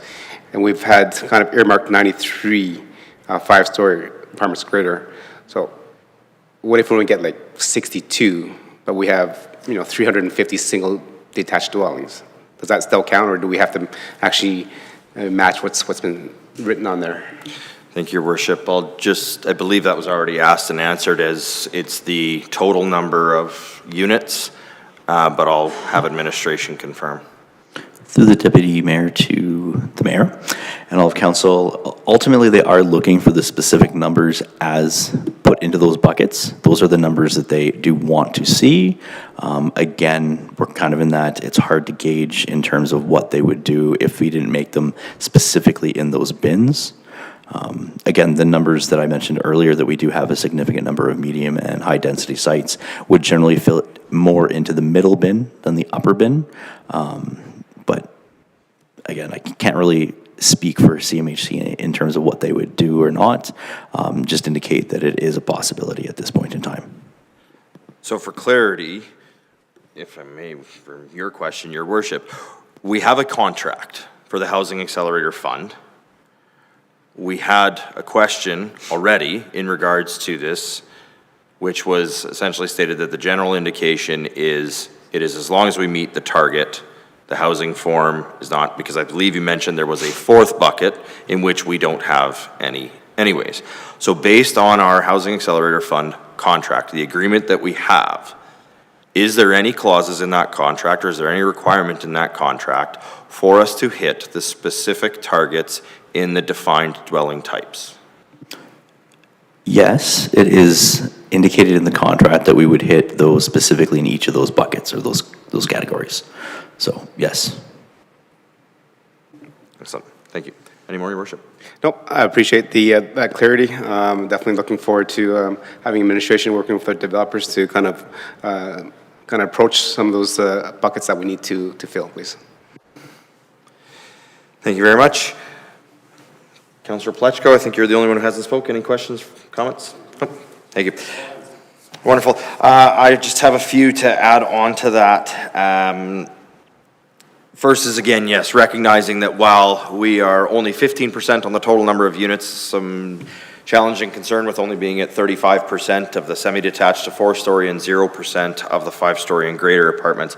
Obviously, hearing administration's answer to that last question, that is what our contract states, that would put us in a position where obviously we would need to consider what that ramification might be. So the first question I have of administration, I'll actually ask both, it's the same, is first and foremost, at what point in the process do units count towards this? Is it at the actual occupancy, or is it at the issuance of a building permit? And then the secondary to that, is administration aware of any current projects that are in application process for building permits or even development permits, in which are anticipated to turn into building permits within the year time frame by the expiry of this agreement?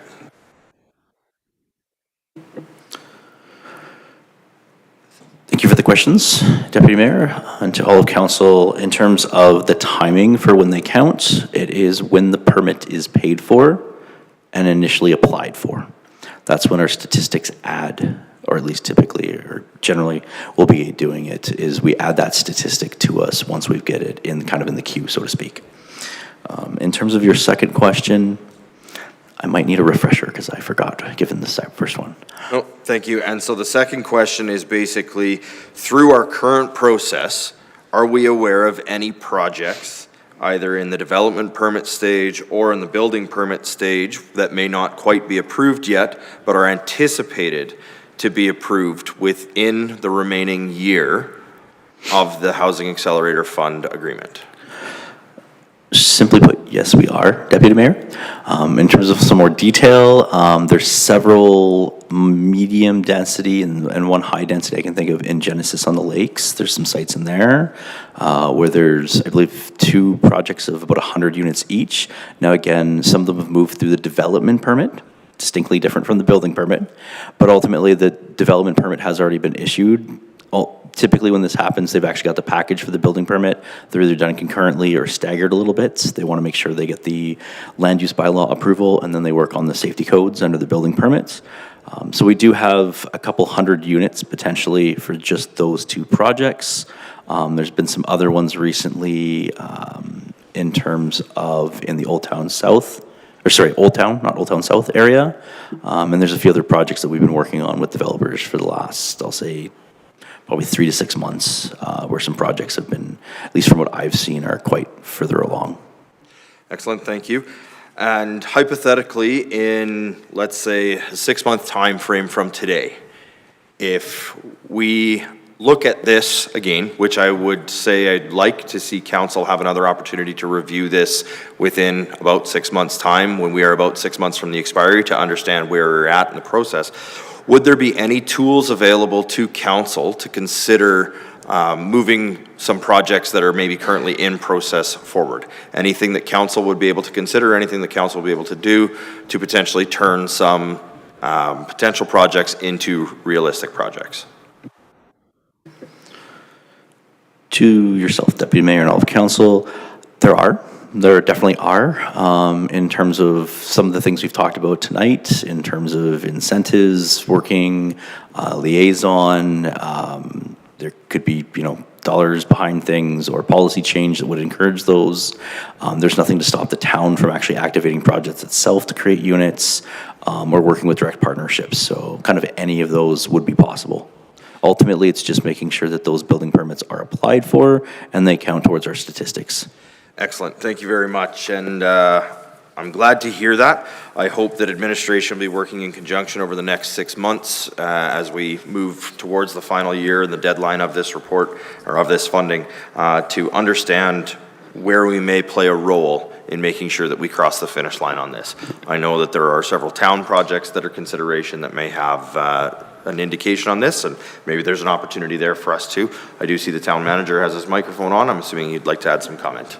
Thank you, Deputy Mayor. I do want to add a bit of, again, a little more context and consideration to the question of risk. I think there's probably 3 different questions that we're really just driving at. What risk is the town in, if any? Is it being mitigated? Is it being thought about?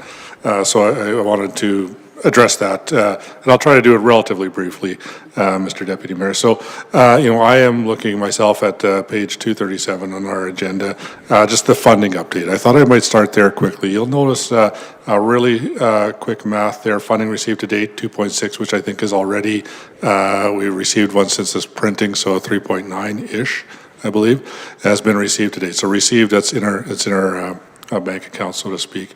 The next two next two paragraphs there, 1.3 spent and another 1 million to be spent. Various things. So again, that adds up to, give or take, the 2.3. The remainder below there is the 3 million, which, is there a risk there? There's a risk that that final payment doesn't come in if we don't hit targets. And there would be a risk that the federal government, or the CMHC, sorry, just to be clear, CMHC, could seek to have some of that funding returned. So a couple comments I'll put to that. There's a reason, I'll say, that our operating requests, funding, is in line with the money we've already received to date. And we will continue to, other than the software program that the team is working on there, those costs are starting to tail off, to go down, which leaves the capital funding aside, or what we would consider capital funding to go into some of the development projects. It's early April. I think the managers indicated, we do have some development permits in, looking at some of these higher density, medium density, I guess, in certain ways, but.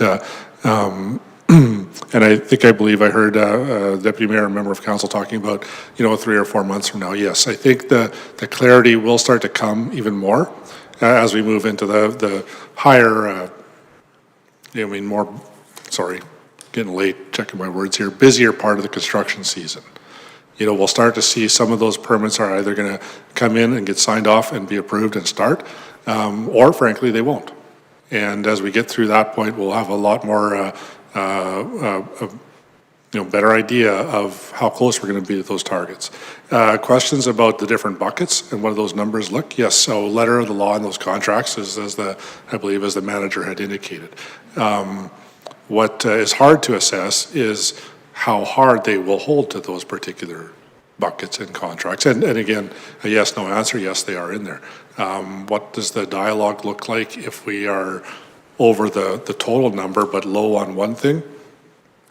Can't tell you that exactly. I do like to believe that there will be some dialogue that we could have, but again, can't be super specific on that.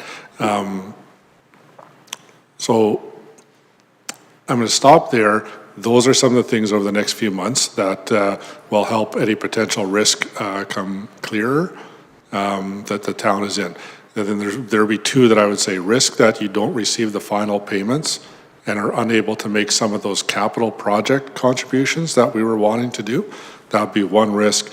And there would be another risk of, do they actually show up and ask for some of that funding to go back to them? As our operating costs sort of trail down, the second risk actually is relatively low, as long as we don't commit to those capital fundings in a way that we can't get out of. Mitigating that risk, we've already had the dialogue internally that any agreements that we would sign with the development community to provide funding through half to the projects of whichever ones, I think there's a few different identified, would come with some wording in our contract that would say, subject to the receipt of these monies from the federal government. So, we would mitigate that to a degree that way. So, thank you for the opportunity to speak to that a little bit. I guess my main point was that, the risks identified that the council is asking about are definitely part of the dialogues that we're having. Excellent. Thank you very much for the context on that, and I appreciate the comments in respect to the dialogues that would need to occur in regards to the funding should we not meet the targets. My only maybe recommendation or comment on that would be that when we've submitted our second year report, the numbers are there, the numbers are published, the numbers are public. It might be in our best interest to start having that dialogue with the relevant agencies now in understanding how does this look for the town of Stony Plain moving forward. So 6 months from now, we might have a better idea as to what that risk profile looks like if, say, maybe we do hit the targets on the detached and the semi-detached 4-story, but maybe we do still finish at 0% on the 5-story and greater. And an understanding from the CMHC or whomever on, okay, if we didn't hit the 93 5-story or greater, but we still hit our 572 and it just didn't have an extra story on the building, that we're good to go. Or maybe we will find out that it is actually a very high risk and that, based on the program and the way that federal funding is currently going and CMHC priorities, maybe they're looking at these, because if I remember right, we were approved in the first wave. And so we will be some of the first that are coming up with supposed to be achieving the results. And it may be an opportunity for them to consider what alternatives they might have. And I don't want to be on the wrong side of those alternatives. So I think it would be a good opportunity. Obviously, you have council for advocates as well. And so any amount of advocacy that we can do when we are potentially meeting, for instance, at the FCM conference here in Edmonton and at the beginning of June, there might be opportunities for us to start that dialogue now as well to shield ourselves from any of that potential risk. So appreciate all of the comments and all of the questions that were brought forward with this evening. It's been a lot of housing this evening, but I think it's good conversations and it's a lot of good things for our community in the way of moving forward. With that, I will ask Councillor Niebergall for the motion. Thank you, Deputy Mayor. I move that the 2026 Housing Accelerator Fund progress update be accepted for information. Thank you very much. Any other questions, comments, concerns, debate on the motion? Perfect. Seeing none, call it to question. All those in favor? Perfect. It is getting long. Wonderful. That is carried unanimous. Our last business item on the agenda is number 6.3, the RCMP quarterly update. We did have the inspector in this evening, gave a very thorough presentation with, I believe it was a sergeant that was in with him. And so we had a great conversation at that point in time. I'll just look to administration quickly. Is there anything to add to the RCMP quarterly report? Mr. Deputy Mayor, no, there's not. If council does have questions that may have arisen since the presentation, certainly can try and field them. If not, we can get an email back to council with some answers. Excellent. Look across the table. Mayor Choi? Thank you, Deputy Mayor. Just want to acknowledge the two members of the Policing Commission that was here to listen to the questions that was asked by members of council and see the presentation as well. And definitely for yourself and Councillor Meyer for sitting on the commission. I think there's a lot of more input and work that needs to go into that commission to get to where we need to go. But hearing the presentation and that the rural component of RCMP will be increasing the numbers, which then I think it bodes well for us in terms of we've all seen the Parkland detachment area. It is quite large, and having more feet on the ground will be beneficial to us as a town of Stony Plain. So, thank you. Excellent. Thank you very much, Your Worship. And yes, believe there's a number of members who are being added to the provincial complement that with an integrated detachment certainly will be a benefit to all those in which it serves. Just a very quick question to administration. The inspector did refer to their policing priorities plan. I'm not sure if he called it their community safety plan. The primary task for the policing committee is to develop a community safety plan. As I mentioned, the inspector referred to the policing priorities that they were setting, the annual policing priorities currently. Can you just provide a little bit of context for council and the public as to the difference between those and when we anticipate that the community safety plan will be developed? Mr. Deputy Mayor, and to yourself and the rest of council. So the RCMP will still have to do their own business plan, so to speak, that K Division requires. So yes, we do have through the policing committee the requirement of community safety plan that has to be or could be submitted to the minister. The minister does request that. At this point, we're not sure if that reporting has to go in on an annual basis or just on a as required and requested. Committee will be meeting for the second time tomorrow, formally. So certainly we're working through that community safety plan. We're looking at other plans that exist out in Alberta, and there's not a template that we've been provided from the provincial government, so we're developing that community safety plan ourselves. That plan is to be informed by community engagement, and the group has had some conversation about the various engagement opportunities that do exist in our community in order to gather that information and inform the plan. So I believe we're in the infant stages.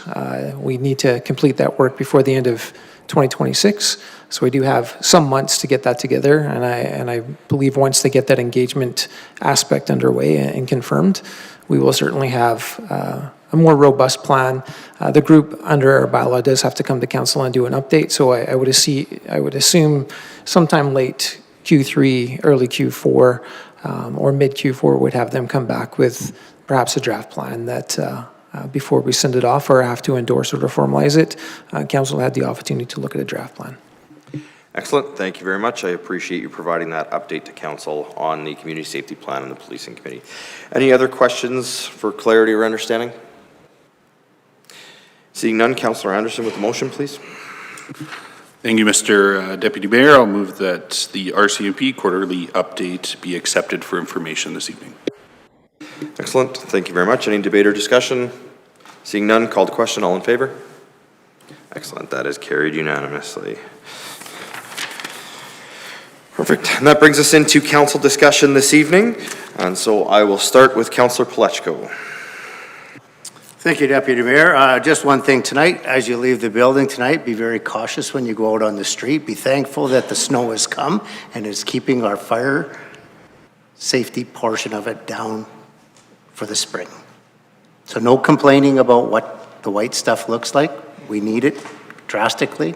Just be thankful and be very cautious. It's going to be slippery. Thank you very much, Mayor Choi. Thank you, Mr. Deputy Mayor, and definitely thank you for chairing the meeting. Hopefully all members of council kind of enjoying the opportunity to chair the Governance and Priorities Committee meetings. I think that was a good move for us in terms of a council going forward. Just have one thing is just to say thank you to your Stony Dollar Mart for participating in our Easter egg hunt. I think they gave us quite a few donations and stuff, and our staff went out. And from the feedback that I heard from residents that went out with their kids, they had a great time. And definitely that could not happen without the partnerships that we have in our community. So on behalf of council, thank you to the Stony Plain, your Stony Dollar Mart. So, thank you. Thank you, Mayor Choi. Councillor Meyer. Yes, thank you, Deputy Mayor. I believe last time I mentioned that there was a Water Commission meeting that I was going to attend, so just very quickly, an update from the Capital Region Water Services Commission. At the last meeting, we received the 2025 audited financial statements, which came back with clean, no significant concerns from the auditors. The commission remains in a strong and stable financial position. On the infrastructure side, the Phase 3 twinning project between Spruce Grove and Stony Plain is now in the commissioning stage, with the new fill station expected to be operational shortly. That's an important milestone. Anyhow, and I'm trying to convince the commission that we should have a big grand opening for that, but they say nobody cares. Anyhow, the next step will be the Water Master Plan. An RFP is expected later this spring. That work will help guide future expansion and growth as growth continues across all 3 municipalities. That's everything from the Water Commission. I also forgot to wish everyone a happy Easter last week or the week before that, so happy belated Easter. And if you're Orthodox, I think that's coming up this week. Thank you, Councillor Meyer. Councillor Loynes.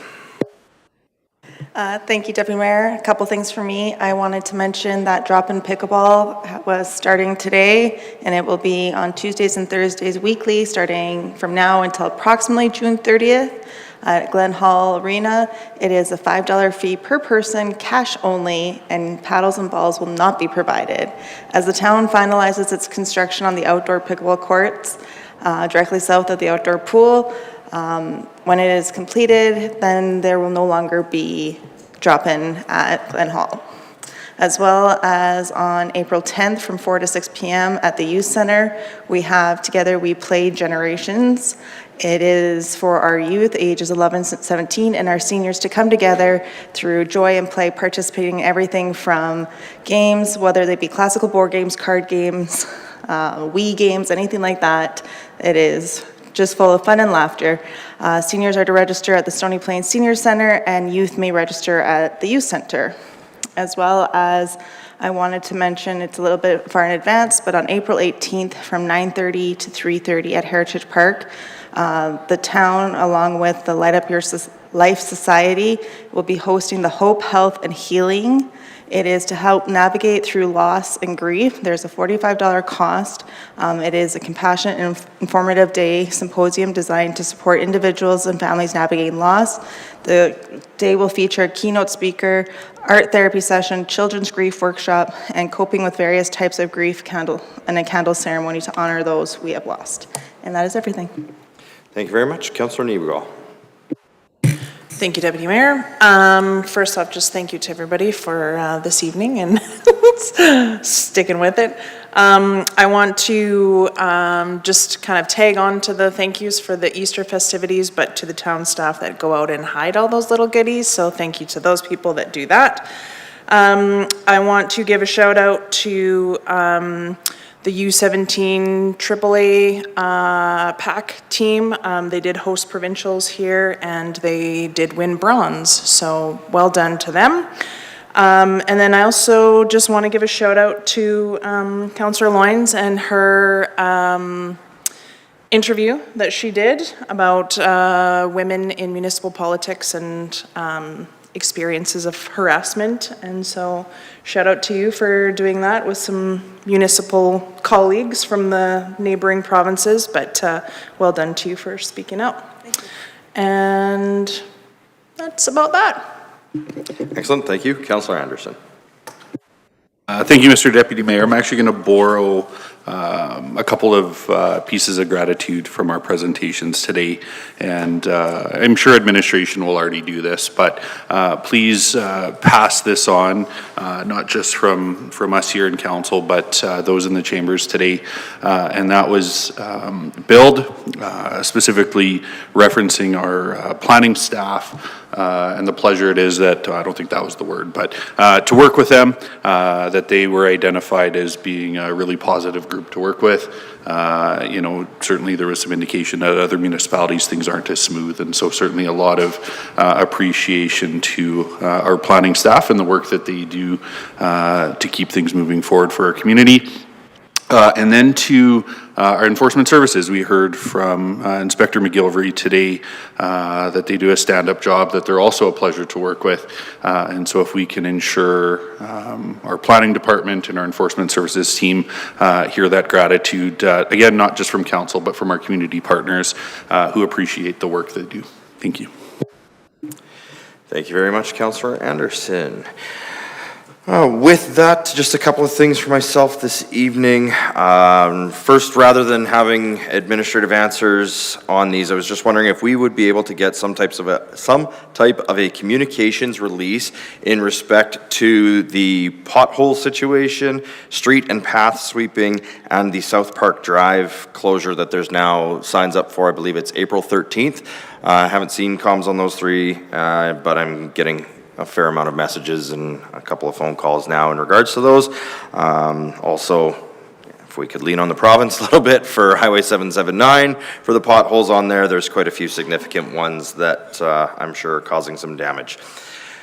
I do have a question now that we've seen the closure of Boundary Road North. The signage is blocking the access to the trail, but it's not clear as to whether the trail that runs north-south adjacent to Boundary Road is remaining open during the closure of the road surface itself or not. And if it is remaining open, I'm wondering if we can make sure that the crew gets out there and leaves the crosswalk accessible to the other side of the road. So Deputy Mayor, thank you for the question. That's something I'll have to reach out to my counterpart and just get some clarity on that question. Excellent, thank you. There was nothing in the communication saying that the trail would be unavailable, so just clarity, if it is available, if we can make sure that the signage for safety purposes does not block the access to the trail, that would be great. And then the last question I received today, and noticed it myself, the town utility bills have not come out as of yet for this past month. I'm just wondering, I know we had a bit of a system change, just wondering if there's been a delay there and when residents can expect to receive that. Thank you very much for the question, Deputy Mayor. Yes, there is a slight delay, but they will be out this week. Wonderful, great to hear that. And no, Councillor Anderson, we must be responsible and pay our own bills as well. If you remember last week, I talked about a leak, and so I'm expecting a very large several $100 bill, so you can hold on to that one. Wonderful. With that, again, a huge thank you to all of our presenters this evening, a huge thank you to our administration, and especially a huge thank you to all council colleagues. Very long G&P, but I think a very beneficial one that had a significant impact to those who presented and to our community, and gave us some fantastic information as we continue to build forward. With that, I will call us adjourned.